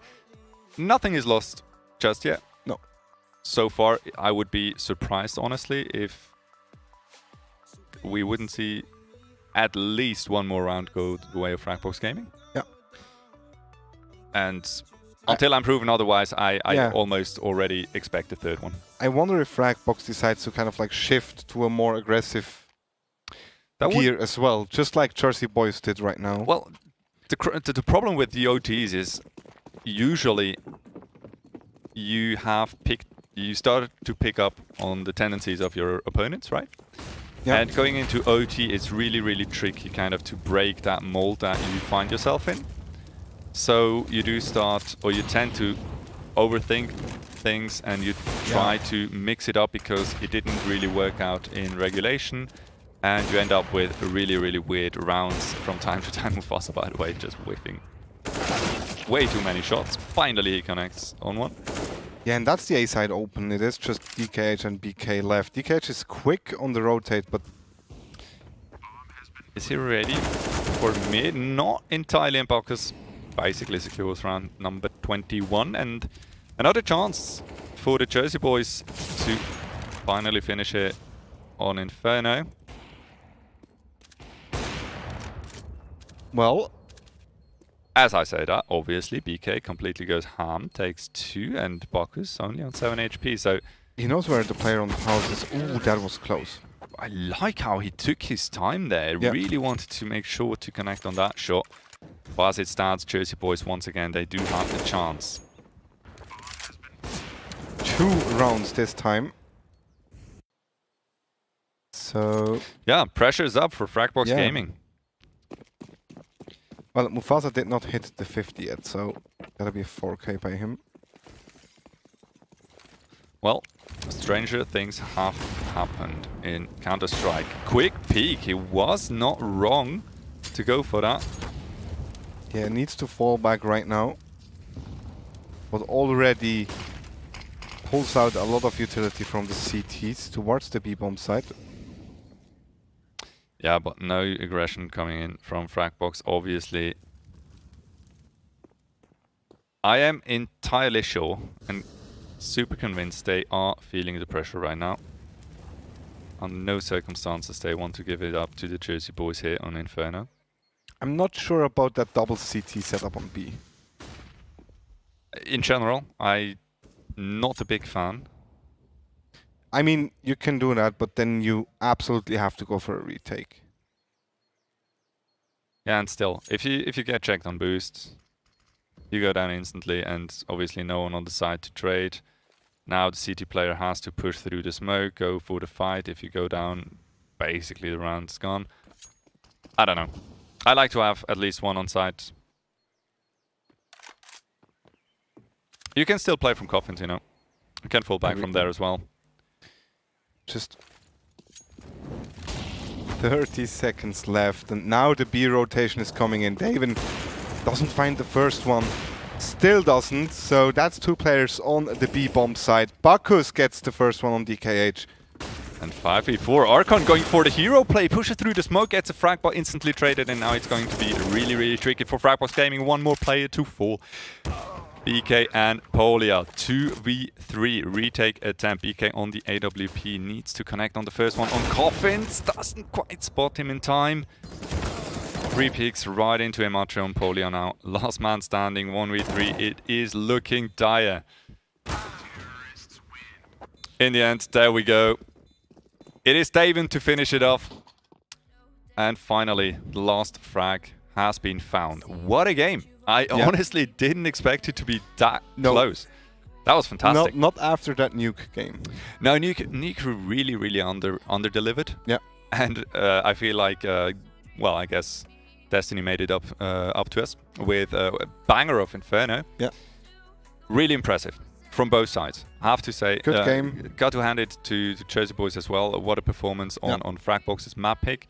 Sure, they fell close and might have won on a different day. Who knows? It certainly was up for grabs. Yeah, impressive.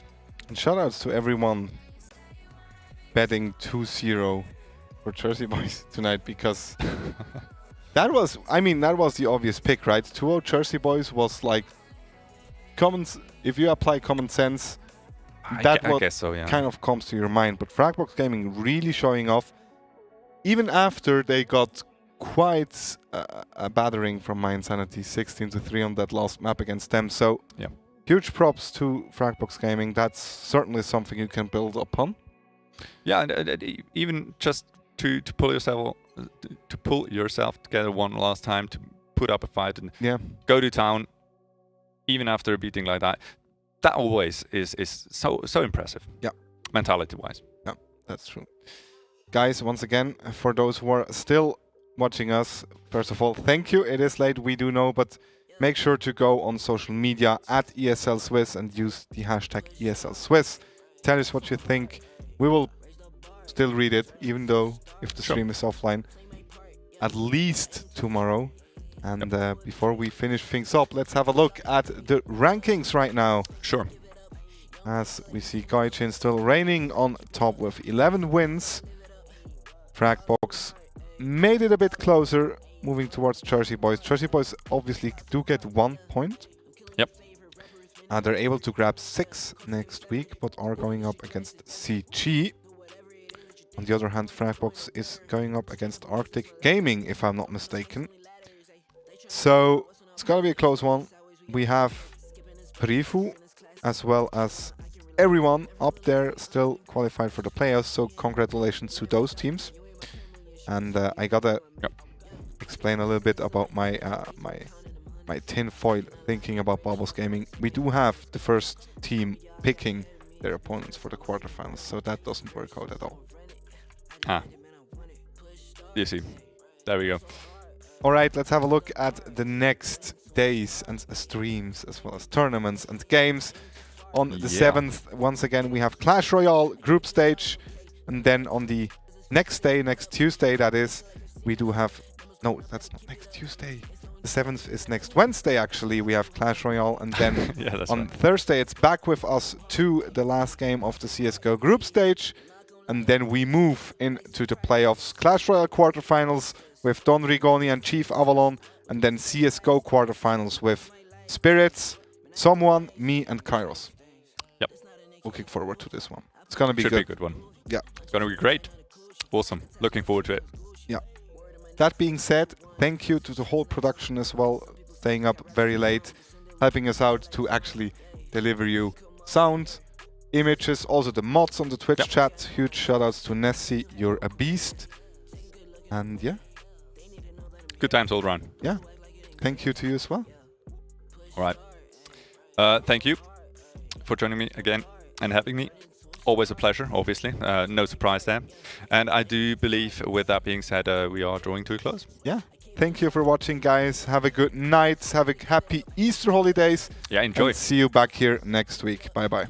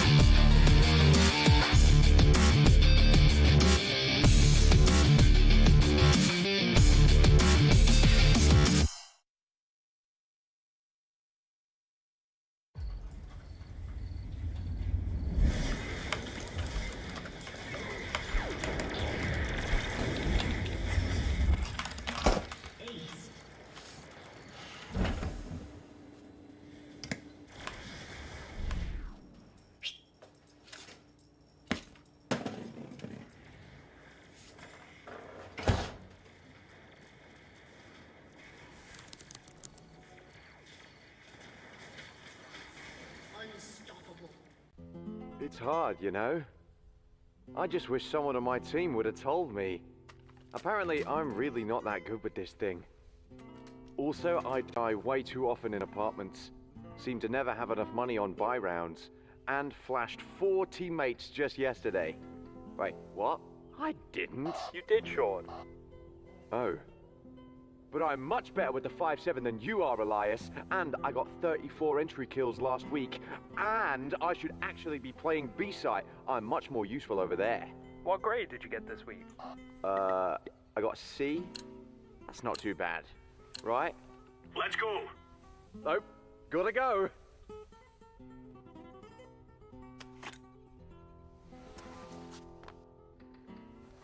If you want to know what you're good at, and, well, also what you suck at, check out csgohub.com. Coming! Sie sind am Zug. Wechseln Sie jetzt die Internet zur Swisscom und wir schenken Ihnen ein Jahr lang das beliebteste TV der Schweiz und Netflix. Aber nur bis am 5. April.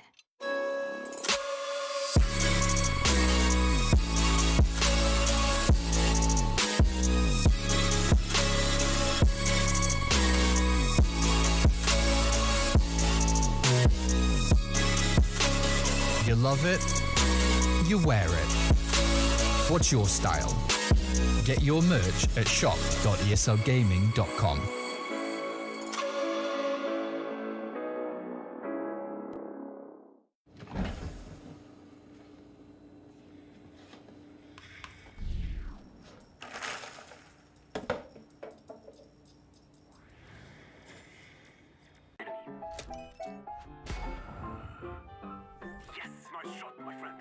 Cheaters ruining your plays? I have eyes on the enemy. Bad servers stopping your shots? What you need is ESEA. advanced anti-cheat to stop cheaters, and the best servers around, all with 128 tick rate. ESEA, the best way to play CSGO. Psst. Rejoignez maintenant Swisscom pour votre accès Internet et nous vous offrons pendant toute une année la TV préférée de Suisse et Netflix. Mais seulement jusqu'au 5 avril.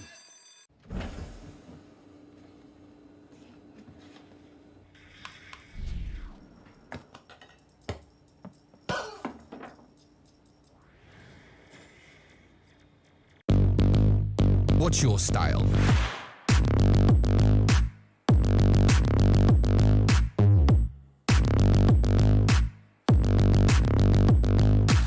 Get your merch at shop.esogaming.com.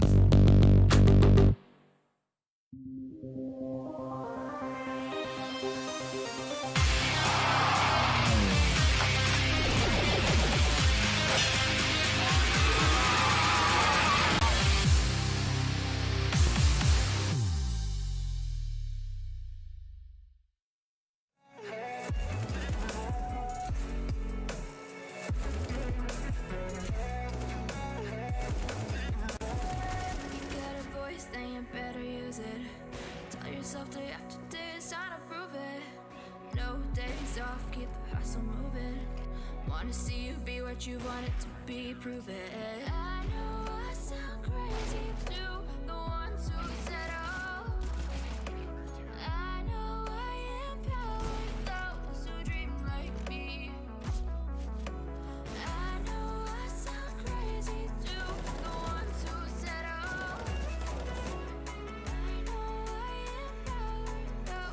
Dream like me, and you say you wanna be somebody. Say you wanna be somebody. And you say you wanna be somebody. And you say you wanna be somebody.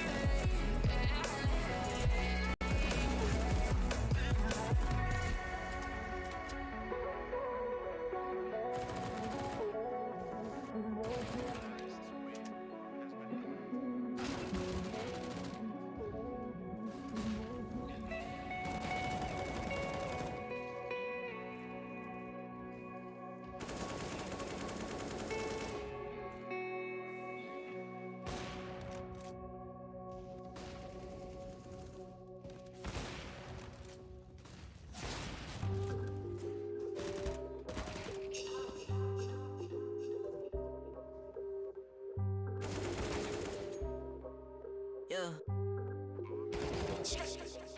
Ay, push start, ay, ball so hard, ay, raise the bar, ay, turn into a star, ay, play my part, yeah, I ain't too far, I do it big, I keep it large, okay, live it up, cause it's fake, better give it up, young but I feel like I've seen enough, numbers going up, better keep it up, it's going down, better live it up, about too hard, ay, what, about too hard, ay, what, about too hard, ay, about too hard, yeah.